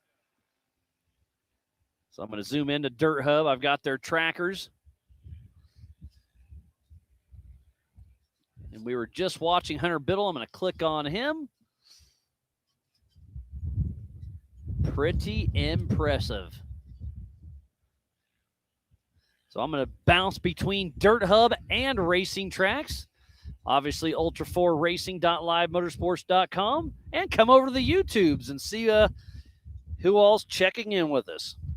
Oh, and Dave just texted me that Jarvis is moving again. Thanks for the heads up, buddy. He was stopped for a little bit. So on racing tracks, if you see the orange little dots and the numbers, that's the car, obviously. If you see a red at the bottom of it, of the teardrop, that means they are not moving. Orange means first lap, and then I always forget, so I'm going to write it down.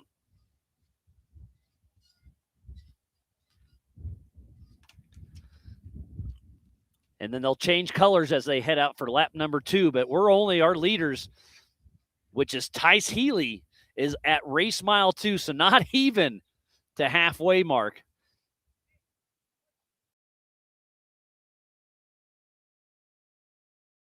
So right now it is Tice Healey. Then it's Mason Dowker. And Reese Cooper and Calvin Jarvis are neck and neck. And then it's Emily Manders, who won this race last year. Oh, she just popped up quick, so Emily Manders may be ahead. Remember, the trackers do ding every couple minutes, so you got to pay attention to when they last updated. So Manders updated at 35, which is 2 minutes ago. Reese Cooper was 33. So, yeah, they're all Manders, Jarvis, and Cooper are going to be bouncing back and forth on us. And we saw Barrett Cash and Mason Dowker. They're neck and neck as well, as we have a great shot of the race line start-finish. And we do have a camera. Let me zoom out and see where I think it is. I think it's at roughly mile 3.5. So we got a camera out there. I haven't seen it yet, but I hope to get it to you guys. Again, tech out here is tough. We do have the Starlinks, but I think the wind, the dust, the clouds are goofing with us. So we are doing our best. Again, thanks to Take It Live, the presenting sponsor of the live show. They've been with us since the very beginning. Chris Lundy and his team is absolutely amazing. And actually switching the show is Chris Lundy Jr., Chris's son. So it's definitely a full family affair making everything happen.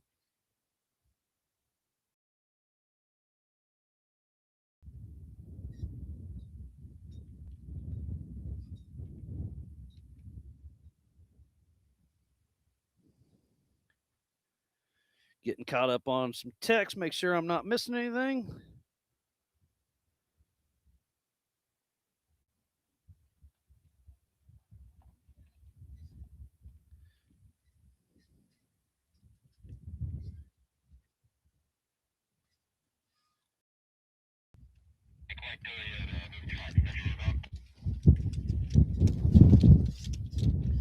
Listen to PCI Race Radio.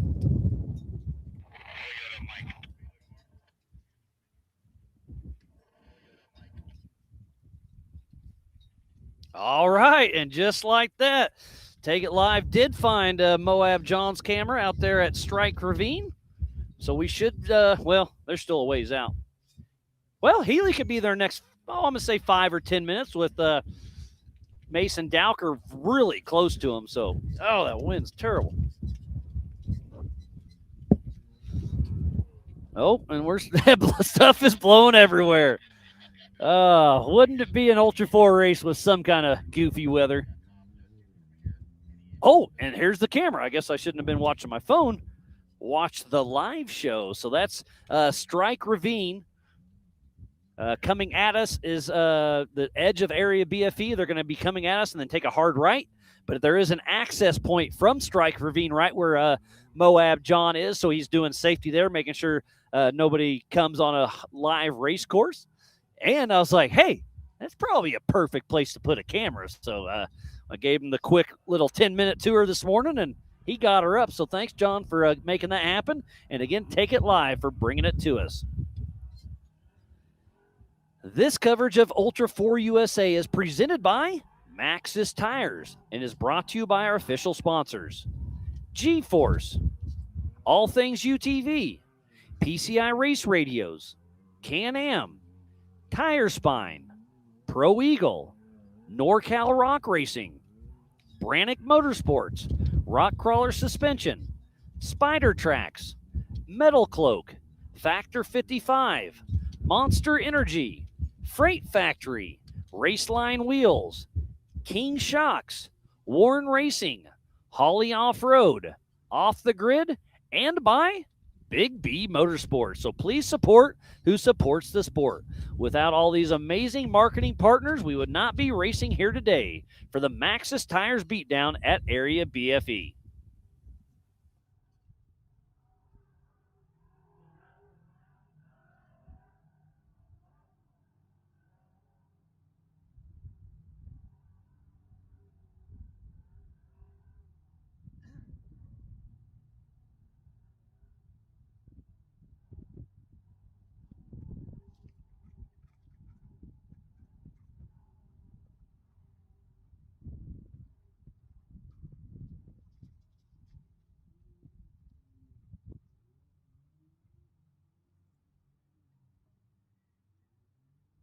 So we're patiently awaiting. I'm going to go back to Racing Tracks and Dirt Hub to see.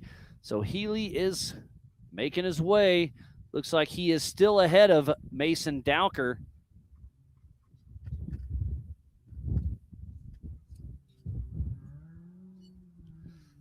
All right.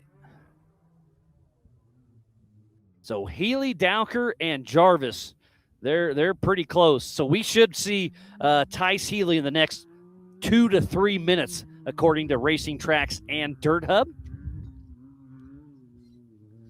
I'm still learning dirthub.tech, so if you guys want to go on there and play with it with me, it's got a lot of cool technology, and I think it's going to be the way of the future.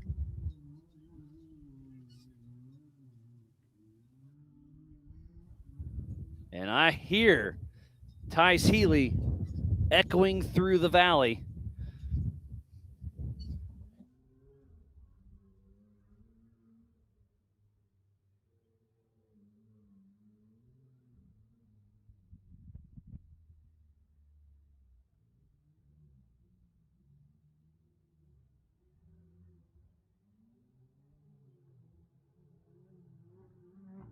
Again, I'm just waiting. I'm watching the trackers.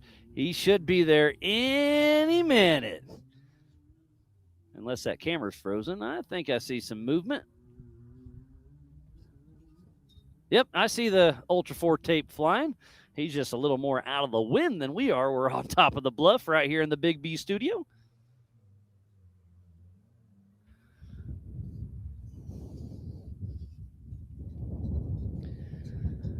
So we are here at Area BFE. It is a private park, 300 acres plus, just south of MOAB proper. They've got over 150 off-road trails here with some of the best terrain MOAB has to offer. They've got everything from mild to wild, and they are open. You can go down to the Area BFE headquarters in the middle of town. You can't miss it. You'll see all their stuff out front, and you can buy a day pass, come out here, sign the waivers, and go riding when there's not a big event like today. I think Friday they're doing the Black Flag Challenge, and then Saturday is We Rock. But other than that, get a hold of Area BFE. Robert Lucero and his team will take care of you. I had a couple of my buddies out here last week, and I put them in contact. They came out, spent the day out here, and absolutely loved it. Obviously, we've been running around here all week long and setting up course and just all the things, parking everybody and getting this race, ready for you guys. And it's here, and man, I still can't believe we haven't seen Healey. How long did he? Let's see, 43. So he pinged. So he's a quarter of a mile. So, and I thought this part wasn't too rough. I mean, everything's rough out here. Don't get me wrong, but no major obstacles between him and this spot. But we'll see. And then when they get here, they're going to go to your right, and then it's the wash all the way back up here, and then a steep hill climb where there is a speed limit. So there's 2 speed limits out here. And what'd they say? I think it's 20 miles an hour. And I had to check my notes during the driver's meeting. Yes, 2 speed limits out on course just for safety reasons. So in those areas, you have to do 20 miles an hour from where the speed limit starts till resume race speed. We are monitoring that on racing tracks to keep everybody honest. There are what David Clay called this morning. It's like since Easter's coming up, he put up some Easter eggs. They are VCPs. What is that? That is a virtual checkpoint. We put them on the course to make sure they're not cutting corners. They're not cheating. So we're keeping everybody honest. And then we can download all of that data. And between that and Dirt Hub, I think the racing's only going to get better because it's going to keep everybody honest. And again, with all the technology we have, lots of people running Starlinks on their cars. It's just getting better and better. And if you're here for Easter Jeep Safari, come on out. It's only $25 a day or $40 for the weekend. Kids 12 and under are free.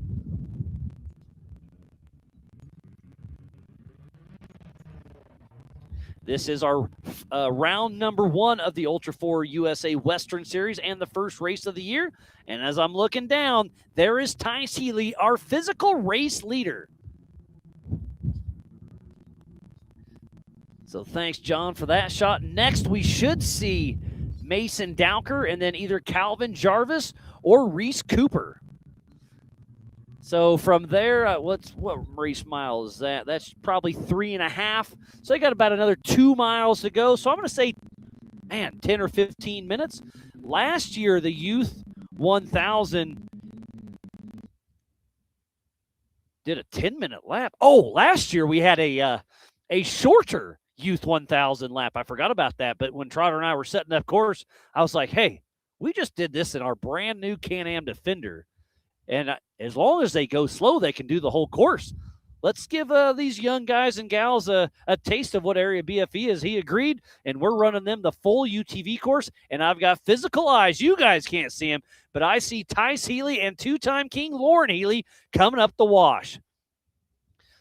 And what was the average speed last year? The fastest average speed was 21.4 miles an hour by Cole Clark in a UTV. And then Brendan Thompson was 19.9. And then EMC was Woody Rose with a 17.9. So that goes to show you how slow this course is. It is extremely difficult. And there is Mason Dowker, P2 right now. So Tice Healey gets around Jarvis. Mason Dowker gets around Jarvis. Who are we going to see now? Is it going to be Reese Cooper or Calvin Jarvis? We did see Calvin stopped on course for a little bit. And I'm looking at my tracker. I don't see. Oh, yeah, we got somebody stopped. Who is that? Oh, Hunter Valadez is stopped. You can see the red at the bottom of that teardrop.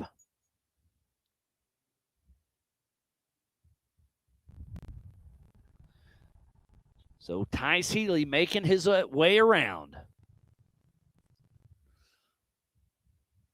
So Hunter Valadez.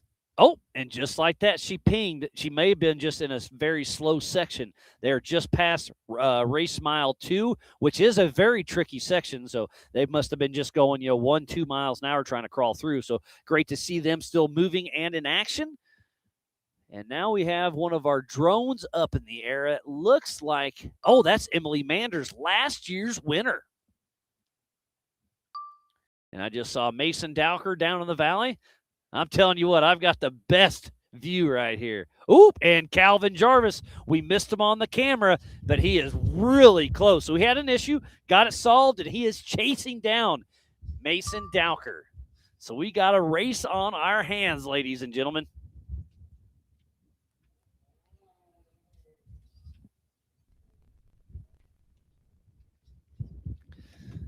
And here comes Tyce Healey down the Maxxis drop. Started in what was it? P2, right? Yes. Started in second position, but is well ahead of everybody. Now they're downshifting or something.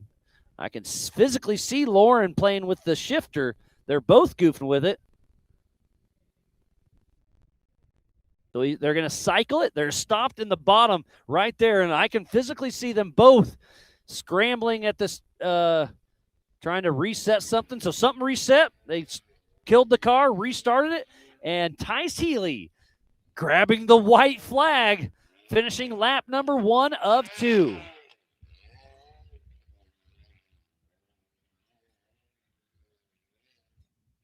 So here comes Tyce Healey. White flag is out for the number 67 out of Farmington, New Mexico with Fun Haver Off-Road Team. And what a better co-driver than that than you could have as your dad, 2-time King of the Hammers champion, Laurent Healey.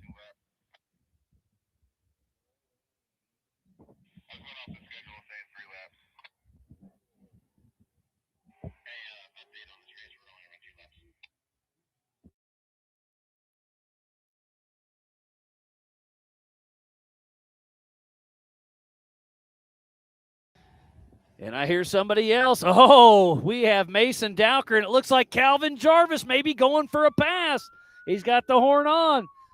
Mason Dowker's going to stop. Calvin Jarvis, our pole setter, moves from first to fourth, back to second. So not sure what happened, but I do see the spare tire hold down is very loose, so I'm going to guess they had a flat tire. So they'll probably pull in the PCI pits, re-rack, and head on out trying to chase down Tyce Healey. And we still have the tire spine stock and the All Things UTV Open race later on. They will be racing at the same time, scored separately. So we're at the halfway mark of this race. Right now, Tyce Healey, Mason Dowker. Sorry, Tyce Healey, Calvin Jarvis, then Mason Dowker. Oh, this all is on adjusted time. So physically, it's Tyce Healey, Calvin Jarvis, and Mason Dowker. But on adjusted time, Mason Dowker still has Calvin. But I think Calvin was moving at a pretty good pace. I suspect to see Calvin in second place very, very soon.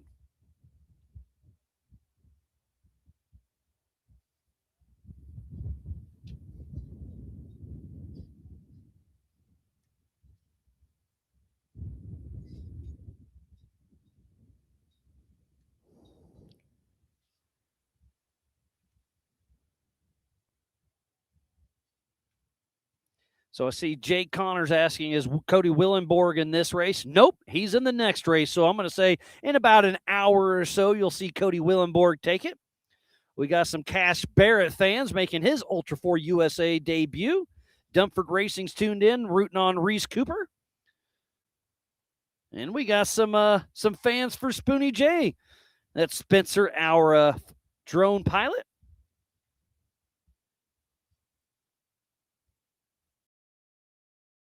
And Wreck Boy Inc. is having some fun in the chat. Thank you again for everybody for tuning in. So let me switch back to Dirt Hub, see who our next competitor will be.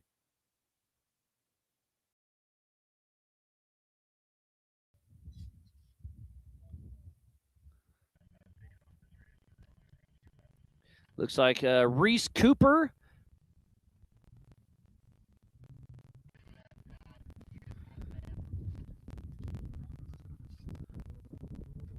Oh, and Jarvis switched over to racing tracks. Red at the bottom of his teardrop. You know why? He's in the PCI pits changing that spare tire I was guessing about. So I'm sure he's pulled in, swapping a spare tire, but it does look like Mason Dowker at 52 2 minutes ago was right there. We'll see if he pings or not. So Mason Dowker maybe stretching his lead over second a little bit. We'll see how long Calvin Jarvis is in the pits. Looks like he pinged at 52, so 2 minutes ago.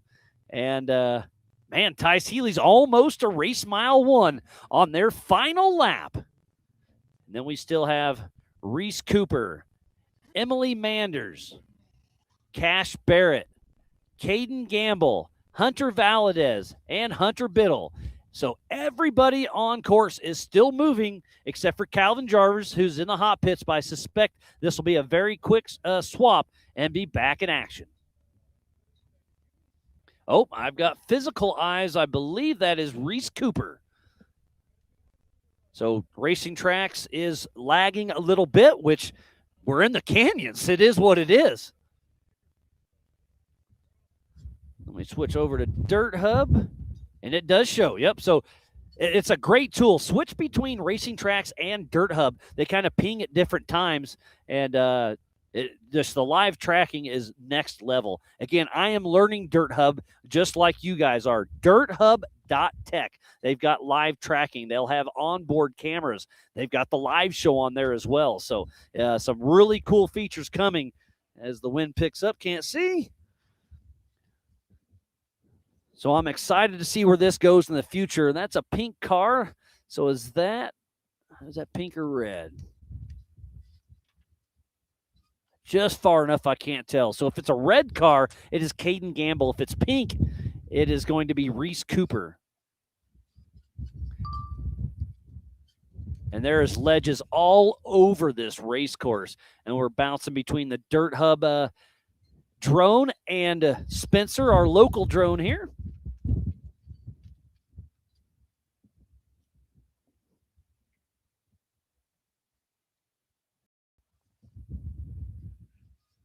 Let's see lap time. So fastest lap was Tice Healey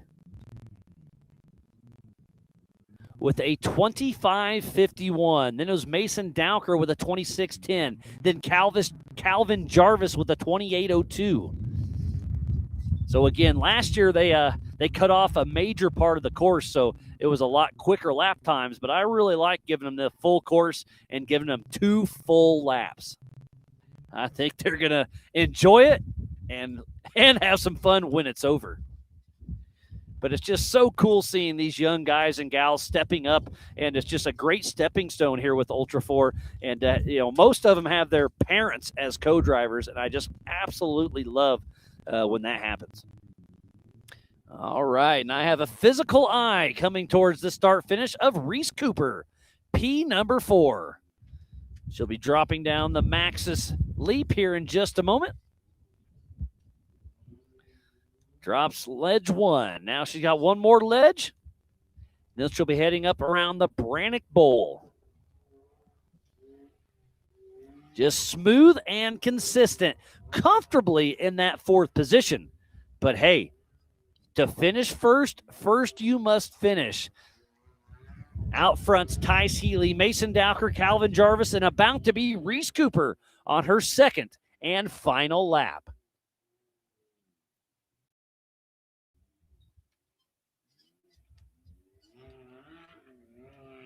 White flag is out for Reese Cooper. Spencer's following her through the race line start-finish. Here for the Maxxis Tires Beatdown at Area BFE.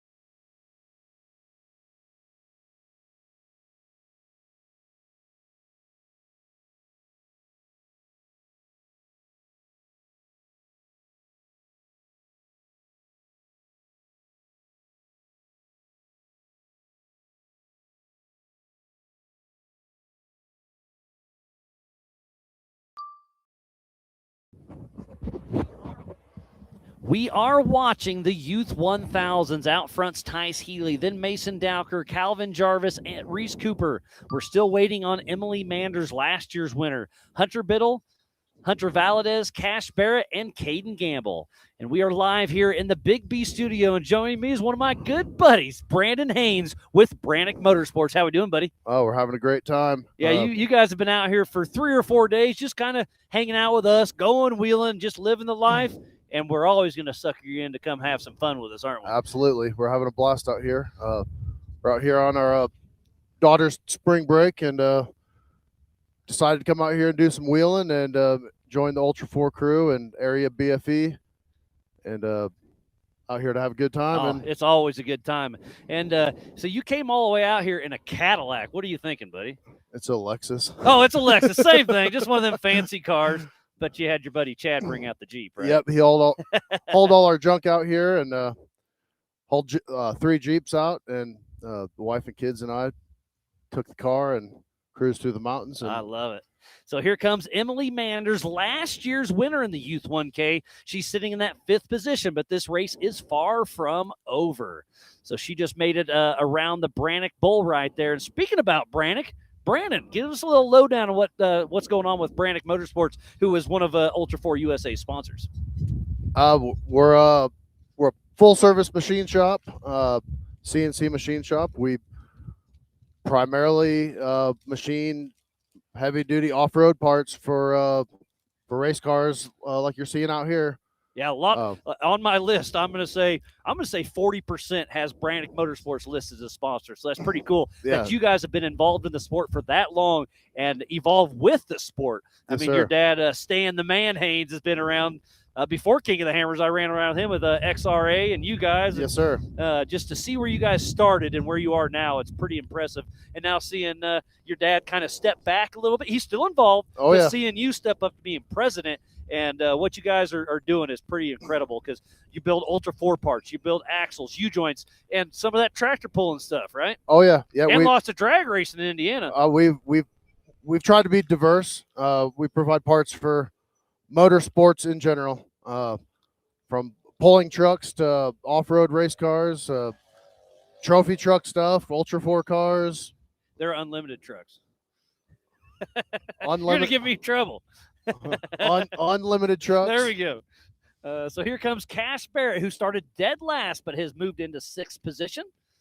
He has got Cole Clark riding shotgun with him, making his Ultra 4 USA debut. Having a little bit of problems there making the turn in the Brannick Bowl, but looks like they got something squared away. Oh, now they shut it off. Oh, I'll bet you what he did. He stuffed a tire and the power steering stalled it. So on a UTV, they're electric power steering. So you cycle the key and usually it comes back. Hopefully. That's pretty cool. There's nine Youth 1000s out here getting it done. So we're usually worried you have to have 5 per class to have their own race because we want them to race on their own, but there's only 3 or 4. It's hard to justify it, just manpower. So they stepped up in a big way. They had 9, and it's really cool. And on the side of Cash's, it says student driver, and I love it. I have a student driver sticker on my Jeep. Well, you need one. Always learning. I feel you. Yeah, if you're not learning, what are you doing, right? That's right. If you don't learn something every day, you're not doing something right. So we're still waiting on Hunter Valadez, Hunter Biddle, and Kaden Gamble. Let me switch over to racing tracks. I do see Hunter Biddle stopped on course. And again, racing tracks and even Dirt Hub, the pings will be a little off because of the canyons we're in. So even if it shows them a little off course, I'm going to assume once we download the raw data, we can verify they hit all the VCPs and everything.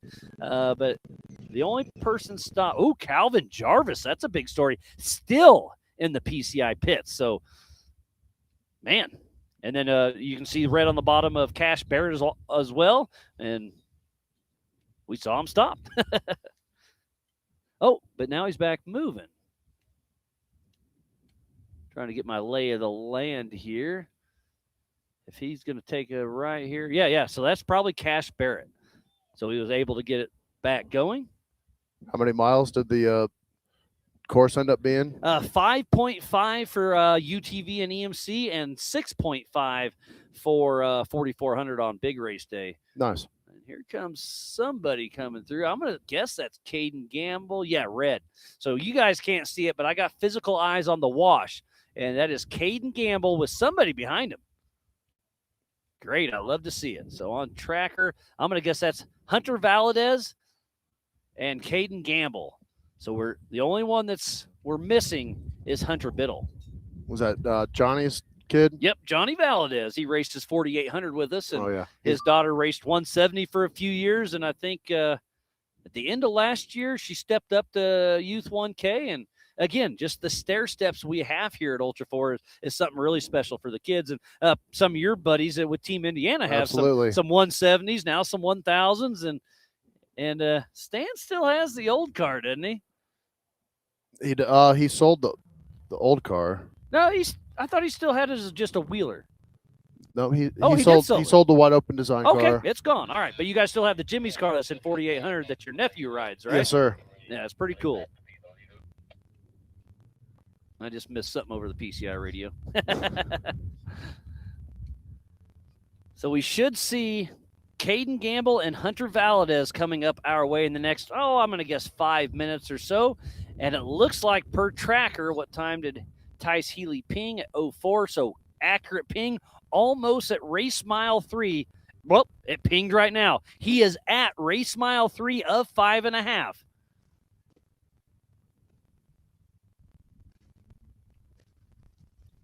And now that I'm looking, I only see 5 miles on here, so I'll have to verify that. Somebody told me 5.5, but I'm maybe to revert to 5 on that one. Looking at the mile markers on racing tracks.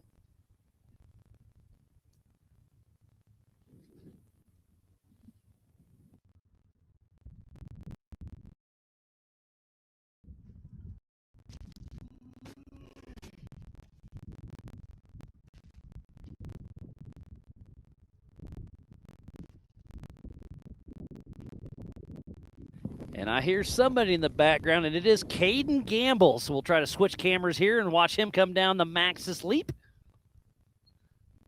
Well, Brandon, it's always a pleasure seeing you. I mean, we've been buddies for a long time. You still come out here to support us, even though you're not racing this time. But thanks to Brannick, your dad, your sister, the whole team, you guys have been a sponsor of Ultra 4, I think, since almost the very beginning. So to see you guys still involved, and again, I've talked to Stan a lot that Brannick has grown with Ultra 4. Absolutely. So to see you guys supporting Ultra 4 that supported you, and just we've been friends for a long time, but to see what Brannick keeps doing, and you guys get bigger and better all the time.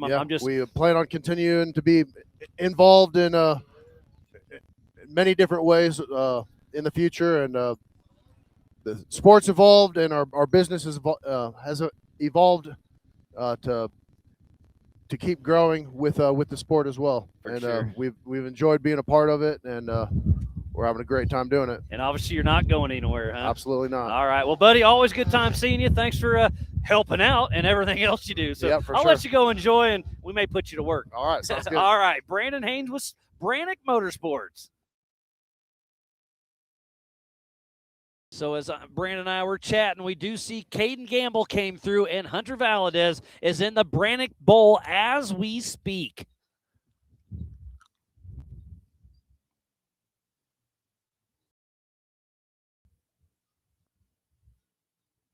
Trying to pull up the YouTubes real quick.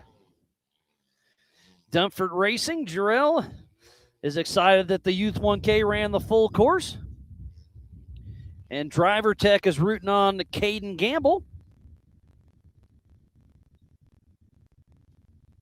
We got a pretty good crew watching back at home. We've got a great crew watching here on site. Mike Seward, how are you doing, buddy? Hey, put down your little kid's remote control car and come say hi to me.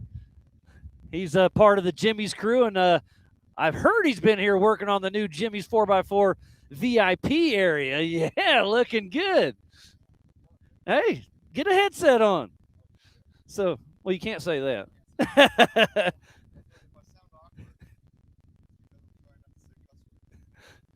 So we got Mike Seward, who we've ran around way back in the day, and it's good to see you, buddy. Good to see you too, man. Yeah, I've heard you were here, but I hadn't seen you yet. I saw you the other day. I was working on the building, and I heard somebody hauling the mail through the parking lot with a empty trailer. That wasn't me. All I heard was and I looked and it was you. Okay, well, there's nobody around. But everybody was so busy, I didn't want to stop. You guys, that when we showed up, they're like, "Here's the new VIP area." I was like, "Is that open in a month or two?" And they're like, "This weekend." I was like, "Whoa!" So I let you guys do your thing, but it's pretty cool. Randy has a habit of letting things bloom into pretty astronomical proportions, but it's cool. I mean, it's really cool. It's a nice refuge out of the wind. I've been. Lori's up there now with Cole. Oh, Clark. she's here too. Yeah, huh? she's with Cole Clark's team because she works for Cole, but she's up there. She's got Cole Clark's mom and his sister, and she's That's kinda cool. So well, they're on my perks. Okay, all right. So, is the Jimmy's 4x4 VIP open yet? Honestly, somebody would have to contact Robert. Lucero, Okay, or so it's Randy. close. Hopefully tomorrow. I believe they're trying. I mean, it's up for the weekend. It's to be explored. I mean, not like I said, I don't have any answers other than I've been sitting up there, and it's a great shelter out of this dust. And you've been welding and bolting. No, actually, I didn't have to weld. Oh. I pretended to be dumb. Well, you're good at that. I was a pro. No, I didn't say. I just showed up and was like, "Hey, man, I'm one of Randy's guys. I'm here." So they just assumed I was just a car builder, and I hadn't built metal buildings in Texas for my entire life. Yeah, no doubt. But yeah, they just kind of let me. I just kind of picked up trash and did this and that, and perfect. cut metal and stuff, and just tried to help where I could. They had good welders. I mean, they got a team. I mean, it was pretty legit. When I showed up, I heard it was Randy's dream, and when I showed up, they had like 3 welding rigs. It's cool. I love it. It was a pretty neat endeavor, but like I said, I was so busy on that little truck. Oh yeah, so the fall guy, new buggy, that thing's rad. I saw it out there. I peeked at it. That is my tribute to every between the ages of 30 and 55-year-old wheeler out there.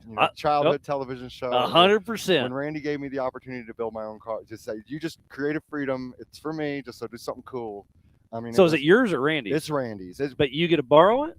I've driven it around. I think Perfect. I got the most, as far as since we've acquired it, I've put the most miles on it. Well, perfect. Well, I had to drive to that other pit. Yeah, all right, Check on McGibbon. Oh, yeah, he had some steering issues, right? I think so. Randy was there, and so I was just like, let's go make sure they didn't need anything. So that's what we did. And that's cool. So Bill McGibbon has a Jimmy's car, but it's his car. But you hear a Jimmy's guy has a problem, you're like, well, let's go check on him, see if you can help. I love the Ultra 4 community that helps everybody. Well, if anyone's ever asked why I don't come to try to show up so often, it's because I can't not work on stuff. That's why I was up there, emptying trash bags, and I was like, man, I'm gonna take my car, and and then I drug you.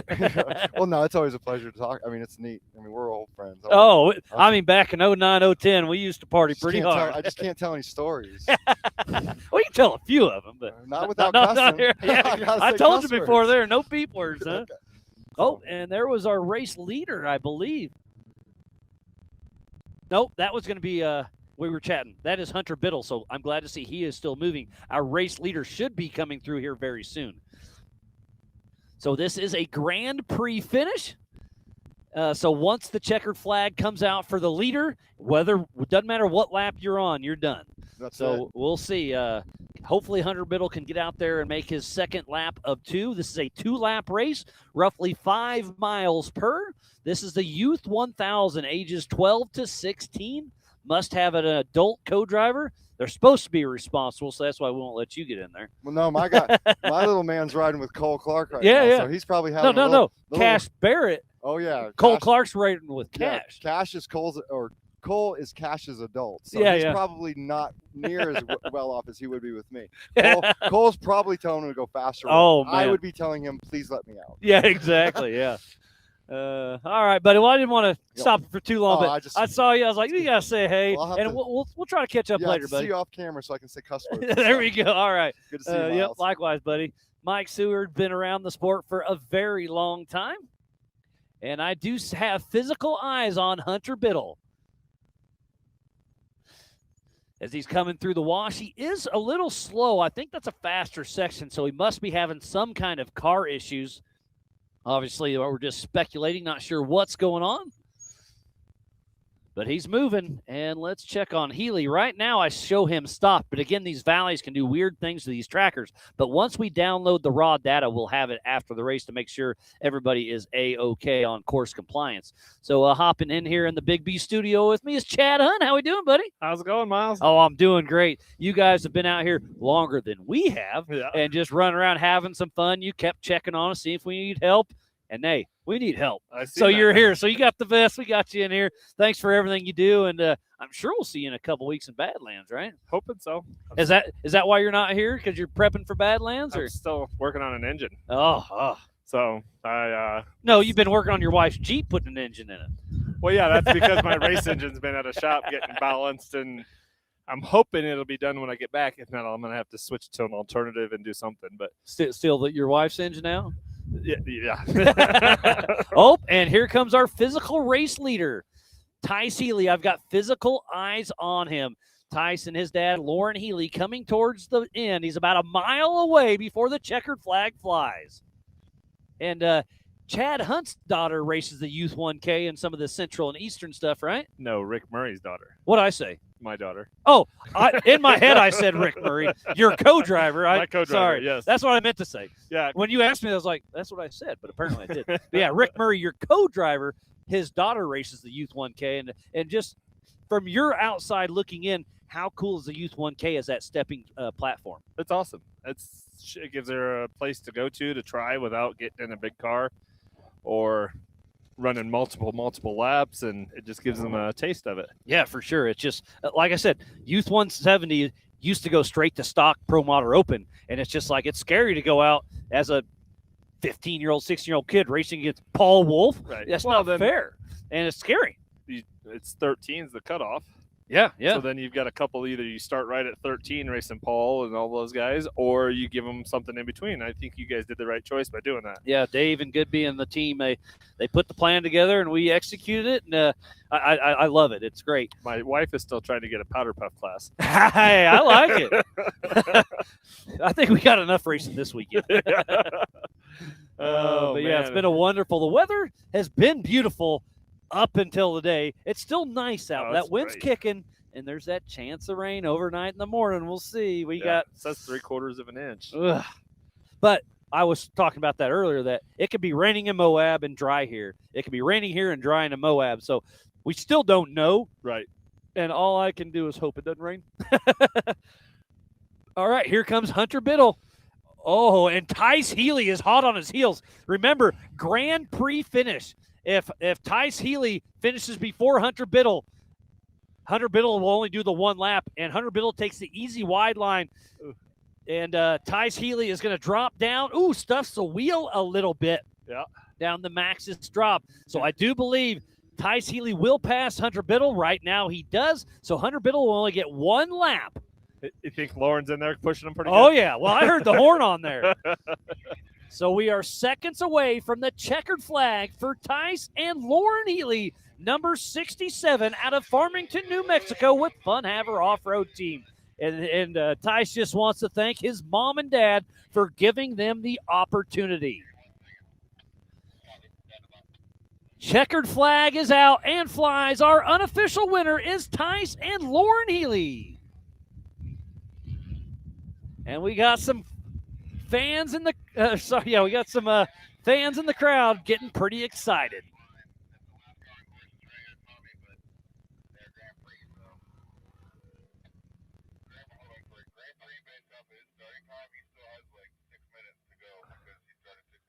Doesn't matter. First guy across the line. Oh, I'm still alive.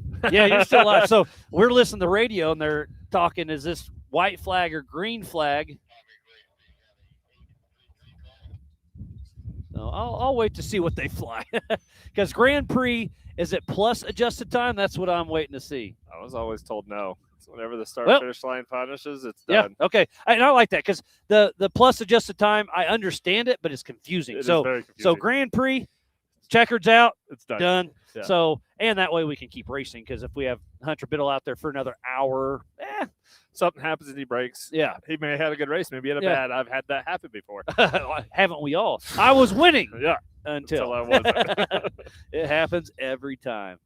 So you're going to take the Jeep out on course and do a little recovery later? Yeah, that's all what right. That's what I heard. For Team Indiana. Yeah, we were talking last night. We were just we had Trailmater lined up with the tow truck to do recovery, and he's like, "Man, I'm in unless I get busy." And I text him on my way. He's like, "Yeah, it's looking good." And then 2 days ago, he texted like, "Sorry, man, I am swamped, can't make it." I was like, "Hey, that's your business. Understand you were coming out here to help." But then we were scrambling. We were talking like, Team Indiana's got some built Jeeps. Let's see what they got. So I said it had to hurt Jimmy to ask for Team Indiana's help. Oh, we love you, I promise. All right, who do we have on screen? That looks like Turned Up Racing Car. So I'm going to say that's Reese Cooper. So, well, Chad, always a pleasure seeing you, buddy. Absolutely. Thanks for just hanging out with us. Thanks for being here. Thanks for helping. And I'm excited for See you in well, 2 weeks. I'm not saying I want to get this through this, but I can't wait for Badlands. It's going to be It's fun. always a good time. Oh, yeah. All right. Chad Hunt with Team Indiana. We'll see him in just a couple short weeks racing in Badlands just outside of Attica, Indiana, our second race in the Ultra 4 USA season. Let's run through the entire season real quick. So, obviously, we're here at Area BFE. Next up is Badlands, Indiana, April 15th through 19th. Then April 29th through May 3rd, we go to Roush Creek once again. Then we are back in Broadview, Montana for the Big Sky 200 with Yellowstone Off-Road Racing, a joint race. That'll be June 17th through the 21st. And then July 8th through the 12th, we go to Davis, Oklahoma for the Clash at the Crossbar. And then during Bike Week in Sturgis, the Black Hills Throwdown, August 8th through the 12th at the Buffalo Chip. And then from there, next up will be Labor Day weekend in Crandon, Wisconsin at the Big House. That is a no points race. It's just a kind of a fun run and go put on a show for the big fans that love Ultra 4 up there during their short course racing. From there, we go to the Beach Bend Melee during LS Fest there in Bowling Green, Kentucky, September 9th through the 13th. And then we'll be back for the NorCal Stampede in Northern California, September 16th through the 20th. That's another joint race with NorCal Rock Racing. And then something new for us. And I haven't been there yet, but I have heard the buzz. And we are going to Leatherwood, Kentucky for Nationals, October 14th through the 18th. And they're telling me it's going to be big. So we've got a great season yet to come, and I'm excited for it. That may be Mason Dowker. I just had a quick glance at it. Let me see if I see it on Racing Tracks. Hasn't pinged, but it should be Mason Dowker, our next competitor. So unofficial 2. Oh, I hear him. That is Mason Dowker. Unofficial second place is here, getting ready to drop down the Maxxis Leap. There's 2 ledges. He's about to hit the first one right now. About 3 foot steep, straight down drop. Boom, boom. And lots of people will jump these, but obviously Youth 1K, they're being a little tame, which I appreciate. Just don't want these young guys and gals getting hurt out there. They're just getting their feet wet, having some fun. So Mason and Tad Dowker, just the Brannock Bowl left to do. And the checkered flag will be out. And unofficial second position. Looking good.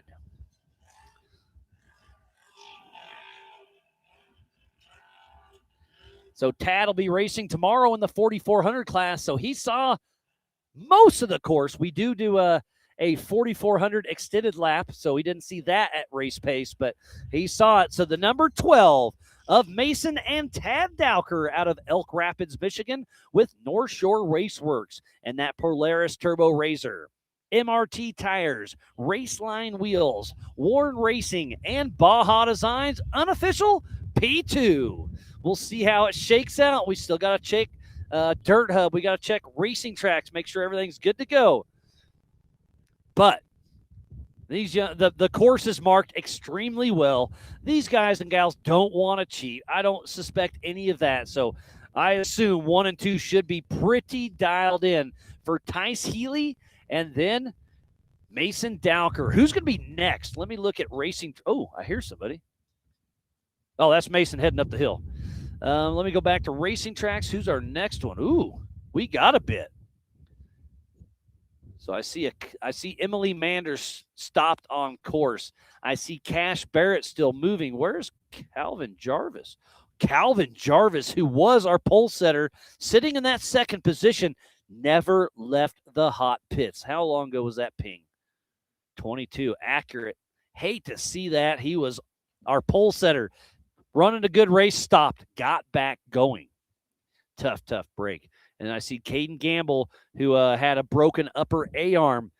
He is stopped on course as well.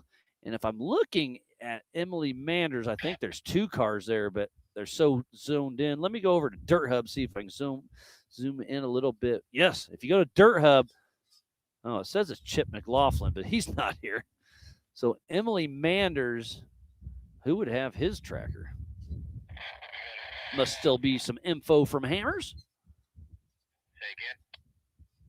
Let me look here. I'm going to...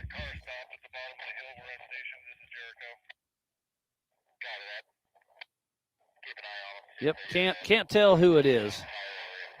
Like I said, on Dirt Hub it says it's Chip, but he's not here, I promise.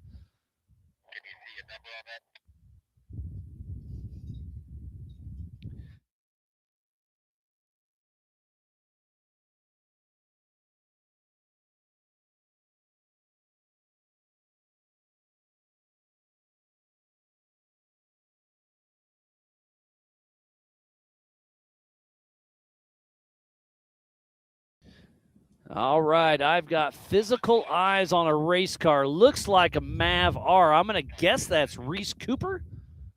Oh, wrong button. On racing tracks, yeah, that's going to be Reese Cooper. Physical 3rd position. Looks like it is Reese Cooper. And TJ riding shotgun. Can she come here and get on the podium? We'll find out. Part of Turned Up Racing.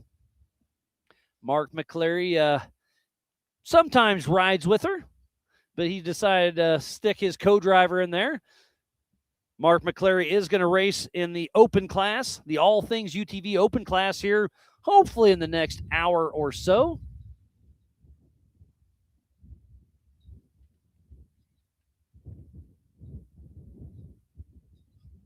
So I got an update from Racing Tracks. Emily Manders has an XL stopped.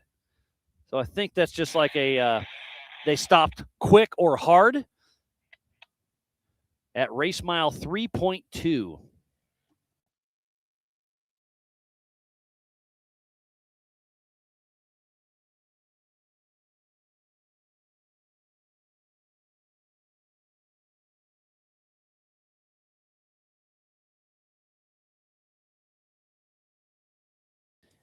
Yeah, Racing Tracks just call or text our group text that you probably have service for and said an Excel stop at race mile 3.2, car number 1800.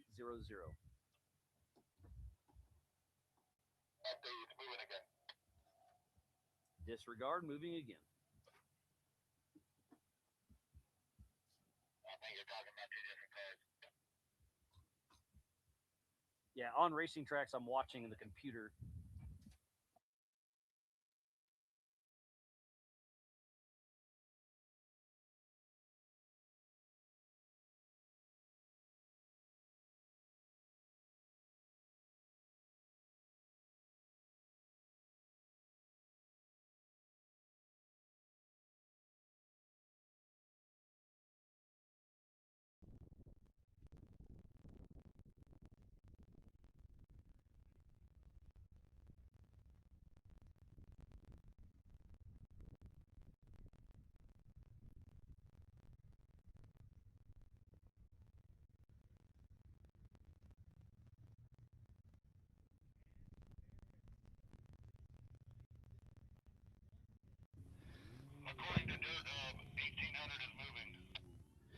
All right, well, we have number 3 of Reese Cooper coming in, dropping down the Maxxis.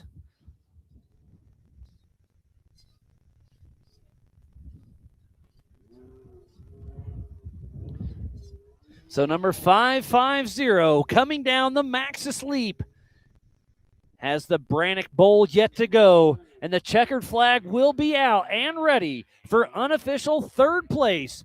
The number 550 of Reese Cooper and her co-driver AJ out of Cartersville, Georgia, with her Can-Am Mavar, CA Technologies, Carter's Off-Road, G-Force, Wayland Speed, and Chad's ATV Repair.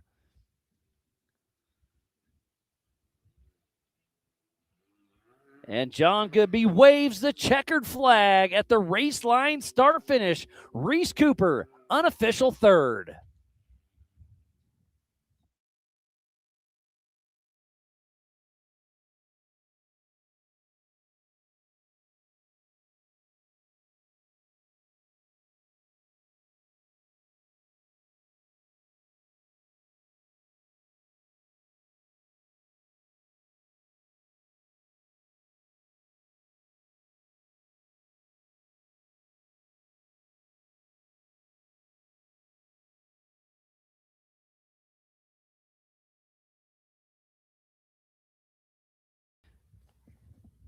Checking some text, but I see a car on screen. Can't quite verify who it is.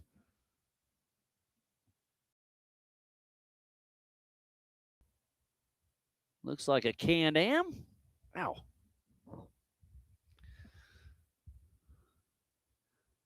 That could be Kaden Gamble. He is driving a Can-Am, so I'm going to, if that car's red, I've got a pretty bad glare and a very dusty screen. That is definitely Kaden Gamble, who was stopped, so I'm glad to see him back moving. And I hear some dust in the valley. Let me run over here, check racing tracks. Don't really, it could be Emily Manners. It could be Cash Barrett. Let me go to Dirt Hub.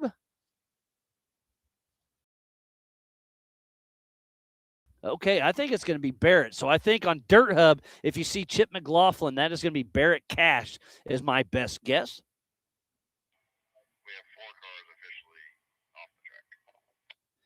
So we do have 4 cars off the track, just hearing on the radio. We have 3 official finishers with the Grand Prix finish. Hunter Biddle did get cut down a lap as we watch Kaden and Kevin Gamble.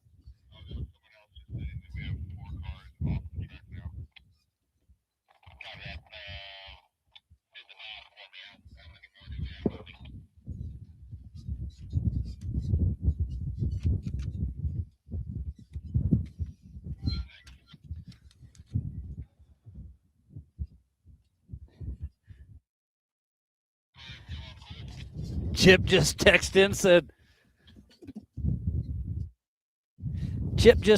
said, hey, that means he's racing. No, that just means your old tracker's racing. Wish you were here with us, buddy, but I know you had some fun down in Mexico. But, hey, you're right. It could be a first top 5 for you. Just having fun, buddy. So I believe Cash Barrett, yes, I do have physical eyes. Physical 4th place position is going to go to Cash Barrett. And I believe on adjusted time, he started dead last because he rolled in qualifying.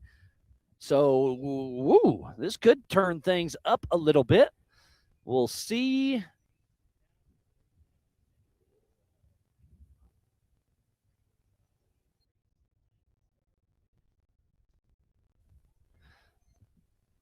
So we'll see on adjusted time if it's going to be Cash Barrett or Reese Cooper. I should have started an unofficial stopwatch, but I didn't. Cole Clark, I can hear him yelling, go, go, go. Every second matters right now.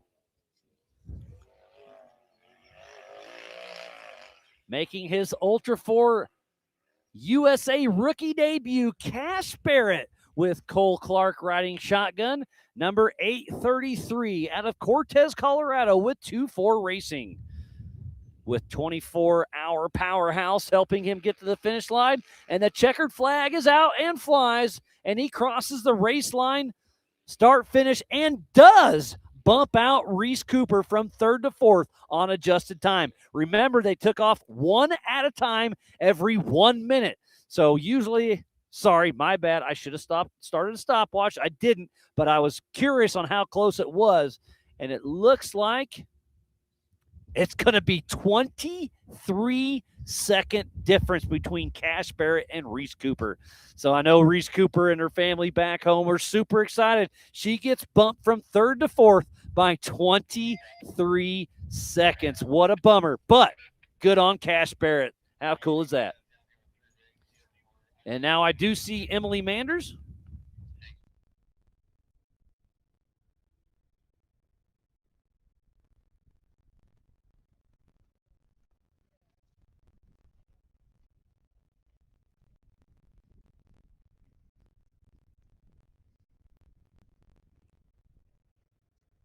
So here comes Emily Manders, last year's winner. Looks like it's going to be a top 5. But remember, adjusted time. We'll see how it plays out.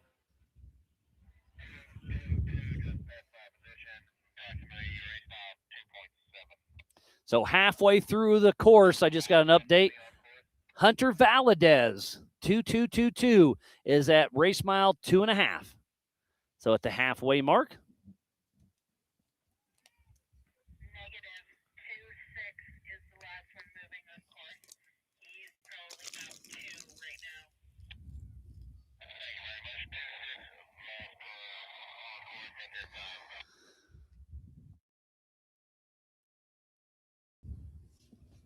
So we're still waiting for Hunter Valadez and Hunter Biddle. Let me hop over on dirthub.tech.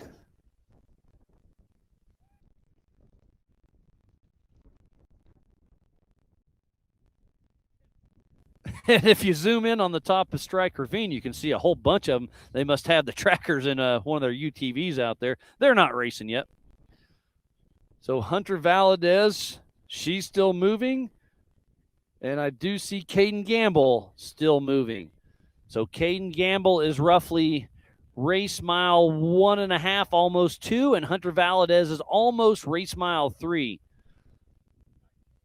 And again, bounce between racing tracks and Dirt Hub. They kind of update at different times, and it's just some incredible coverage we have out here.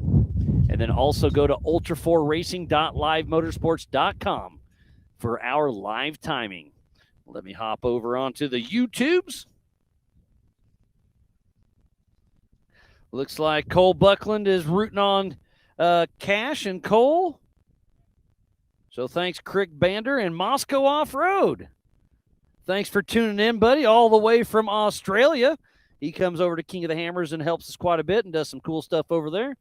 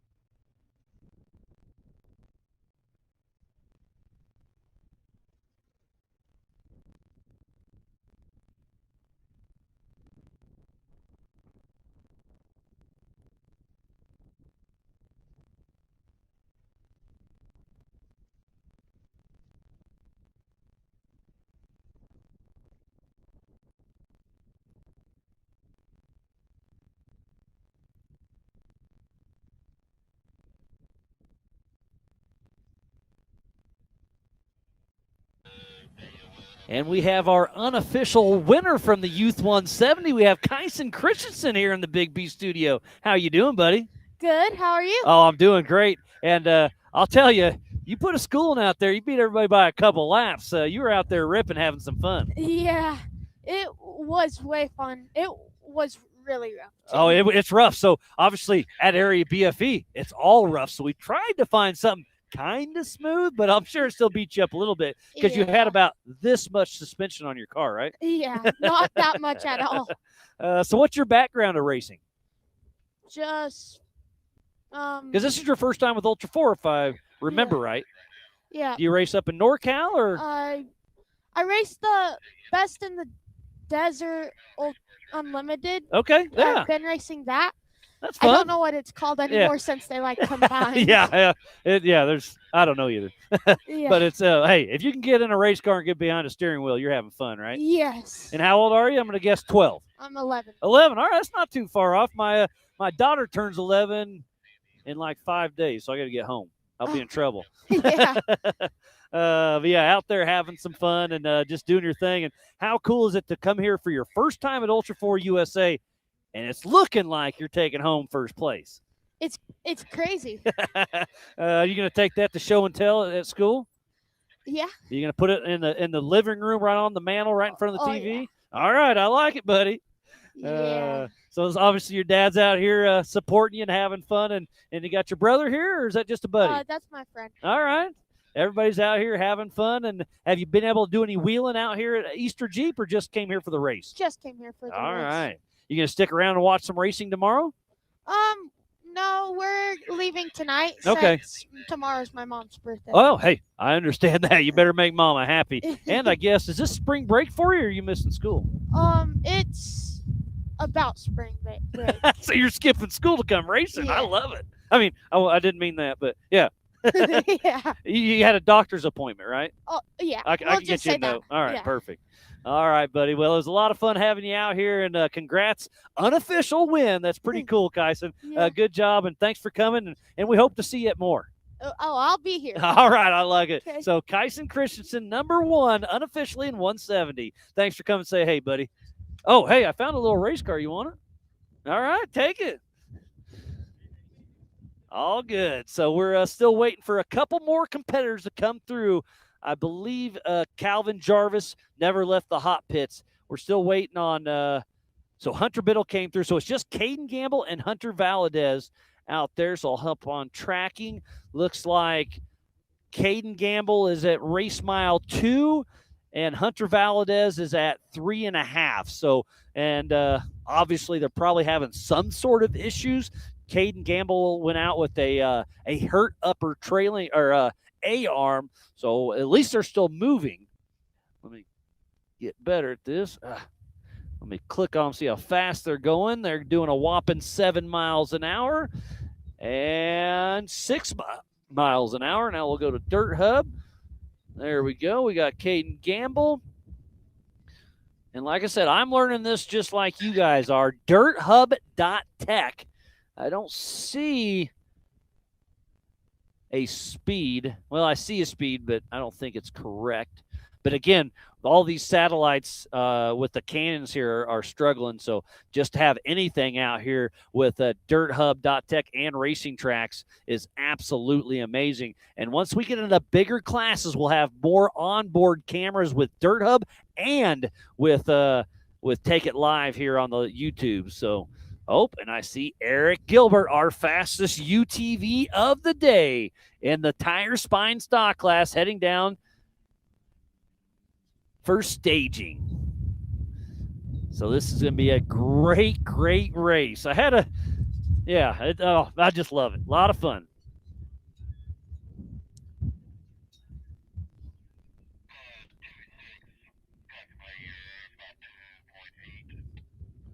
Lots of chatter on the PCI race radios.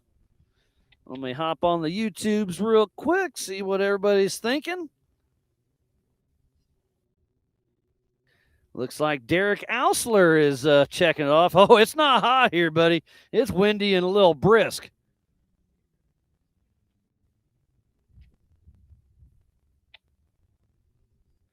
Jet full throttle. Having some fun watching some. Chris Brandner, thanks.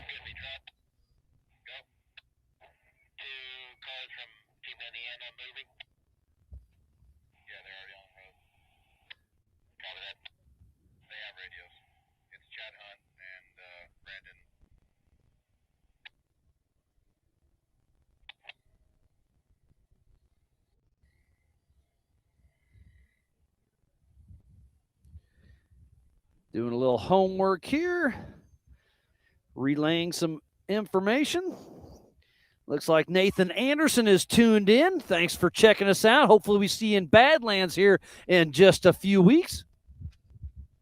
Oh, and he said we will see you at the next race. So thanks for tuning in, buddy. And Badlands is coming up. It'll be here before you know it. So hopefully you get all those cars back in action. And I think Nick's hand's doing better by now. I think I talked to him recent enough that he's going to be all right. He smashed his hand pretty good at hammers when he was pre-running and hurt it pretty good, but it sounds like he's going to be good enough. So we always hope for the best for all of our racers. This coverage of Ultra 4 USA is presented by Maxxis Tires and is brought to you by our official sponsors.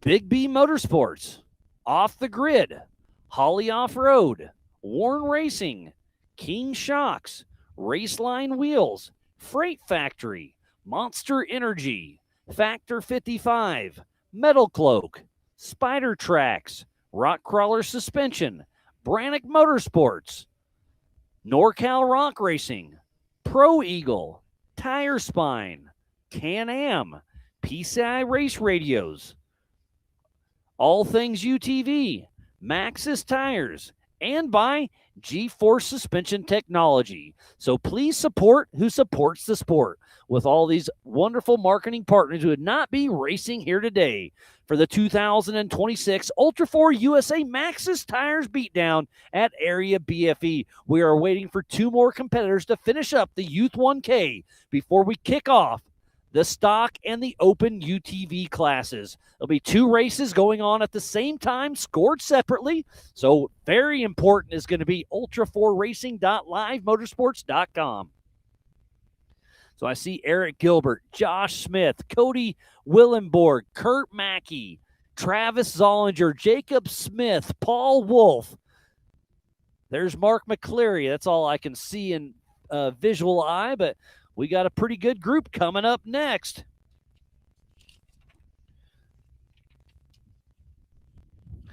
And I believe we have 6 in the stock and 9 in the open. So it'll be 15 cars hitting this 5-mile course, and they're going to do 4 laps. So it'll be 20 miles of some gnarly, tough terrain out here.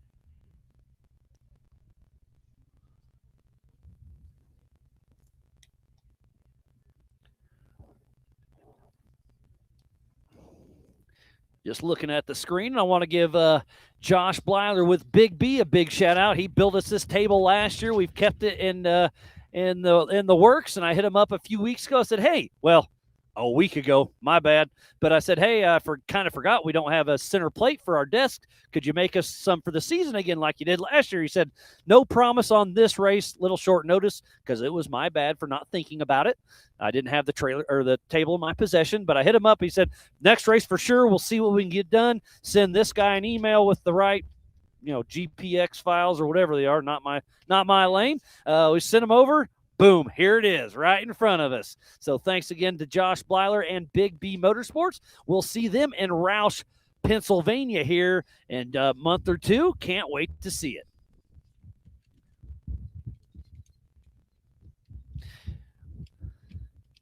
And then we'll be giving out some of those Creative House trophies this evening and tomorrow. And then just need to get a huge shout out to all of our volunteers, the Ultra 4 USA staff, media, safety, USAC, racers, fans, and all of our marketing partners. And then obviously the entire staff at Area BFE and Robert Lucero, who runs the park, that owns the park. Been a great thing out here, a lot of fun. I love MOAB. Everybody loves MOAB, and Area BFE is something very special. And to be coming out here and show what an Ultra 4 car can actually do is absolutely incredible.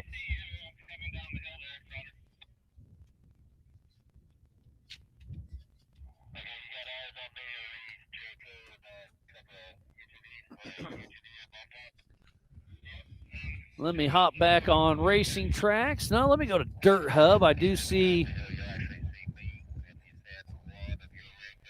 So I see Kaden Gamble and Hunter Valadez. They're both stopped, I believe, about race mile 3.5. Let's see. Yeah, so Racing Tracks and Dirt Hub are showing the same thing, that Hunter Valadez and Kaden Gamble are stopped on course right around race mile 3, and they're very close to each other. Well, lost the red. So Hunter Valadez could be moving. I cannot be for certain.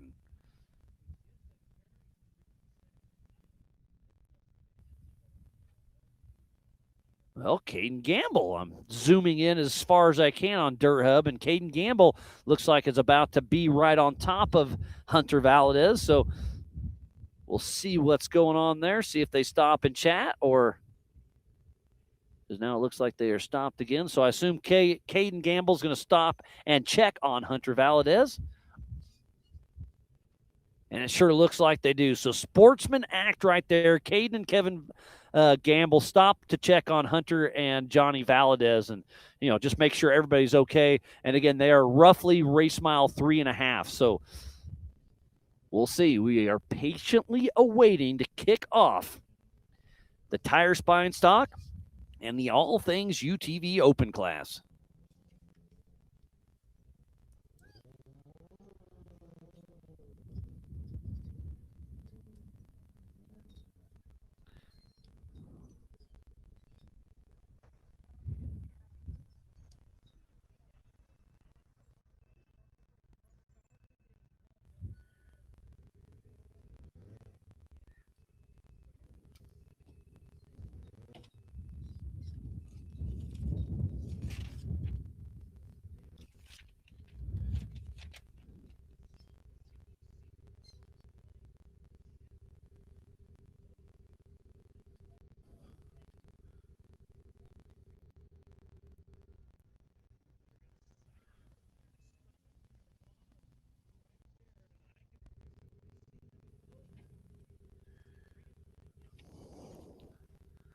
Doing a little tidying up here.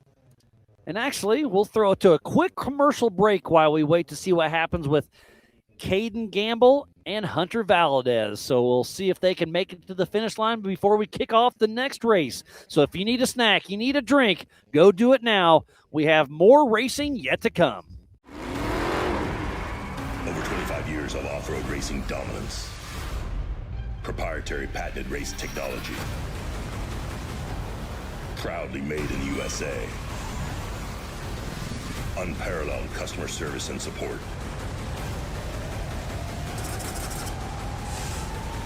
The choice of champions. King Shocks.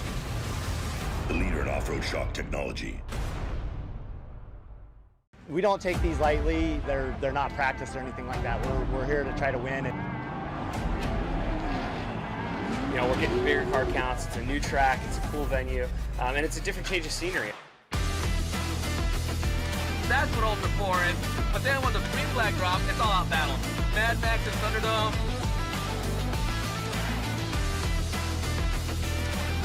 It's going to be tough. Competition is the best of the best. For me, it's just a place to go release some anger and have some fun with my kids, and it's like fist fighting in a goddamn race car. Before racing to me is a way to get out with friends. It's where we spend time together. It's where you get your blood pumping. I'm excited. I have a lot of confidence on where Ultra 4 is going to be.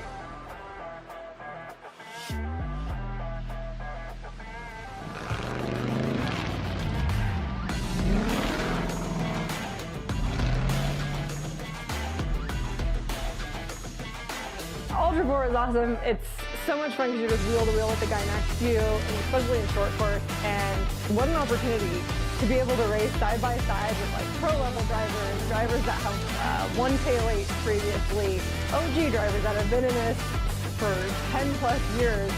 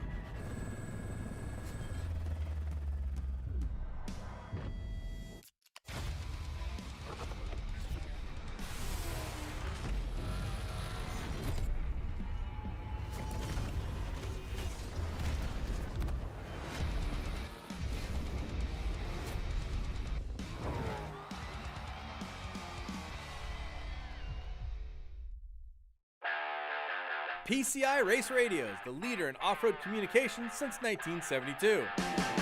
Our equipment was developed for racing in Baja, perfected for enjoying the weekend with family and friends. PCI has the highest quality communications, navigation, and safety equipment, backed by the best support in the industry. Find us at hundreds of events each year, supporting our equipment on site and providing the PCI Weatherman Relay. See you in the desert.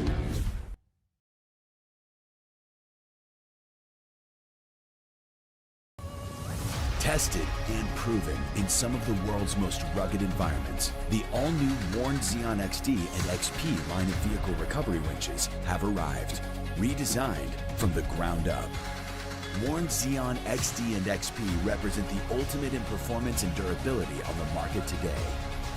You'll have the confidence to go farther, and most of all, go prepared.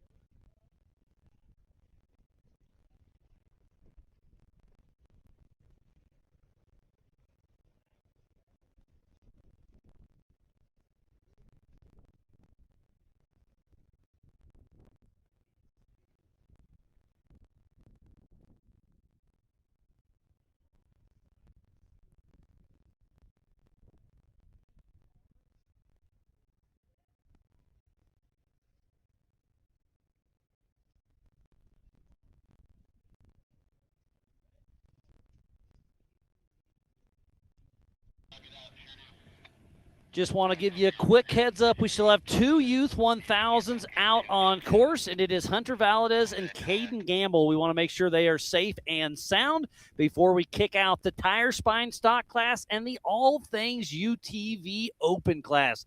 2 classes racing at the same time, timed separately. And I had somebody walk up to me a little bit ago, do you let the opens go first and then the stock, or do you intermix them? I'm like, why would you let Eric Gilbert in a stock car who dominated qualifying take a rear start? No, we're letting them race where they qualify. So, again, we're minutes away. I just want to give you a quick update. The race will be underway here very shortly.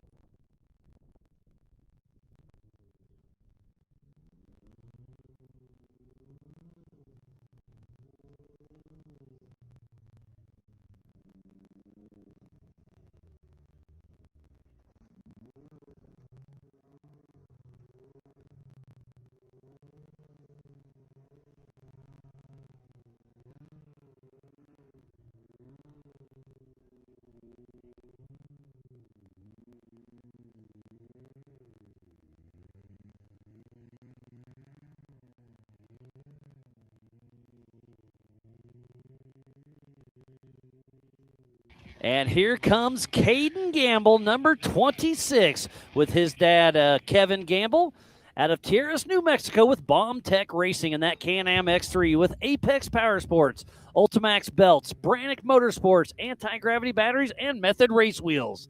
Took a pretty good tumble in qualifying, was a little bit off pace today, but hey, he did it. He made the full pole, 2 laps. Congratulations to that young man, Kaden Gamble. So now let me hop on Racing Tracks. And I do see race mile 3.5. Hunter Valadez is moving at 5 miles an hour. So hopefully Hunter and Johnny Valadez can keep on moving. They're just past the halfway mark, but obviously they must be having some issues because they have definitely been off pace.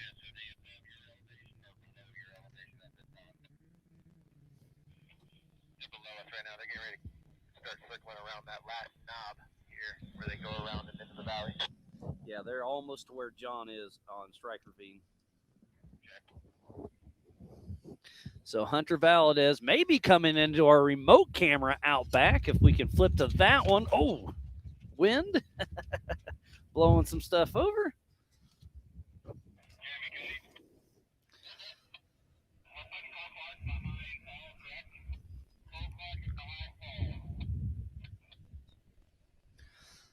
Just listen to a lot of chatter. So we have one more car out on course. But before we kick off the tire spine stock and the all things UTV open UTV classes.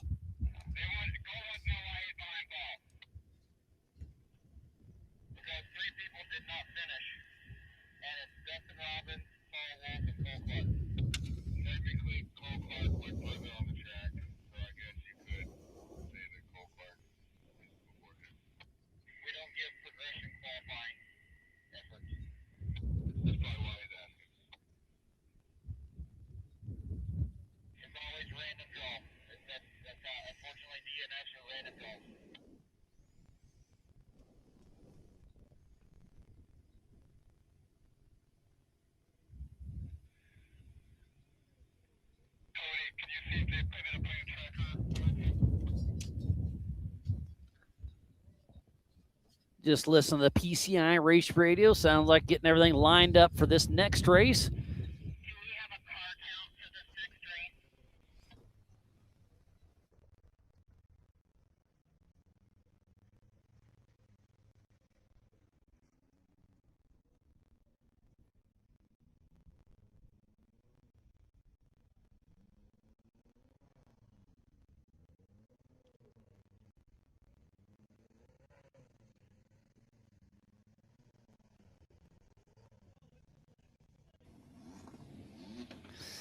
Everybody's patiently awaiting, getting ready to take off this course.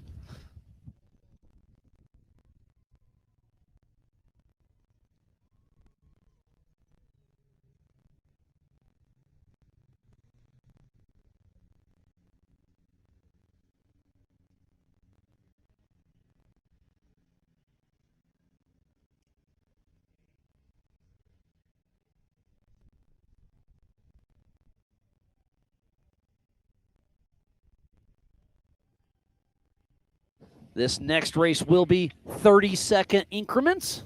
Want to make sure we get everybody out on course because our fastest lap of the day so far is Tice Healey with a 25:51. And I suspect to shave, I'm going to guess 5 minutes off of this one. Last year, fastest was Cole Clark, if I remember right. Yes, it was with a 14:40.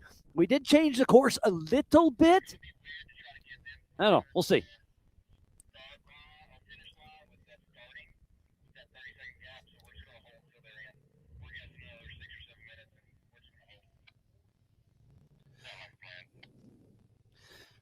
Hopping on. Okay, so Hunter Valadez is almost a strike for Veen. So if we can switch back to our remote camera, if it's working, we should be able to see her any moment.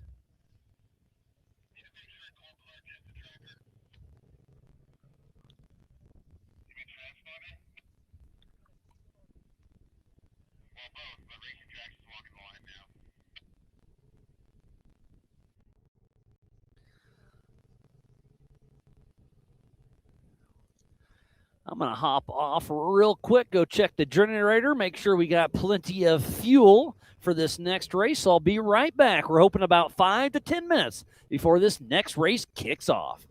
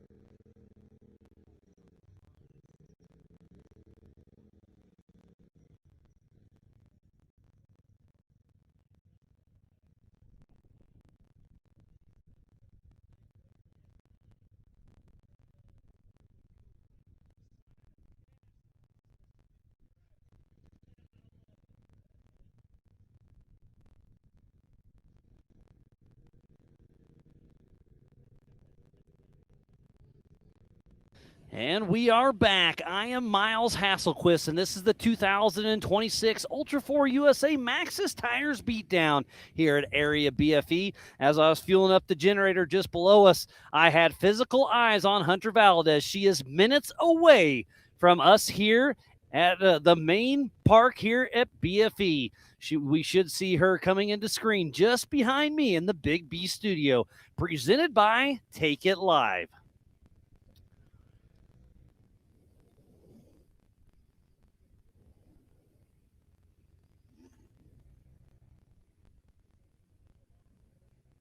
Looks like Karen is tuned in. Must be Karen and Benji. They follow us to most of the Ultra 4 races and help us out with everything behind the scenes. Didn't come to MOAB, but we'll see them in Indiana in just a couple weeks. So thanks for tuning in, guys, and can't wait to see you. And I know a lot of these racers in line right here can't wait to see Hunter Valadez. They're hungry to get out there on course. This race will be on adjusted time as well. One at a time, every 30 seconds. It'll be a 4-lap race, so roughly 20 miles. And here she comes. Right behind me is Hunter Valadez. She'll be dropping down. Oh, my camera needs switched.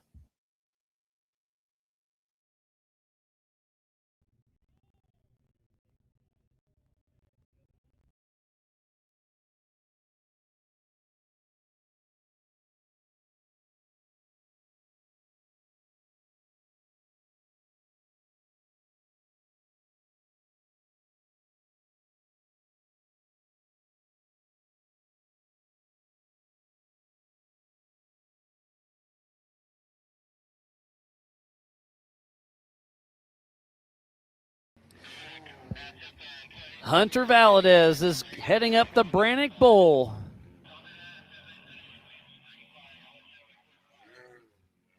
So she'll be grabbing the checkered flag, our last competitor on course for the Youth 1K. Up next, the Tire Spine Stock class and the All Things UTV Open are about to take off.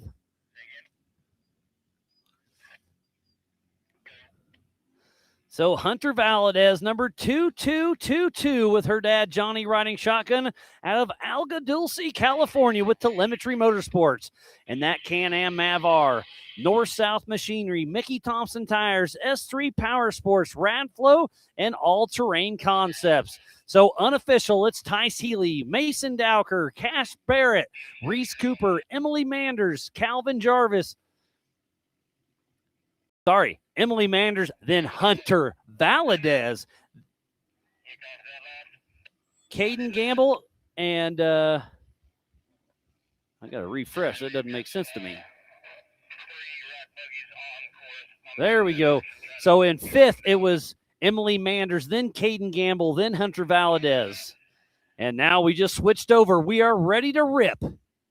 And off the line first is going to be Eric Gilbert, the fastest UTV of the day.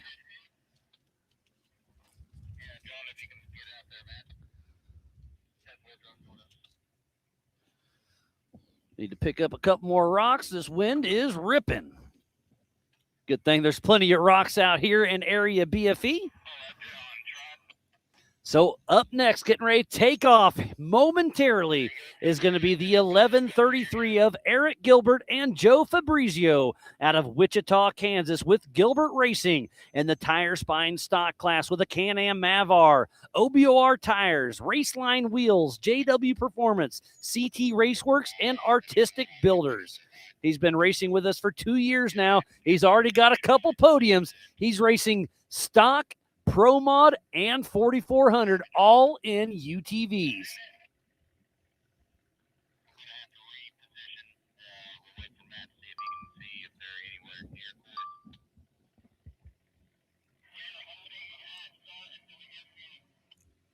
Sounds like they're double checking the course. Lots of chatter on the PCI race radios. I know you guys and gals are just as excited as we are.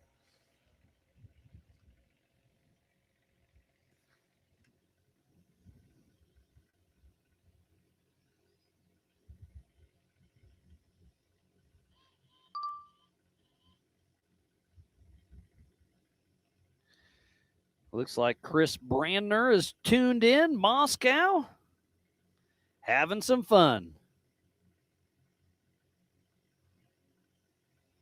Thank you, everybody, for tuning in. This is the 2026 Maxxis Tires Beatdown at Area BFE during the 60th Annual Easter Jeep Safari here in MOAB, Utah area. And just got to give a huge shout out to Red Rock Four Wheelers for putting on Easter Jeep Safari for 60 years consistent.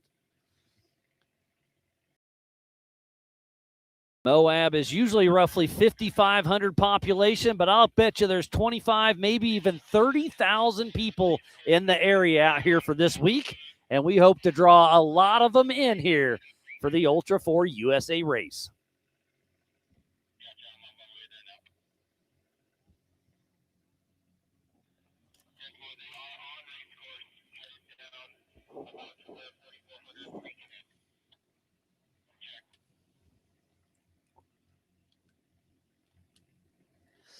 Sounds like we're waiting for a few of our recovery cars to get in course or in position, get ready to rip away.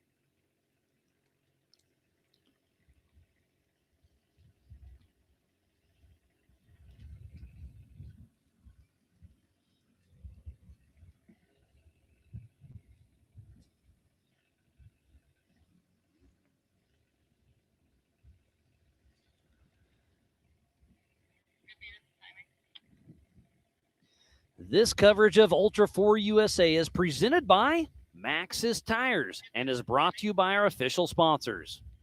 G-Force, Maxxis Tires, All Things UTV, PCI Race Radios, Can-Am, Tire Spine, Pro Eagle, NorCal Rock Racing, Brannick Motorsports, Rock Crawler Suspension, Spider Tracks, Metal Cloak, Factor 55, Monster Energy, Freight Factory, Raceline Wheels, King Shocks, Warren Racing, Holly Off-Road, Off the Grid, and by Big B Motorsports. So please support who supports the sport.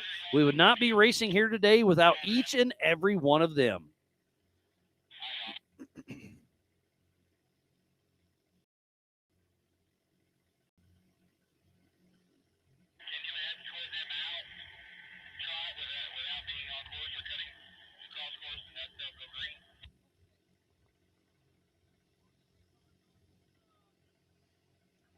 Just kind of sitting here, getting caught up on a few things, listening to the race radio. Everybody wants to go green, but we got to make sure we got a clear course.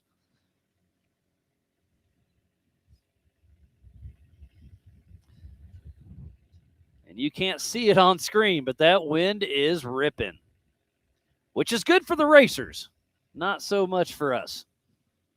We've been in shorts and T-shirts all week, and I checked the weather last night. I was like, I'll probably put some pants on, and I'm glad I did.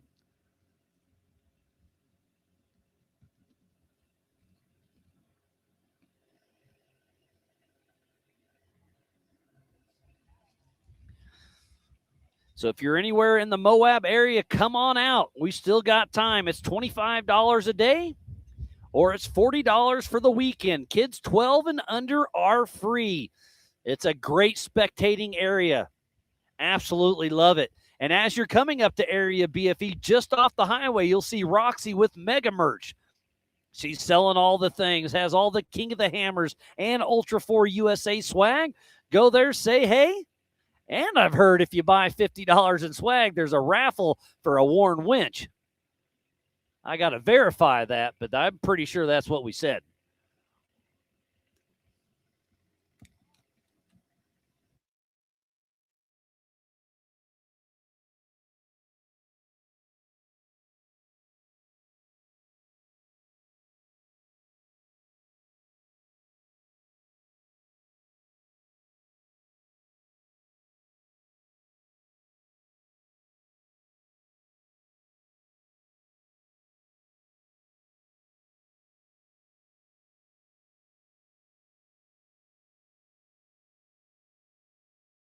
Just verified, if you do go and buy $50 of swag from Roxy, you do get entered into a raffle for a worn winch.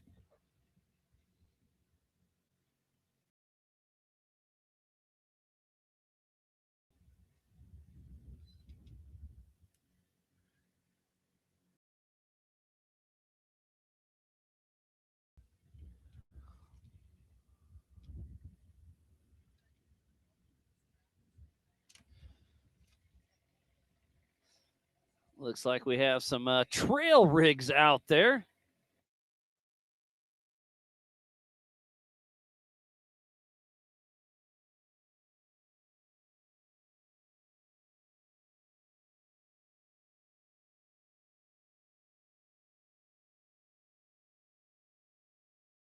So you saw those rock buggies out there. That's what's holding everything up. They snuck in the course on us, so Trotter's out there chasing them down to get them off the course so we can get back to some racing.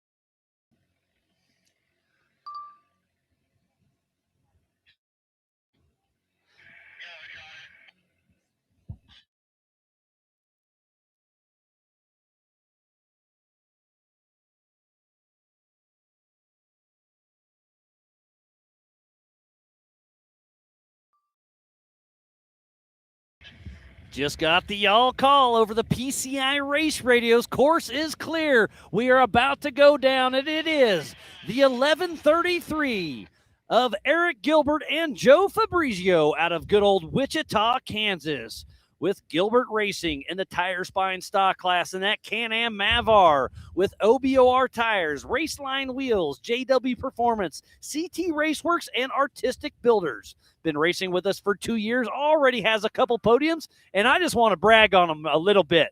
That's a stock car that beat all of the open UTVs. So good on you, Eric. Remember, this is one at a time every 30 seconds. So off the line next is Josh Smith and Corey Nasso out of Monument, Colorado, number 1948, with Smith Brothers Racing, part of the All Things UTV Open class, and a Can-Am Mavar. Smith Brothers Motorsports, KDM Shock Technology, Liquimolly, Baja Designs, and Side by Side Paradise. Been racing with us since 2018. 5 first place and 9 podiums. He has also been the National and Western Championship.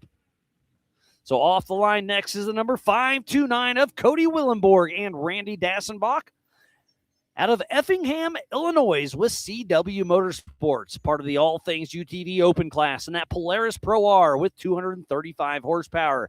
AMS Wheels and Tires, All Balls Racing Group, CW Motorsports, CA Technology, and Tire Spine. Been racing with us for 4 years and has 6 podiums. We'll see what he can do.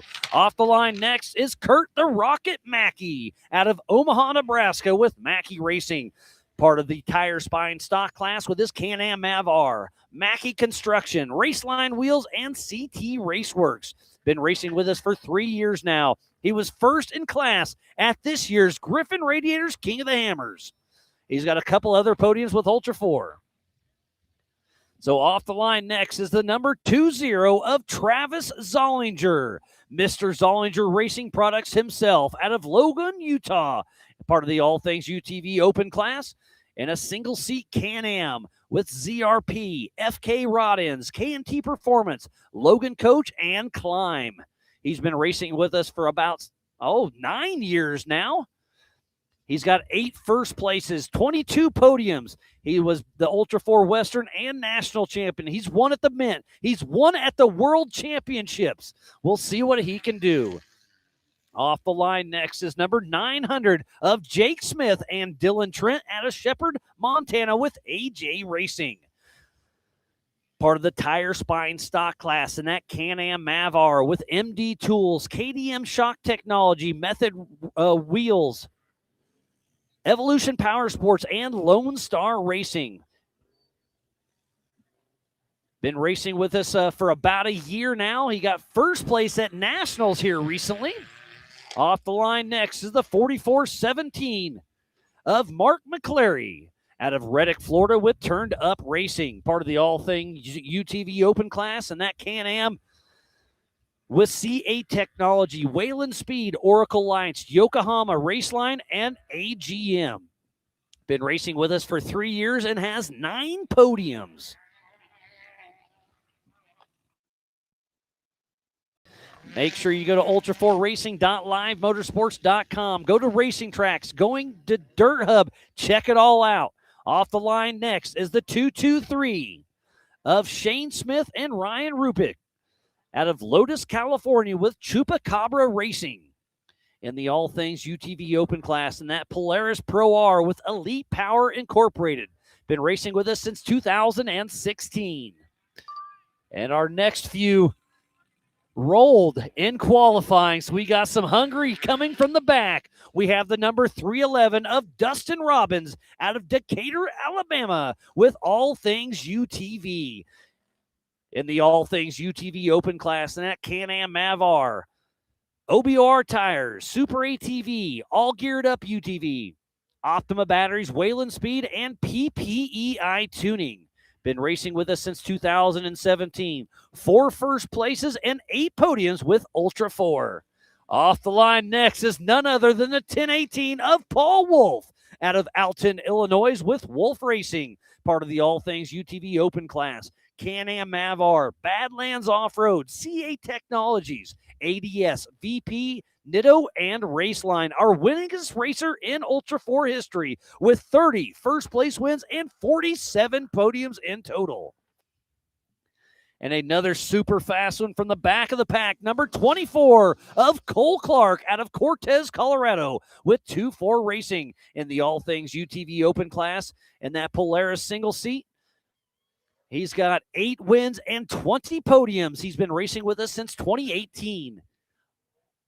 On course there, I'm going to guess that is Jake Smith, but who opted to not qualify. Number 007 is Miley Hale and her dad Micah out of Fallbrook, California with Alliance Steel Racing and that Yamaha R-Max with Warren Racing, Factor 55, Baja Designs, PRP, Jesse Combs Foundation, Rugged Race Radios, Pro Eagle, Method, Maxxis, and Spy. Made her Ultra 4 USA debut last year at King of the Hammers. So we have a full course with 13 cars out on course. Nope, 12. They got Mark McClary twice. So 12 cars out on course. This is going to be a wild one. There is Cole Clark. There is Jake Smith. I believe that's Travis Zollinger. Again, it's a little hard to tell from the top. But we are racing the Tire Spine Stock class and the All Things UTV Open class. This is a 4-lap race, 5 miles per lap. They took off one at a time every 30 seconds. So the guy that took off in 12th, if he finishes within 6 minutes of Eric Gilbert, he could win. So it's anybody's game. We'll see how it shakes out. So the stock class has to have an OEM chassis. Must use stock suspension pickup points. Reinforcing is allowed. Must run front, body, and side plastics. Rear bed can be trimmed to fit spare tire. 1,000cc max engine and 33-inch maximum tire. And then open UTV is that. Has to be a UTV based and a up to a 2,000cc maximum engine. But dream it, build it, come race it. Trying to get a visual on who that is. I'm going to believe that's Josh Smith, it looks like. So he's out there ripping. This is a fast section, but he's going to have to check up because this is a pretty good little climb right here. Got some little rocks you have to slow down for, as he does. Smart move. And again, attrition. You got to be very smart out here at BFE. The rocks are unforgivable. Like I said, I believe that is Josh Smith, who is currently, well, who took off the line second. Let me switch over to Dirt Hub and Racing Tracks. So go to Racing Tracks, hit the 3 dashes next to menu, scroll down to Open UTV, Show All. Pro Stock, Show All. And that gives me all of my cars that are on course. Then I hit Hide Menu, scroll back, and it looks like on Racing Tracks, it is Travis Solinger. I'm going to scroll over to Dirt Hub. And it is showing Jacob Smith possibly out front. Dustin Robbins with a good run so far.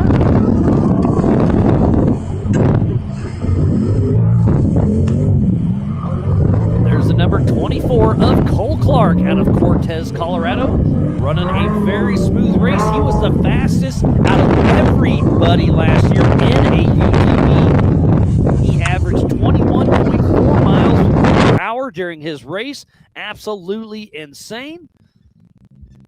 Let's see, let me find my open. He won open class, then it was Shabs Piercy, then it was Bailey Cole. In the stock class, it is Seth Carpenter, Matt Peterson, and Dylan Trent.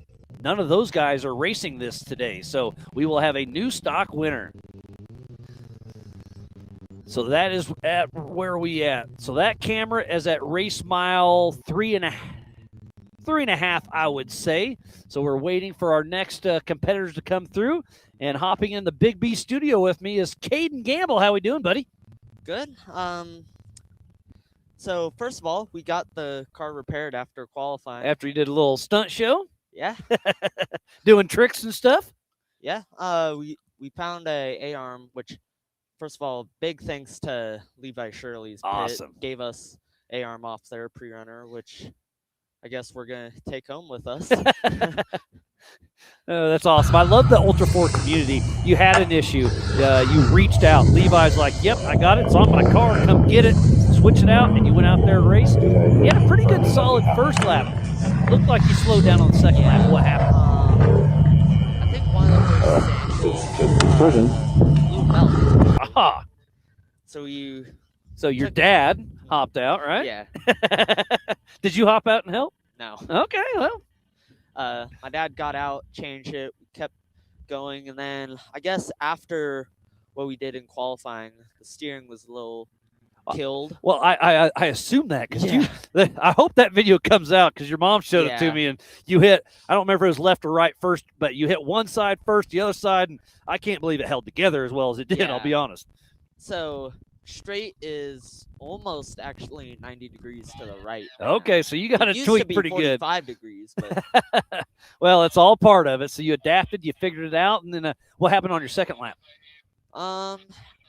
we were struggling with the belt because I didn't want to blow another one because I knew the clutches were hot with a fresh belt. So you're playing conservative. Yeah, I like it. With our steering too, it got rough in the rocks, especially as red as it got. And one of the times going downhill, I went to get on the brakes, went straight to the floor. Uh-oh.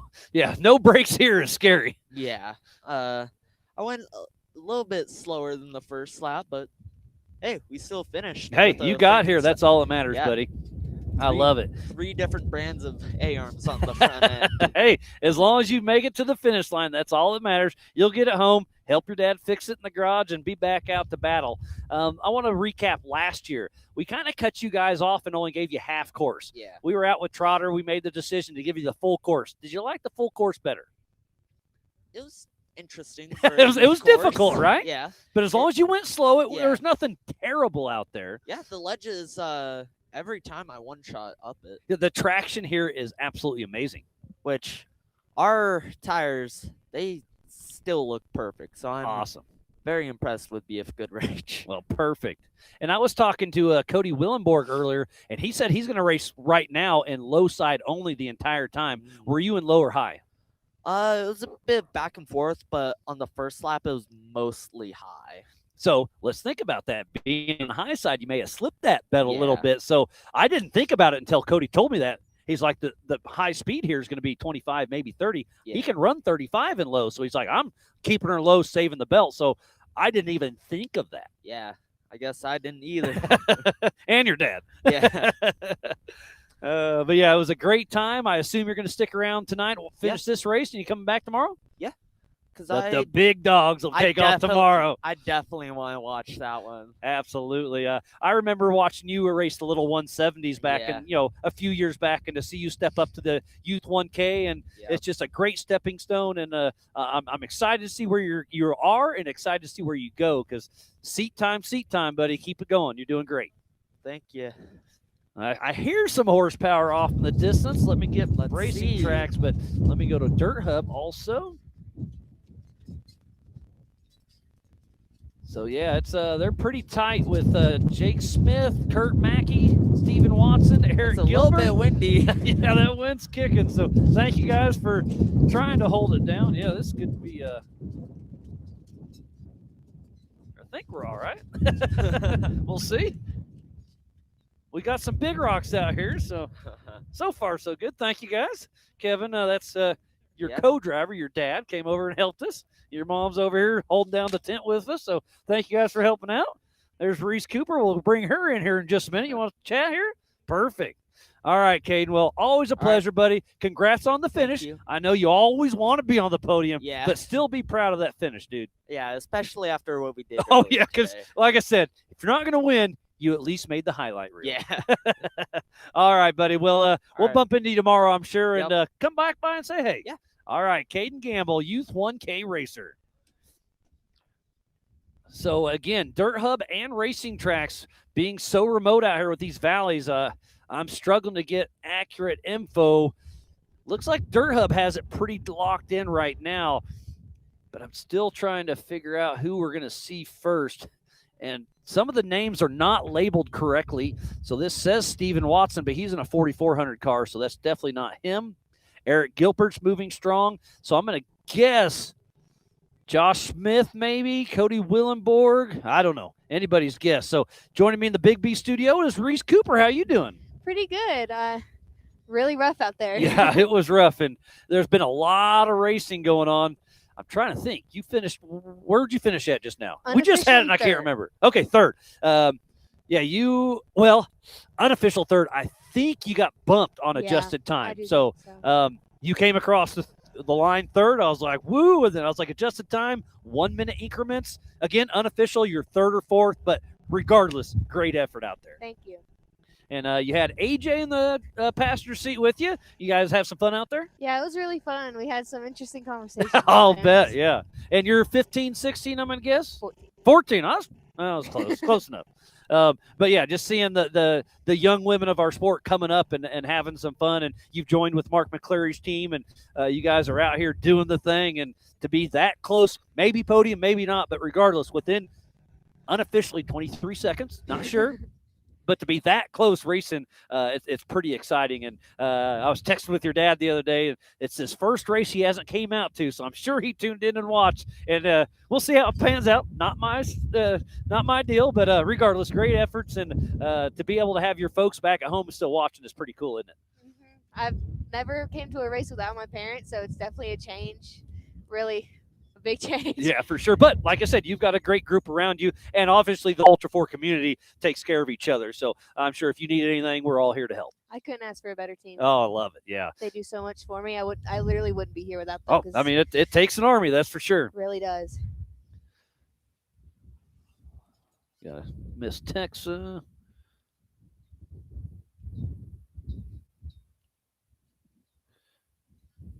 So Chris was taking it live. Just texted me, said everything's working good. I'll hit him up some later with some updates. But so far, hey, thank you, Reese. So we have physical eyes, and I'm going to guess that was Eric Gilbert. That looked like a Mavar, right? It was a Mavar. Okay. I saw it on the screen, and I saw it there. Yeah, so that should be Eric Gilbert coming through. He was our first competitor off the line in the 4,900 tire spine stock class. So let's. They are rolling. Holy crap. Yeah. Yeah. I think the Youth 1000 was between 25 and 30-minute laps. I'm going to guess these guys are being obviously the stepping stone for the Youth 1K. You're fast, but these guys, I mean, yeah, they're another level for sure. So we got another visual that looks like Well, can you take like a recording of that somehow? Or how do we take a recording of that to like show? Maybe it was. I was looking at with my phone. You can Something. absolutely be correct. So if it's MAV-R, it could be Kermash. And I believe that. Yeah, now I'm here's a piece off, and it does so. Yeah, look at you're picking this up. Really. Oh, for sure, yeah. All right, on screen is Dustin Robbins, who started in the back of the pack as a rollover here in qualifying. So adjusted time is on his side. Looks like Jake Smith possibly, and then is that Travis Sullivan? Oh, that's your teammate Mark McCleary. Okay, perfect. And you can see that is a very amazing built machine, and he's struggling. So video never does it justice. Yeah. And it is Eric. No, that is Josh Smith.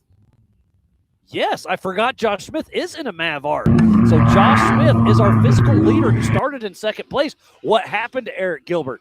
Josh Smith and Corey Nasso about to finish lap number 1 of 4 on this 5-mile course. He is going to go up and around the Brannock Bowl having some fun. So what's been your favorite part of the week this so far? The views. The views. It's Yeah, amazing. I was assuming you were going to say the race, but I love that you said the views because just driving up here, driving anywhere, it's just right now. Look behind us. Just absolutely amazing. And look at the drone shots when they go high and wide. You can't get any better. Uh-oh. Tell Mark he can't park there. His car is built. Oh, man. So we have Eric Gilbert, who was first, but now is physical second. But remember, Josh Smith and Eric Gilbert are in different classes. Make sure you go to ultra4racing.livemotorsports.com for the timing, and it shows you which class they're in. And Mark must be having an issue because he should be able to make that climb live. He may have trying to watch maybe a right front axle or something because he should make that climb no problem. I mean, you made it. So now you can give Mark some grief like, hey, that climb is easy. What happened? Why are you parallel parking? Oh, that is right. I forgot. That is Paul Wolf. So he is at race mile 3.5. So Paul Wolf, who started at the back of the pack, is really making some moves. So Paul Wolf, you can never count him out. And now I hear somebody that is a MAV-R. That's going to be Kurt the Rocket Mackey, physical third and second in class as he makes it down the Maxxis Leap.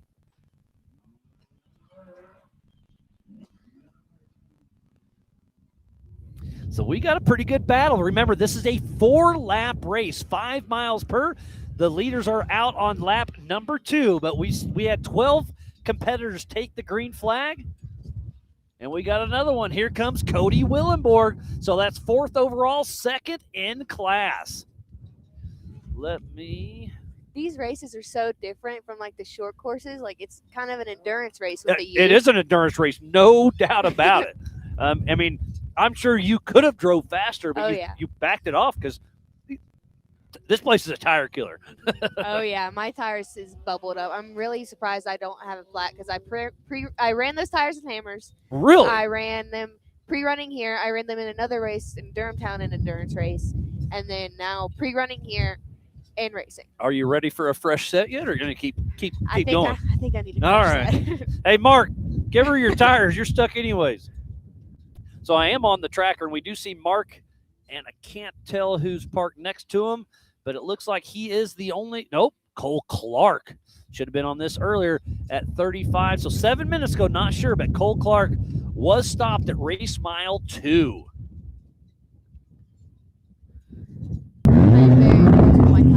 Yes, super slick. No one could get traction. Perfect. So here's Mark McCleary stuck. And this shows you this place is really tight. So that is going to be Shane Smith in the green car. Cole Clark, who I said would stop. Obviously, we see him moving, and he is hungry, starting from the back of the pack, making 2 passes right here. Cole Clark and Paul Wolf and even Dustin Robbins come from the back. They will have adjusted on their side. Mark McCleary blocking. This is kind of an easy board. He did try to pull off. Yeah, he pulled off course. But definitely in the front. I'm going to guess an actual complete guess. Could be a diff. But hey, he's got a camera. He'll figure something out. And look at this. I'm going to ultra4racing.live because Paul Wolf is here. He started at the back of the pack. He's going to move from roughly 10th to, I don't know, maybe 2nd or 3rd. Goodness. He's moving. Boom. Paul Wolf is your new race leader on adjusted time. He rolls in qualifying, takes a rear start, and fought through the field. Looks like he's got about 7-second lead over Josh Smith. Wow, what an incredible push by Paul Wolf. So let's go through all things. Paul Wolf, Josh Smith, Solinger, and Cody Willenborg. In stock class, it is Kurt Mack. That's it.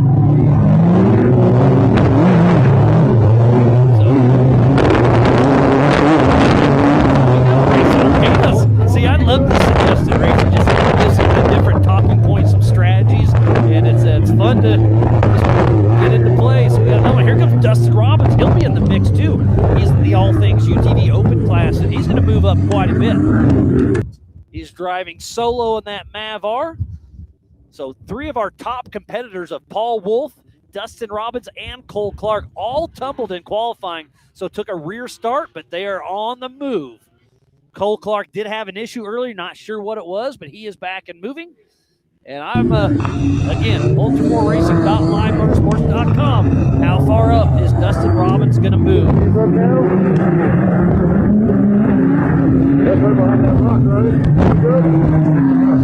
Looks like it's...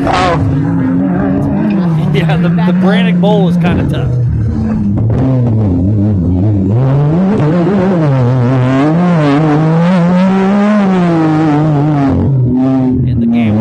Not a good spot to stop. He's coming right up on someone stopped. Yes. Yeah, they're out of the car. Oh, shit. Yeah, it's right there.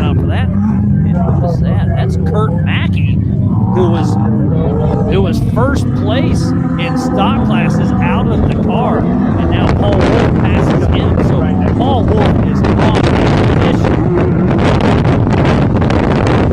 Got another one.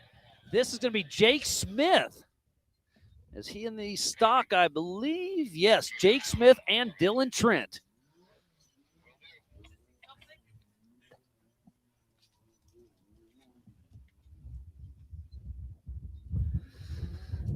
This is a good race. Man, this is fun. So, your race was fun to watch. You 170 for one fun. You can get around, but more cars on the course, you better hope all your steering's working. All builds up to tomorrow afternoon, and they're standing right outside of it. Keep on schedule. The 4400s. Are you sticking around for that one, or are you bailing out with Mark? Probably okay. That long. I rode here with Mark. Oh, so you're probably leaving tonight or tomorrow. Just I just go with the flow. Oh, hey, me too. It's just easier that way. And here comes Cole Clark. I got visual eyes on him. So his tracker was pinging, or wasn't keeping up with him quite as well as we had hoped. Let me scroll over to Dirt Hub. Do I see him coming up? All right, so on Dirt Hub, I'm pretty sure Cole Clark is Chad Hunt. Yeah, Oh, and I'm, again, learning Dirt Hub. So if you look at Chad Hunt, who's Cole Clark, there's a number. That must be his miles per hour. So again, I'm learning as we go, but I'm super excited to see this new technology come on board. Dave and Jason and the team have really been working hard behind the scenes, and it's only going to get better and better and making racing fun, make it safer. There goes Dustin Robbins passing Kurt Mackey. What's going on, Kurt? He doesn't have any cell service, otherwise he'd been called. He could. You're right. He might. Yeah, dude, it's like. So crazy.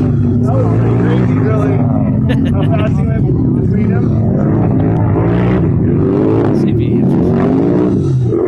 Well, this is right here, huh? Yeah. Yeah, he's literally right over that ridge. Well, Reese, you had a great run. We'll see how it goes. Third or fourth. Yeah, that's us. Great run out there. Always Right a there. pleasure to see you, and congrats on a strong finish. Thank you. All right. Reese Cooper going to be heading out of here. So there is Shane Smith. Race mile 3.5. We got MOAB John back there running safety and ops and has our camera. So thanks for running that for us, buddy. And here comes Let me get back on Dirt Hub to verify. So verify. Pretty sure Chad Hunt is Cole Clark on Dirt Hub. Just a heads up.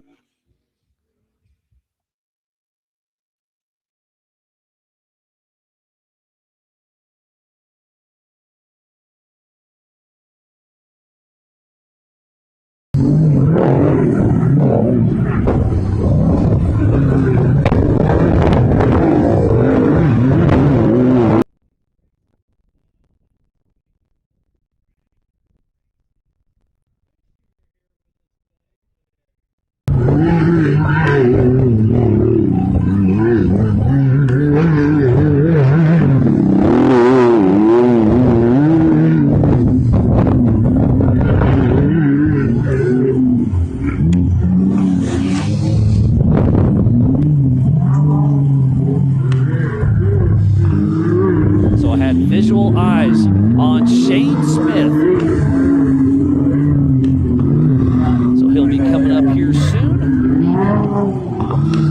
How's all the markers moving on Dirt Hub? Yeah, real time looks great? Yeah. Awesome. Just above our location, you got one just kind of over on everybody. I think everybody's okay. Looks like there's nothing.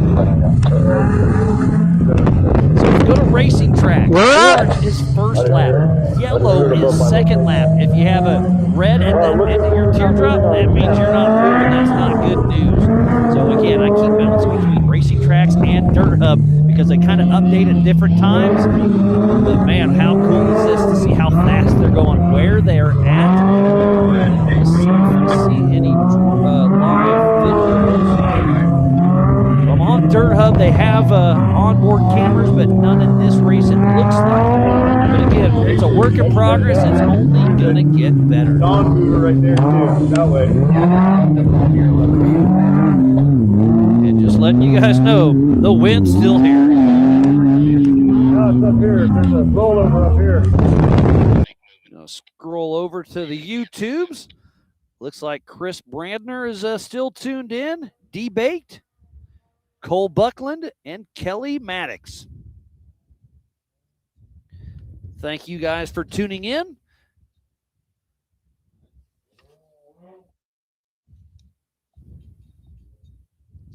And here comes Shane Smith as he drops the first Maxxis leap, and now he's at the bigger one.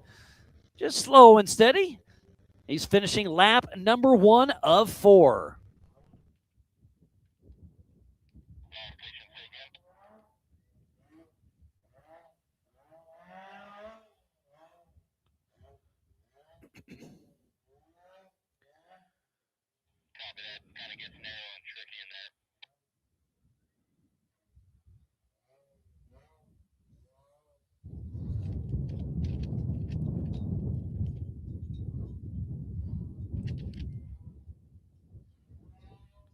Sounds like we have a drone that's getting a little audio that's drowning out. I do apologize. Just sent that to the Take It Live team, so we should get that sorted out shortly. Thanks for the heads up, everybody. And at quick glance, that looked like Kurt Mackey. I sure hope it was because he was stuck on course. So I'm trying to look for number 64. Don't see him on racing tracks. Let's go to Dirt Hub, live map. See if I see Kurt Mackey. On Dirt Hub, it still shows him at 0 miles an hour.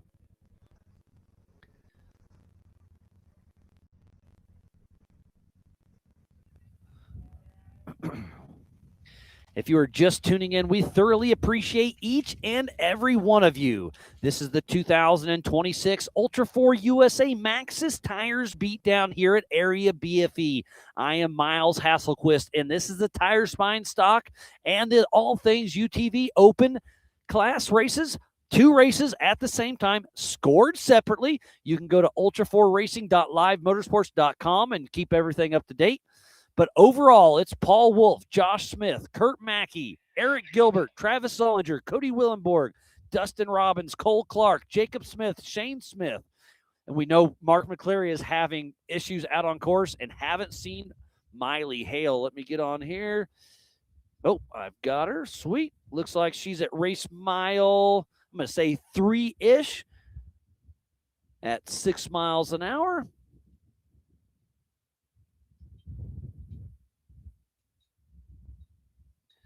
So far, so good.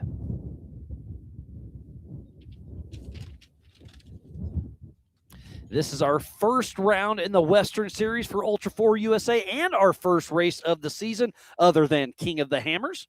Up next is Badlands in Attica, Indiana. April 15th through the 19th in just a few short weeks, and that's going to be another great race as well. I'm lucky enough to travel the U.S. and check out all these amazing race parks, and man, we hit some of the best ones out there. And something new this year is I get to check out Leatherwood, Kentucky for Nationals. That is October 14th through 18th. I've heard a lot of great things about it, and I'm excited to see it. Here comes Shane Smith into screen. This is our last race of the night, and our leaders should be finishing up lap number 2 of 4 here shortly. So we're not quite to the halfway mark.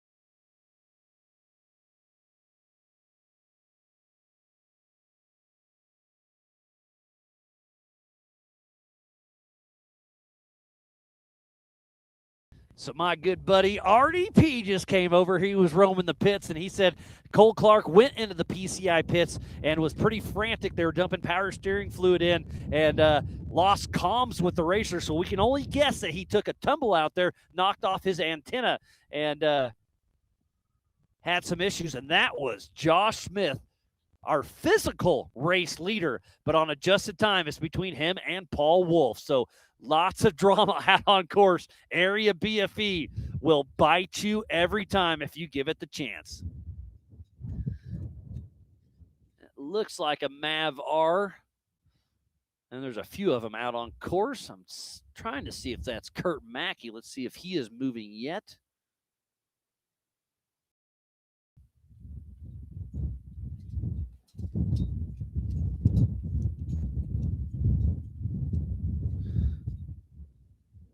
Kurt Mackey's on Dirt Hub is still showing 0 miles an hour. But Josh Smith, our physical race leader, will be finishing lap number 2 here momentarily.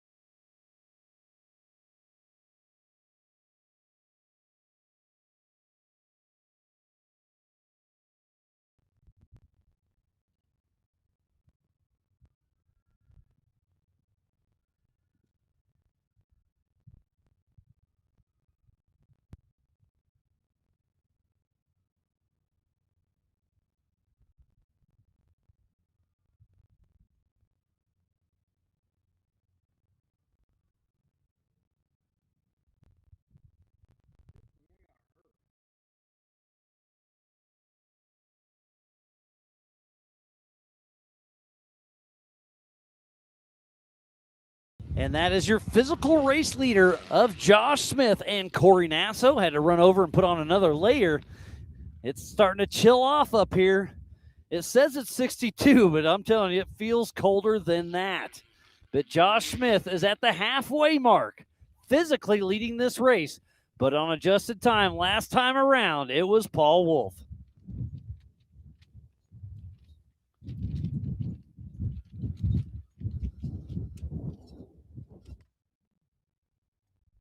So here's race mile 3.5 at Strike Revenge. MOAB John's down there running safety and recovery, and put a camera out there for us. So thanks for helping out. We have MOAB Matt out here on course, MOAB John. They are part of our core crew at King of the Hammers. They come out every year and help us set out. We hope to see MOAB Mike hopefully tomorrow. So there's a shot of Kurt Mackey, I believe, who is still stopped on course. And he is out of the car, obviously, looking at the back. Not sure what he's doing, but tough break for Kurt the Rocket Mackey. And I see another car coming, but all I can see is headlights.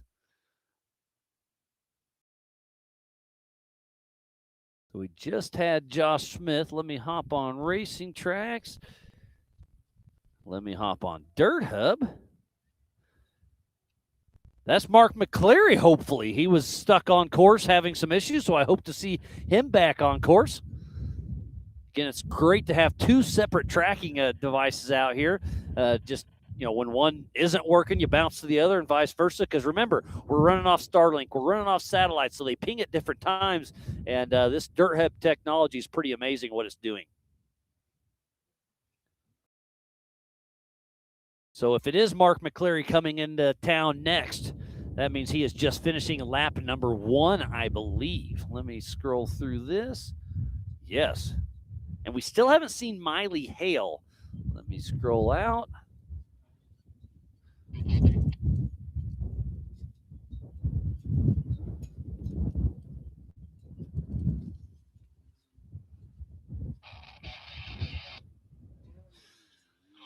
Oh, so that was Eric Gilbert, 11:33.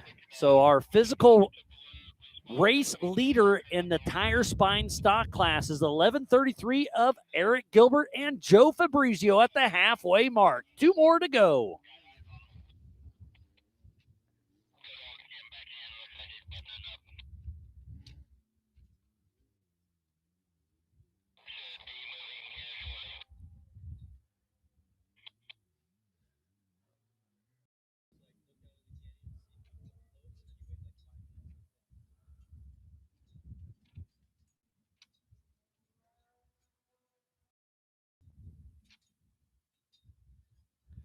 Oh, and just getting this through Racing Tracks, tip alert for 007 of Miley Hale at 3.4. So that's going to be close to MOAB John. So if you got your eyeballs on, buddy, look for Miley Hale. Tip alert at race mile 3.4 for 007 Miley Hale. Tip alert at race mile 3.4 for 007.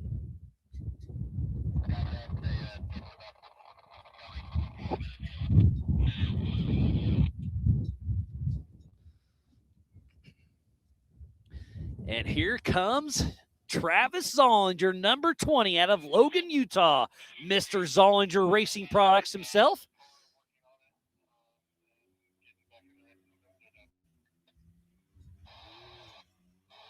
He started in the snowmobile world, but then when UTV kind of got hot and heavy, he jumped full force. And you see a lot of Zollinger Racing Products out there. And where else better to test your parts than with Ultra 4 USA right here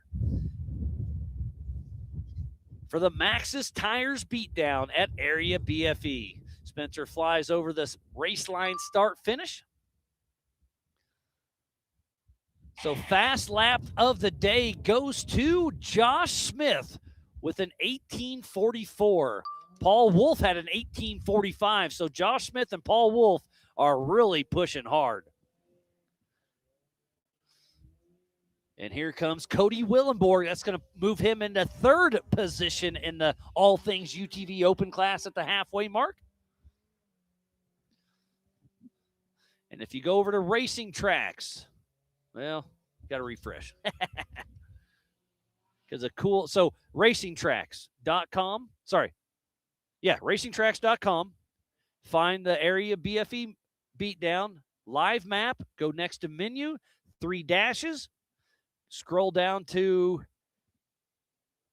Pro Stock, show all, scroll down to Open, show all. We'll see if yeah, we're missing a few of them out there. Again, pings aren't quite as quick as we would like. So I'm going to switch back over to Dirt Hub, both amazing platforms.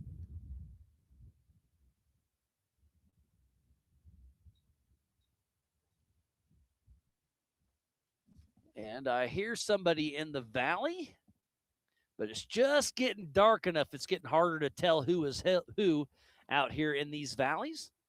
I'm not saying it's getting dark. It's just dusk is starting to set in, heavy cloud cover, dust. Can't quite tell who's who, but on screen I can tell you this. That is Cody Willenborg out of Effingham, Illinois with CW Motorsports.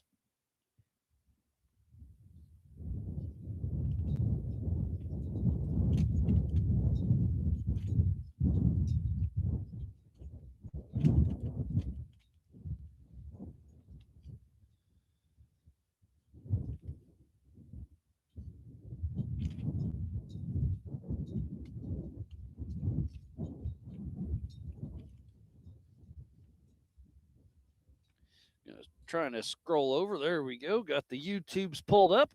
Oh, Aaron with Your is tuned in. We'll be racing with them at the Big Sky 200. I believe that's in June. Yes, June 17th through the 21st up in Broadview. Be racing with the Yellowstone Off-Road, a joint race with Ultra 4 and Yellowstone. So excited to see them. Thanks for tuning in, and we'll see you guys soon.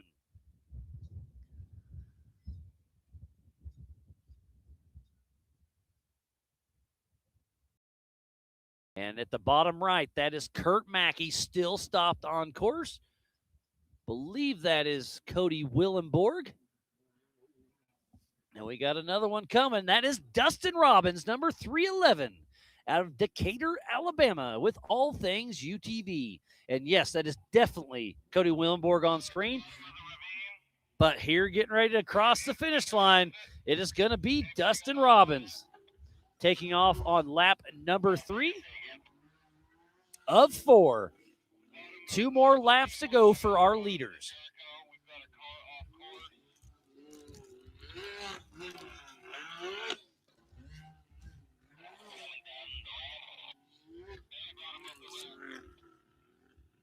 So Dustin Robbins was in 4th last time around in the All Things UTV Open class. Can he keep the momentum going?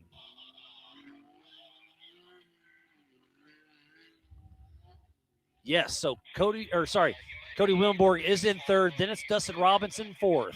So let's run through this. It is Josh Smith in the All Things UTV Open class, then Travis Solinger, then Cody Willenborg, then Dustin Robbins. But don't forget, adjusted time. Paul Wolf may still be in the lead. We do not know this. And then in the stock class, it is just Eric Gilbert who is still running strong. We know Kurt Mackey has been stopped for a while. Jacob Smith, haven't seen him for a bit. So, man, Eric Gilbert may run away with this in the tire spine stock class. And I just popped and saw taillights. I missed it looking at the timing, but back on screen is Cody Willenborg.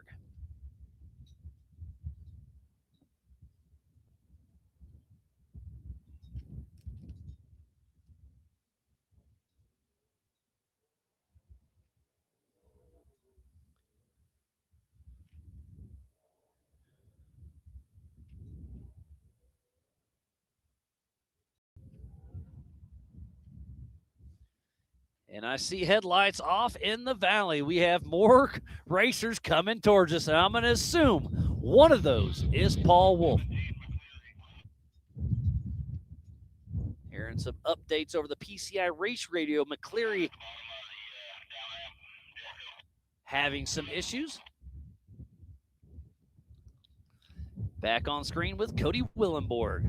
And I believe this is the Dirt Hub drone way out back. And we have Spencer here at home base flying FPV and Mavic. Great shots all over.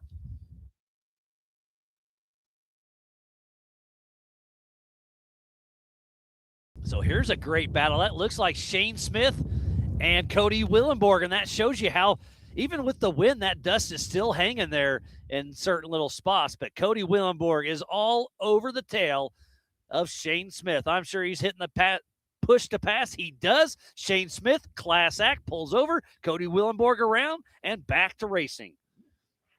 And here comes Cole Clark. We think he had a rollover, but he is back on it. And I tell you what, this may be a new fast lap of the day. Cole Clark is on a mission. Look at him just launching the Maxxis leap.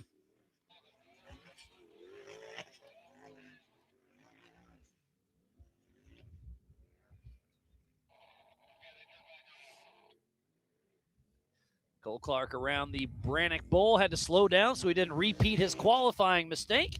Let's see where Cole Clark, he moves into 5th place and turns a 20-minute 44 seconds. So fastest lap of the day so far is still Josh Smith with an 18:44. So remember, our leaders are out on lap number 3 of 4. And if you go to racing tracks, green means 3rd lap.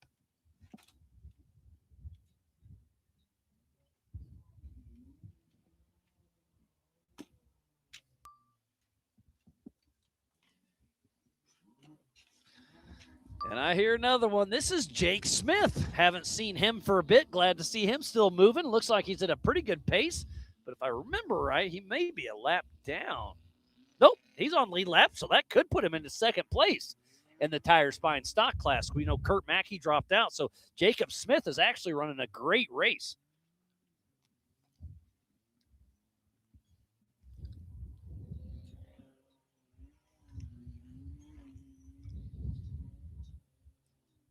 Still a pretty decent little crowd out here watching the tire spine stock and all things UTV open race.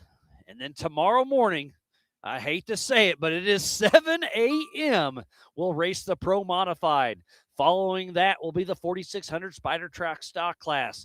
After that, hopefully around noon, will be the 4500 Modified and the 4800 Brannock Motorsports Legends class. They'll run 5 laps. And then the grand finale of the 4400 Unlimiteds, hopefully around 3 p.m., 8 laps, 40 miles. It's going to be wild. So be sure to stay tuned in tonight. We still have a race on our hands, but tomorrow, all-day racing action. I do see a lunch break on here, but I doubt we get it. And here comes Miley Hale. We heard she was flopped over. Glad to see her and her dad, Micah, still running that Yamaha R-Max. Got a really short wheelbase. Drops down the Maxxis, blips the throttle just barely. Great throttle control, Miley. She is part of the Jesse Combs Foundation.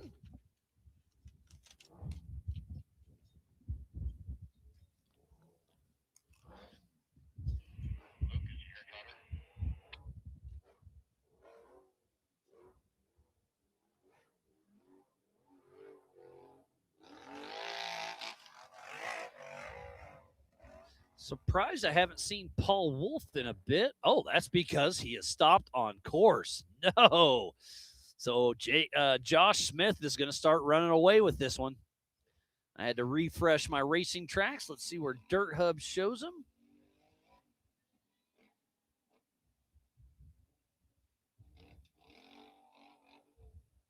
So that's why you have to kind of keep bouncing back and forth between Dirt Hub and racing tracks. Don't see him on Dirt Hub, but I see him on racing tracks.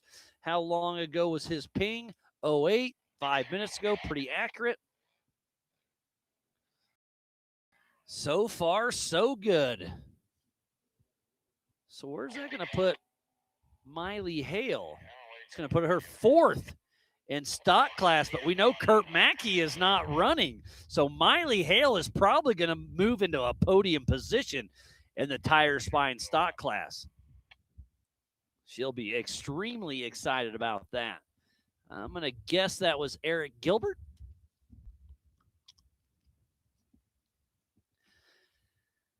This coverage of Ultra 4 USA is presented by Maxxis Tires and is brought to you by our official sponsors: Big B Motorsports, Off the Grid, Freight Factory, Raceline Wheels, King Shocks, Warren Racing, Holly Off-Road, Brannick Motorsports, Rock Crawler Suspension, Spider Tracks, Metal Cloak, Factor 55, NorCal Rock Racing, G-Force Suspension Technologies, Maxxis Tires, All Things UTV, PCI Race Radios, Can-Am, Tire Spine, Pro Eagle, and by Monster Energy. So please support who supports the sport. We would not be racing here today for the Maxxis Tires Beatdown at Area BFE. So if you're building a race car, a mall crawler, a tow rig, go check out all these amazing marketing partners. And I believe that is Josh Smith, our physical race leader.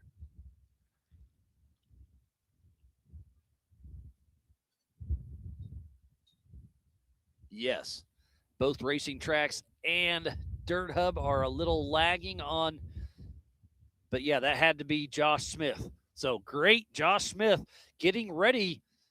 Let's see. Yeah, this should be the white flag for Josh Smith. He'll be heading out for his fourth and final lap.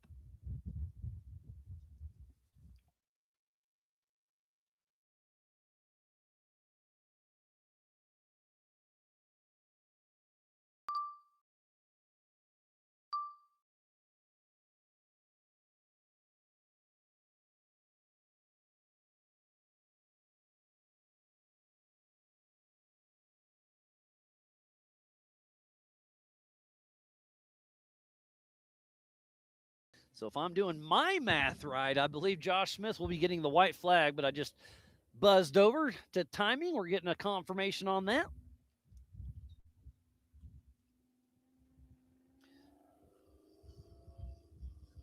Is that Jake Smith, I believe? It's a little pixelated on my end, sorry. But what a wonderful day it has been. And if you're in the area, if you're here for Easter Jeep, if you're in Moab, come out tomorrow. It's only $25 a day per person. Kids 12 and under are free. As we flip back to Cody Willenborg. Again, I just want to give a huge shout out to all the volunteers, our Ultra 4 USA staff. We've got Goodby, Jeremy, RDP, Roxy, Robert, Trotter, Abe, Pam, Moab Matt, Moab John. We got Team Indiana out here. We have Matt Zeiler and Chase out on course. We got a great crew. And then also all the media, safety, USAC, racers, fans, and our marketing partners. And here comes Josh Smith.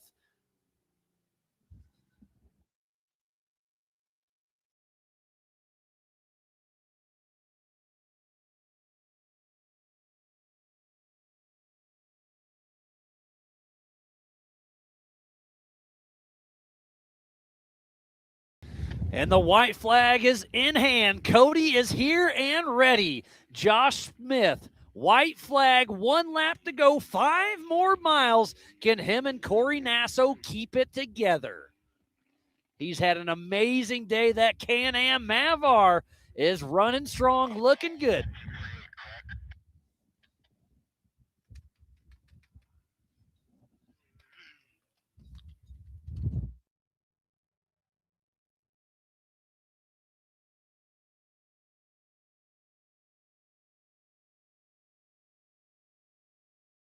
And I'm on Dirt Hub, and I do see Josh Smith and I'm watching him. Josh Smith bypasses the PCI pits. Again, I don't think anybody is going to have to stop for fuel this weekend. I think it's only for tires and mechanical. So if you're having a smooth race, bypass the PCI pits. And that wind is still kicking. It's starting to chill off. It's a brisk, it says 61, but I'm going to call BS on that one.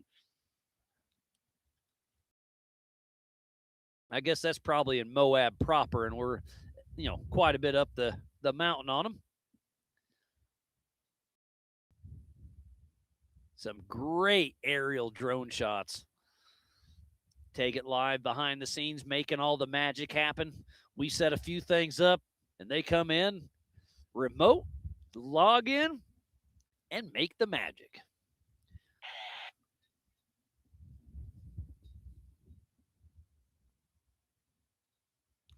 Don't forget to check out Roxy down at the parking lot by the highway with Ultra 4 USA Mega Merch. If you buy $50 or more in swag, you get a raffle ticket to win a Warn winch tomorrow. So, man, go buy a hoodie, go buy a t-shirt, and you could possibly win a Warn winch. Can't thank Warn and Warn Racing enough for that. And I think we may be doing that at most races. I saw a pretty good stockpile in our semi, so I think we'll keep that train rolling.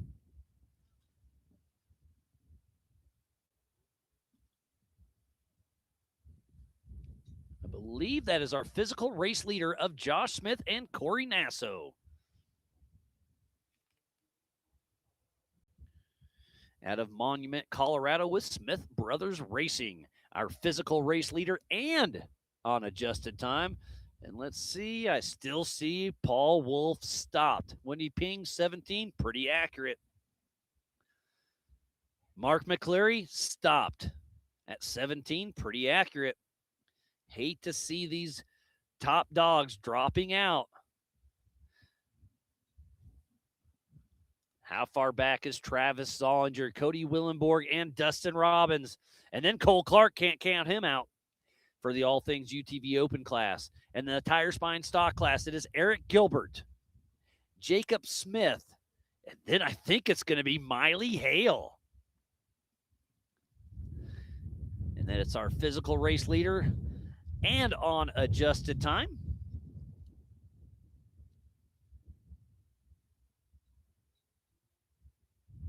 What a great day it has been. We started out today with qualifying, and it was a spectacle. Super spectator-friendly right here at Area BFE. Then we moved right into the Youth 170 race. A lot of fun to watch those young guys and gals out there ripping up the course. And right now, it's the Tire Spine Stock and the All Things UTV Open UTV class.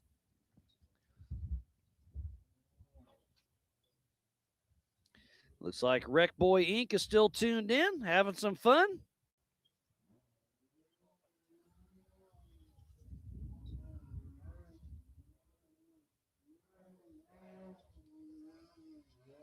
Oh, and Jason Potts saw the same thing I saw.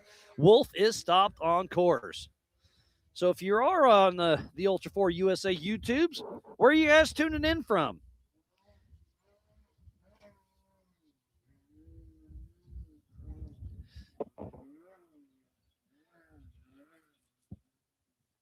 And there is Eric Gilbert, our physical race leader in the Tire Spine Stock class and second overall, heading out for his fourth and final lap. We got some fans for Cole Clark. Oh, Cole Buckland from Cortez, Colorado, tuning in. Thank you, buddies. So that's why you're rooting on Cole, because you guys are neighbors.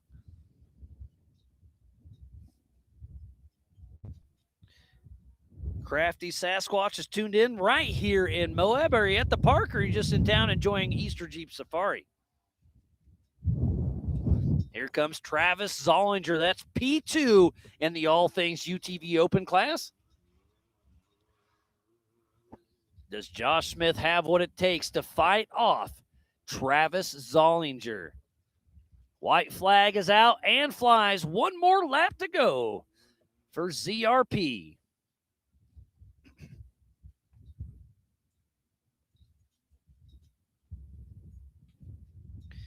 Looks like Ellen's turned in from Oklahoma. We got Kentucky. Crafty Sasquatch is in Spanish Valley. David's in Illinois. See you at Badlands. Sounds good, buddy. Turbulence Off-Road out of Indiana. Mark Jinks out of Monument, Colorado, probably rooting on Josh Smith. Michael is out of Ogden, Utah.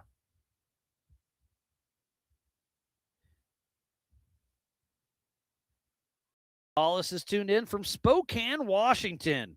Hope to see you at a couple races. I assume we'll see you up at the Big Sky 200. Oh, that's what you just said. Perfect.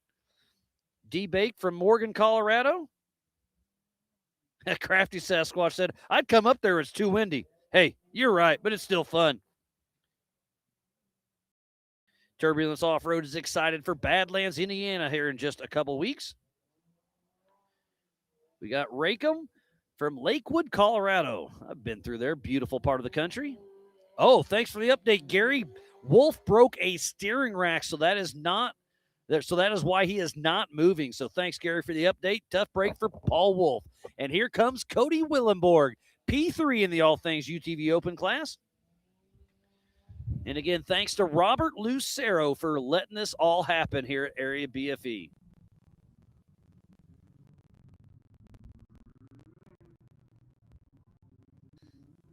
Andrew McLaughlin's tuned in from their condo right in town. He qualified earlier, and they're trying to settle a debate who's got the better steak, Tim or Andrew. Well, bring me one. I'll let you know, buddy. But, yeah, okay. Right answer's Andrew, so sounds like he owes me a steak. I'll take it. I see some more dust coming up the valley, and it's fast. That's Cole Clark roosting out there. He is pushing hard. He is not going to give up. He's set on kill mode. I promise you that. That is the fastest car I've seen come up the valley today. Cole Clark is pushing hard.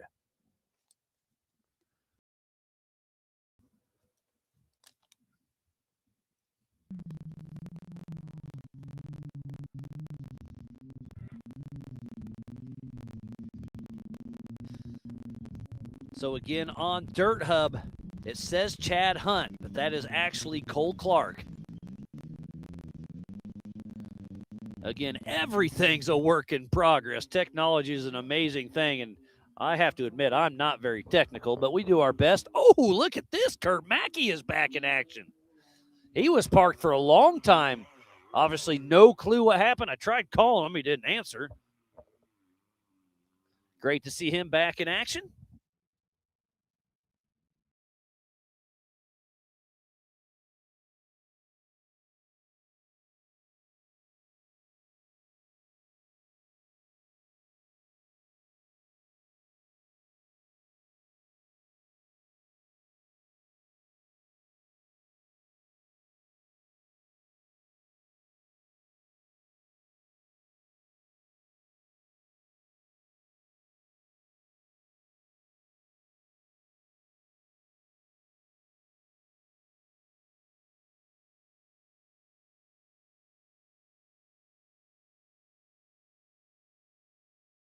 And here comes Cole Clark down the Maxxis drop. I'm going to ultra4racing.livemotorsports.com because I suspect a very quick lap. He is on a mission.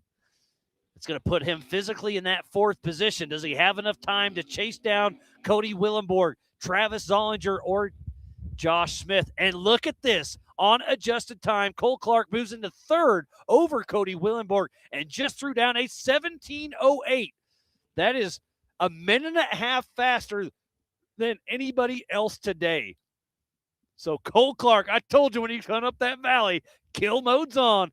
Watch out, Zollinger. Watch out, Smith. He just beat Cody Willenborg's time. Cole Clark, if he can throw down another solid lap, he'll end up on the podium. But you can't count good old Cody Willenborg out. Let me switch back to Dirt Hub, see if he bypasses. Yes. Cole Clark bypasses the PCI pits. So let me go to another one.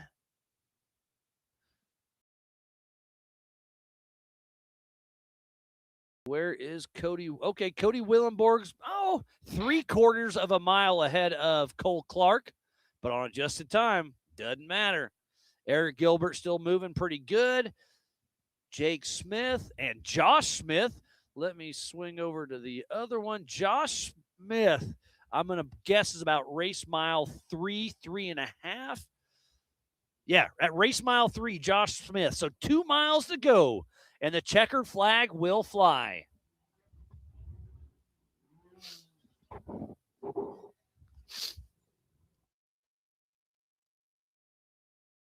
And here comes Dustin Robbins down the Maxxis leap. He'll be grabbing the white flag. Well, it's Grand Prix, so everybody grabs the white flag, but he is heading out for his fourth and final lap.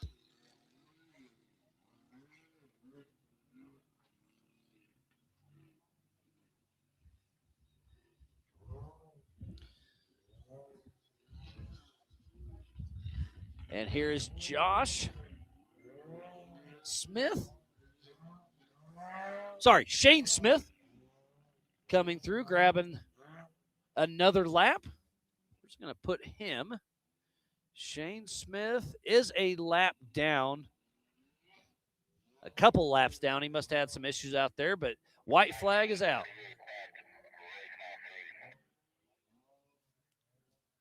So race leader is probably a mile and a half out before that checkered flag flies.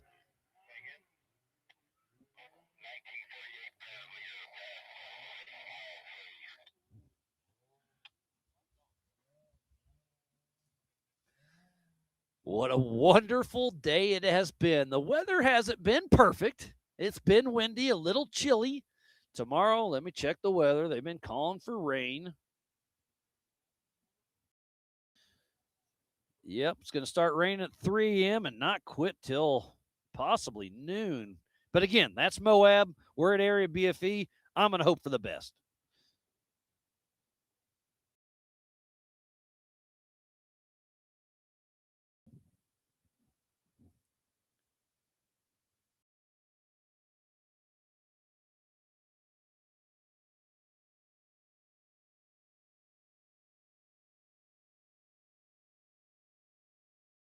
There's Cole Clark, the fastest guy of the day, just threw down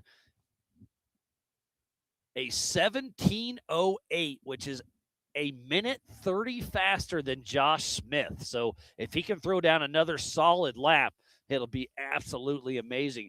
Last year, Cole Clark threw down a 14:40, so that goes to show you how much tougher the course is this year. Cole Clark, I'm telling you, kill mode. He's going for gold. He is on the podium right now, so don't throw it away. But he's trying to catch Travis Zollinger and Josh Smith.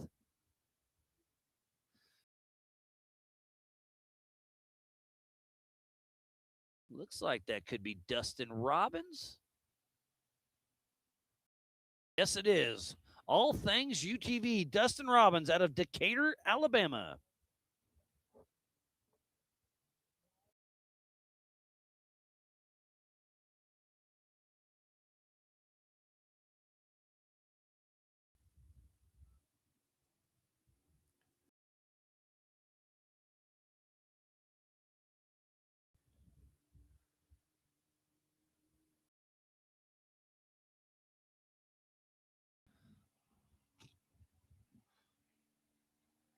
So I see Paul Wolf's pickup heading out, so they're probably getting ready to do a little recovery after this race. Switch back over to racing tracks. He's still stopped in the same spot. Let's switch over to Dirt Hub. See if I can see Josh Smith. Yes, I do, and he is moving strong. He is almost to race mile 3.5. So I'm going to say, 6, maybe 6, 7 minutes. We'll have Josh Smith up here.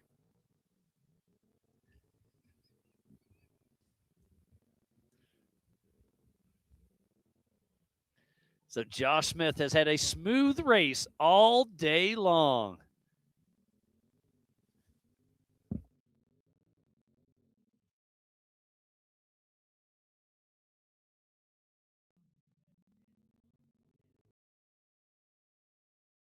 I see some headlights in the valley. Can't quite tell who it is.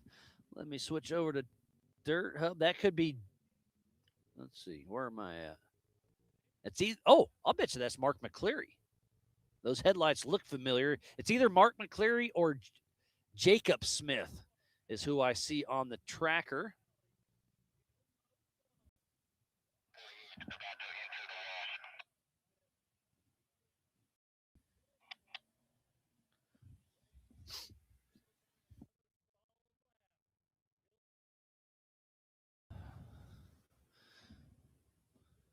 What a wonderful day it has been, and it's not over yet. Don't forget, we have to give away some of those Creative House trophies later on this evening to our racers today. They've hopped on board this year and can't thank them enough.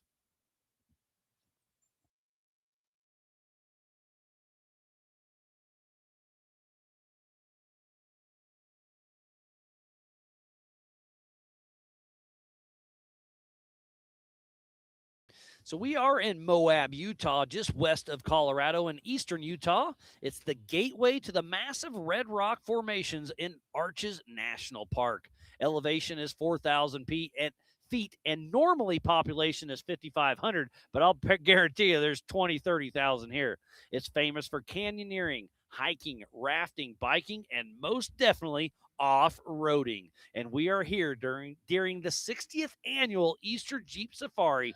Thanks to Red Rock Four-Wheelers for keeping that thing going for so long. Here comes Jacob Smith. He'll be heading out for another lap. I believe he's second in class in the stock class.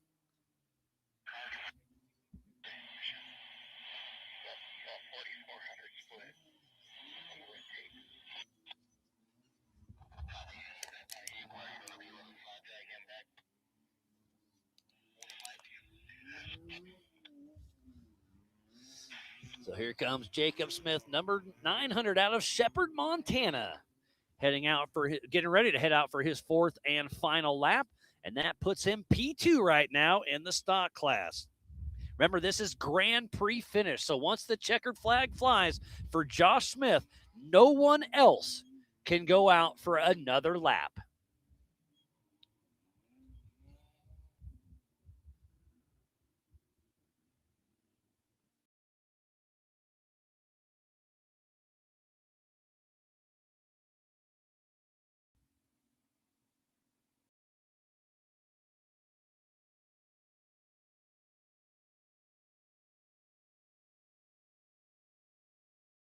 And just want to say again, keep an eye on Cole Clark. Fastest lap today was absolutely insane. But let's come right back here to the start-finish line because our leader, Josh Smith, is here, dropping down the Maxxis leap. And here he is. Just a couple more turns. Checkered flag will be flying here momentarily.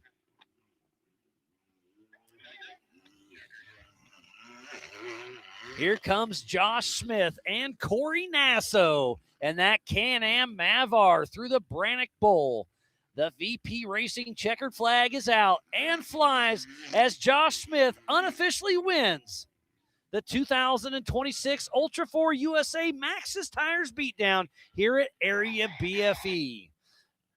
So Josh Smith, Corey Nasso out of Monument, Colorado with Smith Brothers Racing, part of the All Things UTV Open class, and that Can-Am Mavar. Smith Brothers Motorsports, KDM Shock Technology, Liquid Molly, Baja Designs, and Side-by-Side Paradise.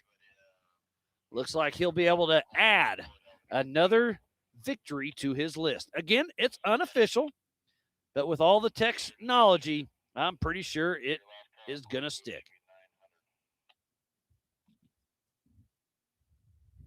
So again, nobody else can go out for a lap. Checkered flag for the rest of the field. So that's going to stick Miley Hale with probably fourth because Kurt Mackey got going, so he'll get third in stock class, sorry. Jacob Smith in second in stock class. So, yes, Jacob Smith will get second in stock because nobody else can go out for a lap. It'll be between Kurt Mackey. Nope, Kurt Mackey will get third. So unofficial first should go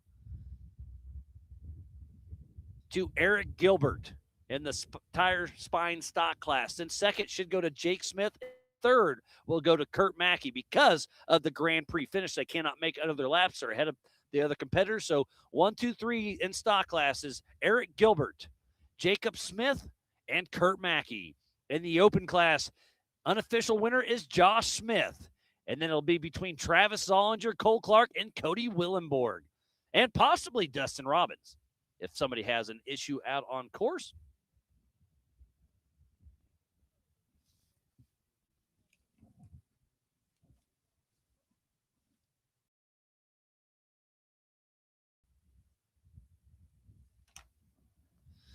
Thank you again for everybody for tuning in. It's been an amazing day. I am Miles Hasselquist, and this is the 2026 Ultra 4 USA Maxxis Tires Beatdown here at Area BFE. We started the morning off with qualifying. Then we did the Youth 170s, and then the Youth 1000s, and now the stock and open UTVs. It's been a great day. It's not over yet, but we're going to be wrapping this thing up here. Hopefully the next 20 minutes or so. We'll see.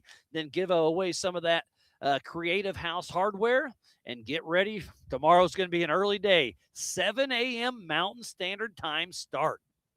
And we'll be live all day long. I'll be here with you having some fun. Hopefully not in the rain.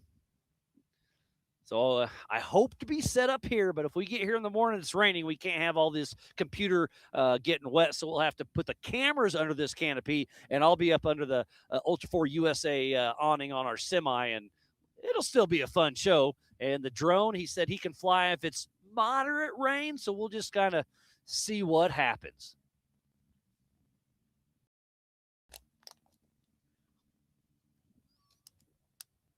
There's Jason Watt walking around. Hey, how you guys doing? How you doing, Jared? I'll tell you, Jason Watt looks pretty nervous.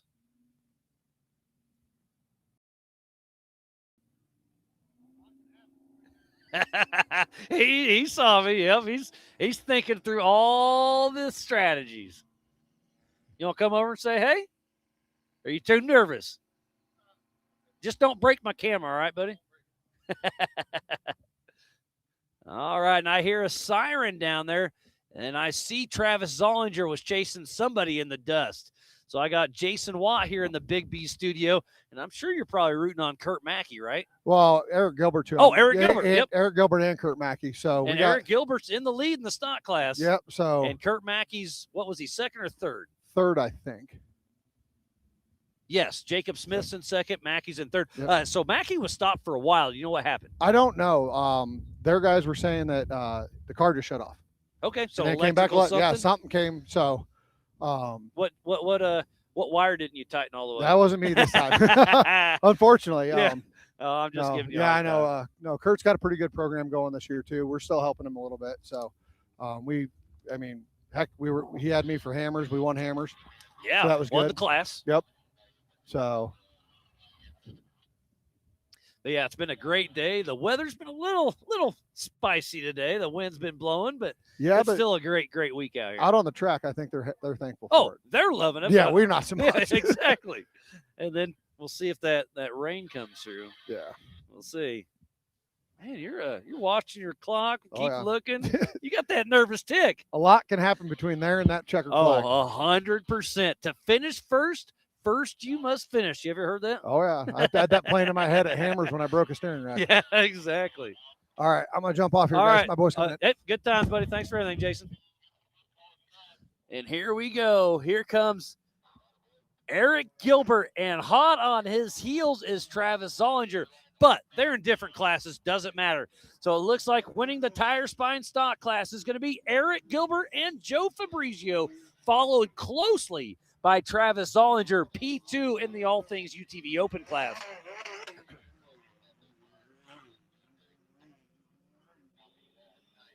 Both of them are still smooth around the Brannock Bowl. So physical second and third, Eric Gilbert, then Travis Zollinger. But Eric Gilbert just unofficially won the tire spine stock class. And Travis Zollinger unofficial 2 in the All Things UTV Open. So Eric Gilbert, number 1133, unofficial first in the tire spine stock class, with Joe Fabrizio riding shotgun out of Wichita, Kansas, with Gilbert Racing and that Can-Am Mavar, OBOR tires, Raceline wheels, JW Performance, CT Raceworks, and Artistic Builders. And then Travis Zollinger, number 20, out of Logan, Utah, with Zollinger Racing Products. And that Can-Am with ZRP, FK Rod-Ins, K&T Performance, Logan Coach, and Climb. And here comes Cody Willenborg. He's got to be pushing hard because on adjusted time, Cole Clark, it's going to be close. Oh, let's get my stopwatch out. Unofficial stopwatch. Started. All right.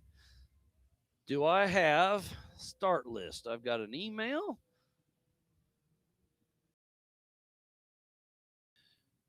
So I'm looking for UTV Open. All right. So Cody Willenborg started in second. Cole Clark in eighth. So 30 seconds, 6 spots. That's 3 minutes. I'm already at 30 seconds. So Cole Clark has 2.5 minutes to come in to try to bump off Cody Willenborg off that podium. Again, unofficial. Live timing has that handled. I just like talking about it.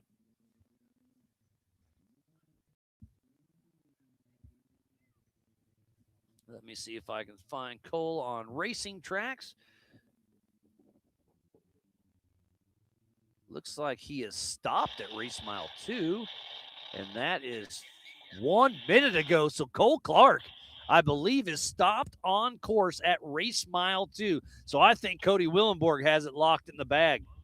Tough break. Let's see if I see the same on Dirt Hub. Yes, Chad Hunt is actually Cole Clark at 0 miles an hour. So both trackers show Cole Clark stopped. So tough break for Cole Clark, but congratulations, unofficial third for Cody Willenborg. So in the All Things UTV Open, unofficially, it's Josh Smith, Travis Solinger, and Cody Willenborg. And the tire spine stock class, unofficial, is Eric Gilbert, Jacob Smith, and Kurt Mackey. Again, unofficial, but I'm pretty sure that's the way it's going to shake out.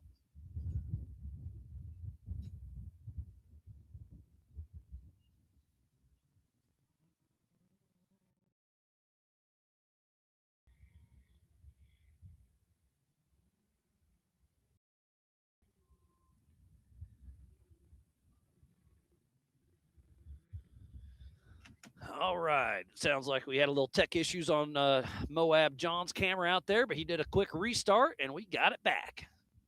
Thanks for everybody behind the scenes working so hard. I know Chris Lundy Jr. has been doing an amazing job switching the show today. Thanks for all your help, buddy. And there is Shane Smith from the Dirt Hub drone.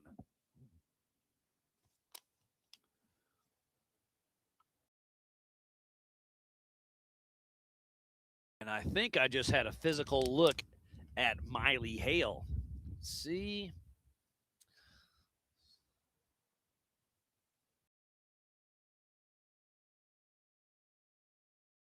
Let's see, where am I sitting? So, yep, I do not see Miley Hale on either trackers.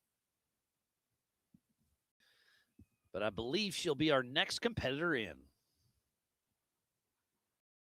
Switch over to the YouTube, see how everything's going on that side of things.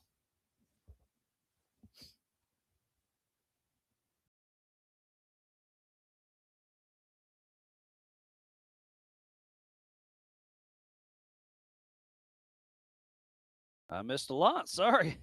Reckon Boy's been having fun. S2 point. Uh-oh, Andrew's saying check my phone. I think I already did, I'll say. Rake LM, Boost Life. And Boost Life, we did have an update on the schedule. We ended up having too many racers. So tomorrow morning, 7 a.m., we will start off with the Pro Modified class. And then hopefully at 9:30, it'll be the 4,600 stock class. Following that at high noon, 4,500 Modified and the 4,800 Brannick Motorsports Legends class. And then at 3 p.m., as long as we can keep on schedule, will be the 4,400 Unlimiteds.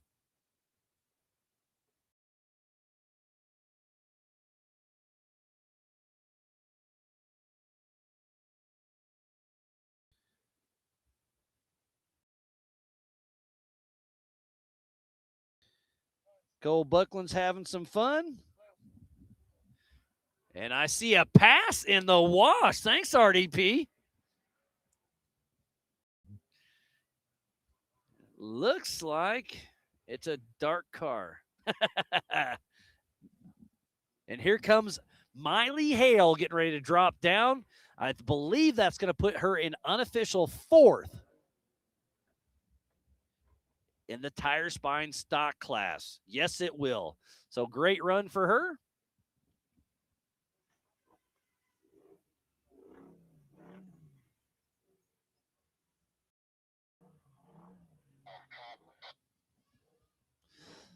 So Miley Hale is making her way around. She's got the Brannock Bowl yet left to go. And then she'll grab that checkered flag at the race line start-finish for the Maxxis Tires Beatdown here at Area BFE. Looks like we have some carnage on course. That was Paul Wolf and Mark McClary, both having car issues. Paul Wolf had a steering rack issue, and Mark McClary, not sure.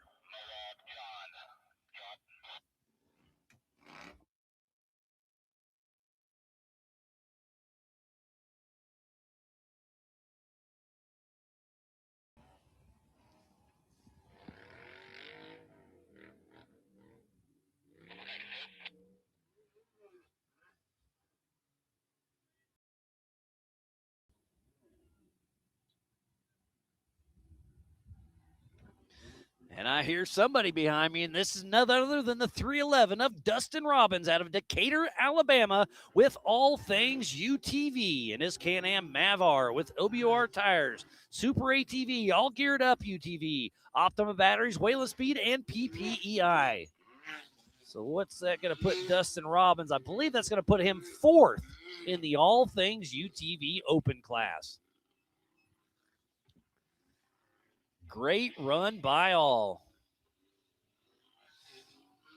So let me go back to racing tracks. We know Paul Wolf, Mark McClary, and Cole Clark are all stuck out on course. So who are we missing? Let's see. Cole Clark broke. Or stopped on course, sorry. Jacob Smith still moving. Kurt Mackey still moving. Shane Smith still moving.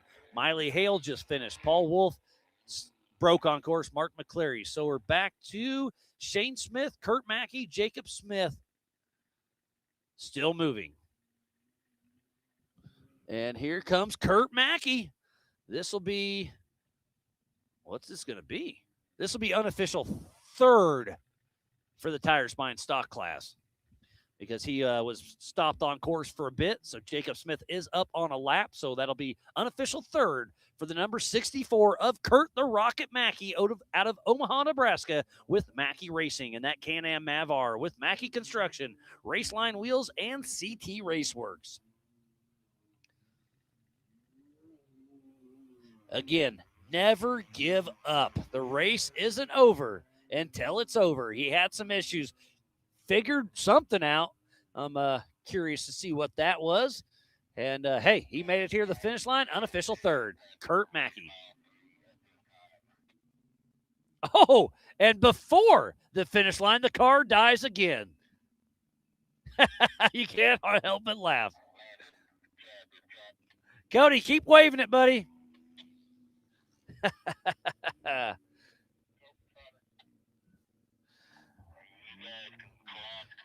All right, we have a couple more cars going. So before this race ends, we're going to take a quick commercial break. We'll be right back with the final of this race. Over 25 years of off-road racing dominance. Proprietary patented race technology. Proudly made in the USA. Unparalleled customer service and support.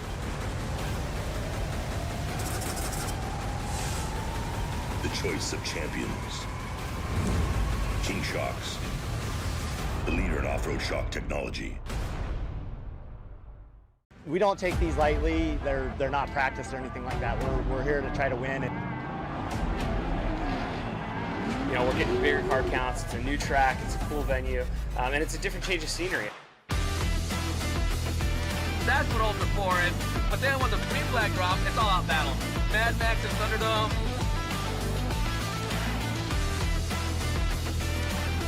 It's going to be tough. The competition is the best of the best. For me, it's just a place to go release some anger and have some fun with my kids. And it's like fist fighting in a goddamn race car. Before racing to me is a way to get out with friends. It's where we spend time together. It's where you get your blood pumping. I'm excited. I have a lot of confidence on where Ultra 4 is going to be.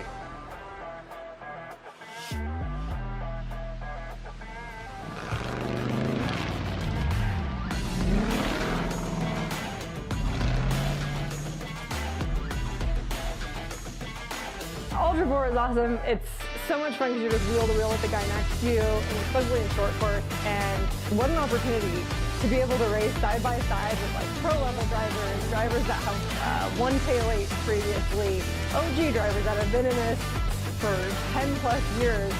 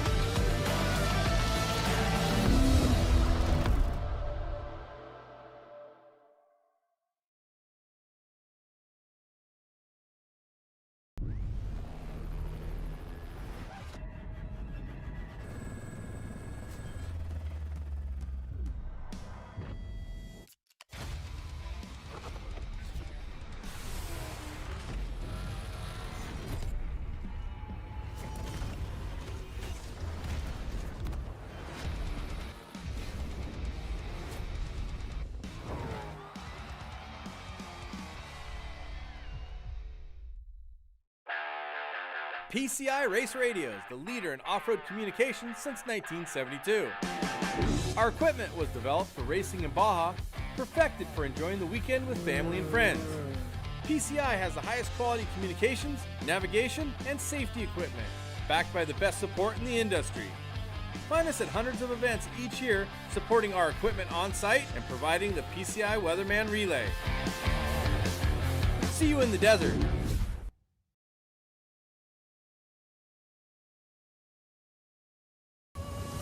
Tested and proven in some of the world's most rugged environments, the all-new Warn Xeon XD and XP line of vehicle recovery winches have arrived, redesigned from the ground up. Warn Xeon XD and XP represent the ultimate in performance and durability on the market today. You'll have the confidence to go farther, and most of all, go prepared.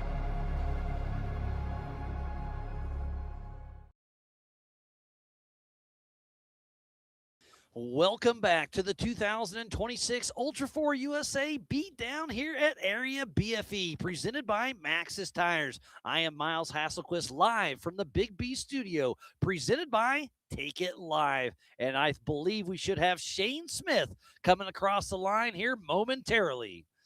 And that's going to put him, I believe, in unofficial 6th. Probably, no, that'll push him into 5th position. Oh, I think it'll be 6 because he was a lap down. So I think Cole Clark will still have him on laps. So it'll put Shane Smith unofficial 6th as he makes it down the Maxxis leap. One more drop to go.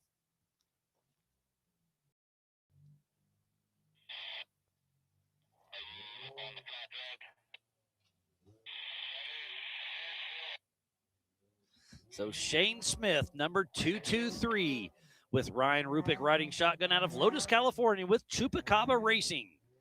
And that Polaris Pro R with Elite Power Incorporated. Been racing with us since 2016 and gets another finish under his belt. Grabs the checkered flag at the race line start finish.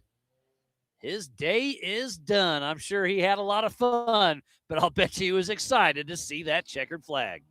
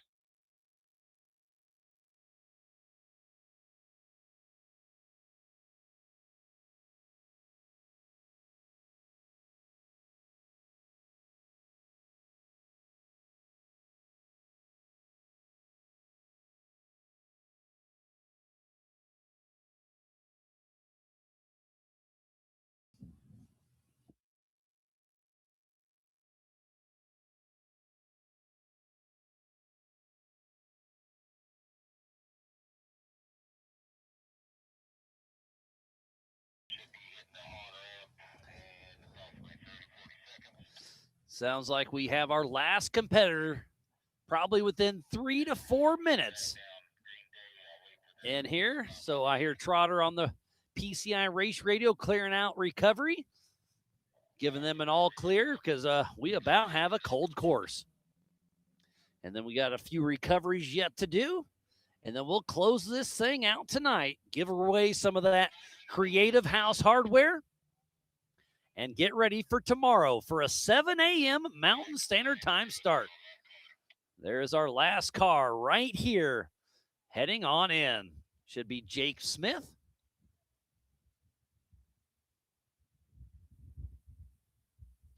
And I believe he is going to be second, right?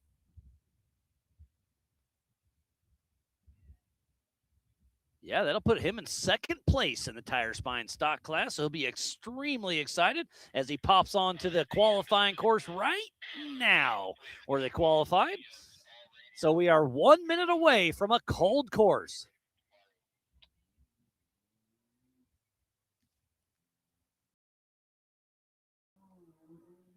Jacob Smith dropping the Maxxis leap. Number 1, getting ready to hit the Maxxis drop.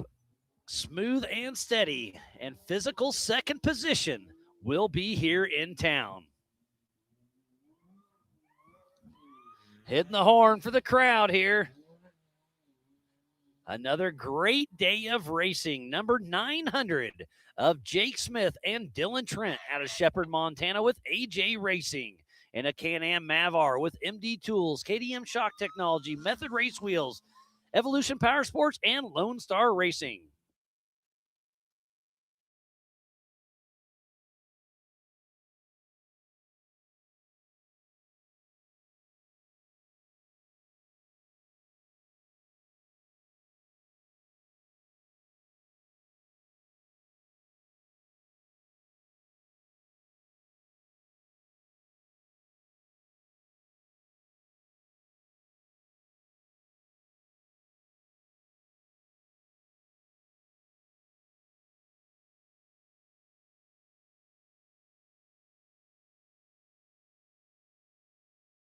All right, just getting caught up with Trotter on the PCI Race Radio. We do have an official cold course.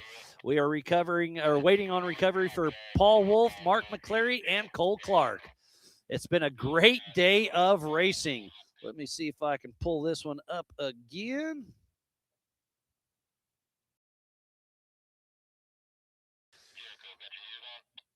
So let's go to the Youth 170 Limited. It was Madeline Manders and Matthew Horschel. And modified, it was Kyson Christensen. And in the stock class, it was Jackson Fernandez, Kaiden Murdy, and Harley Mahoney.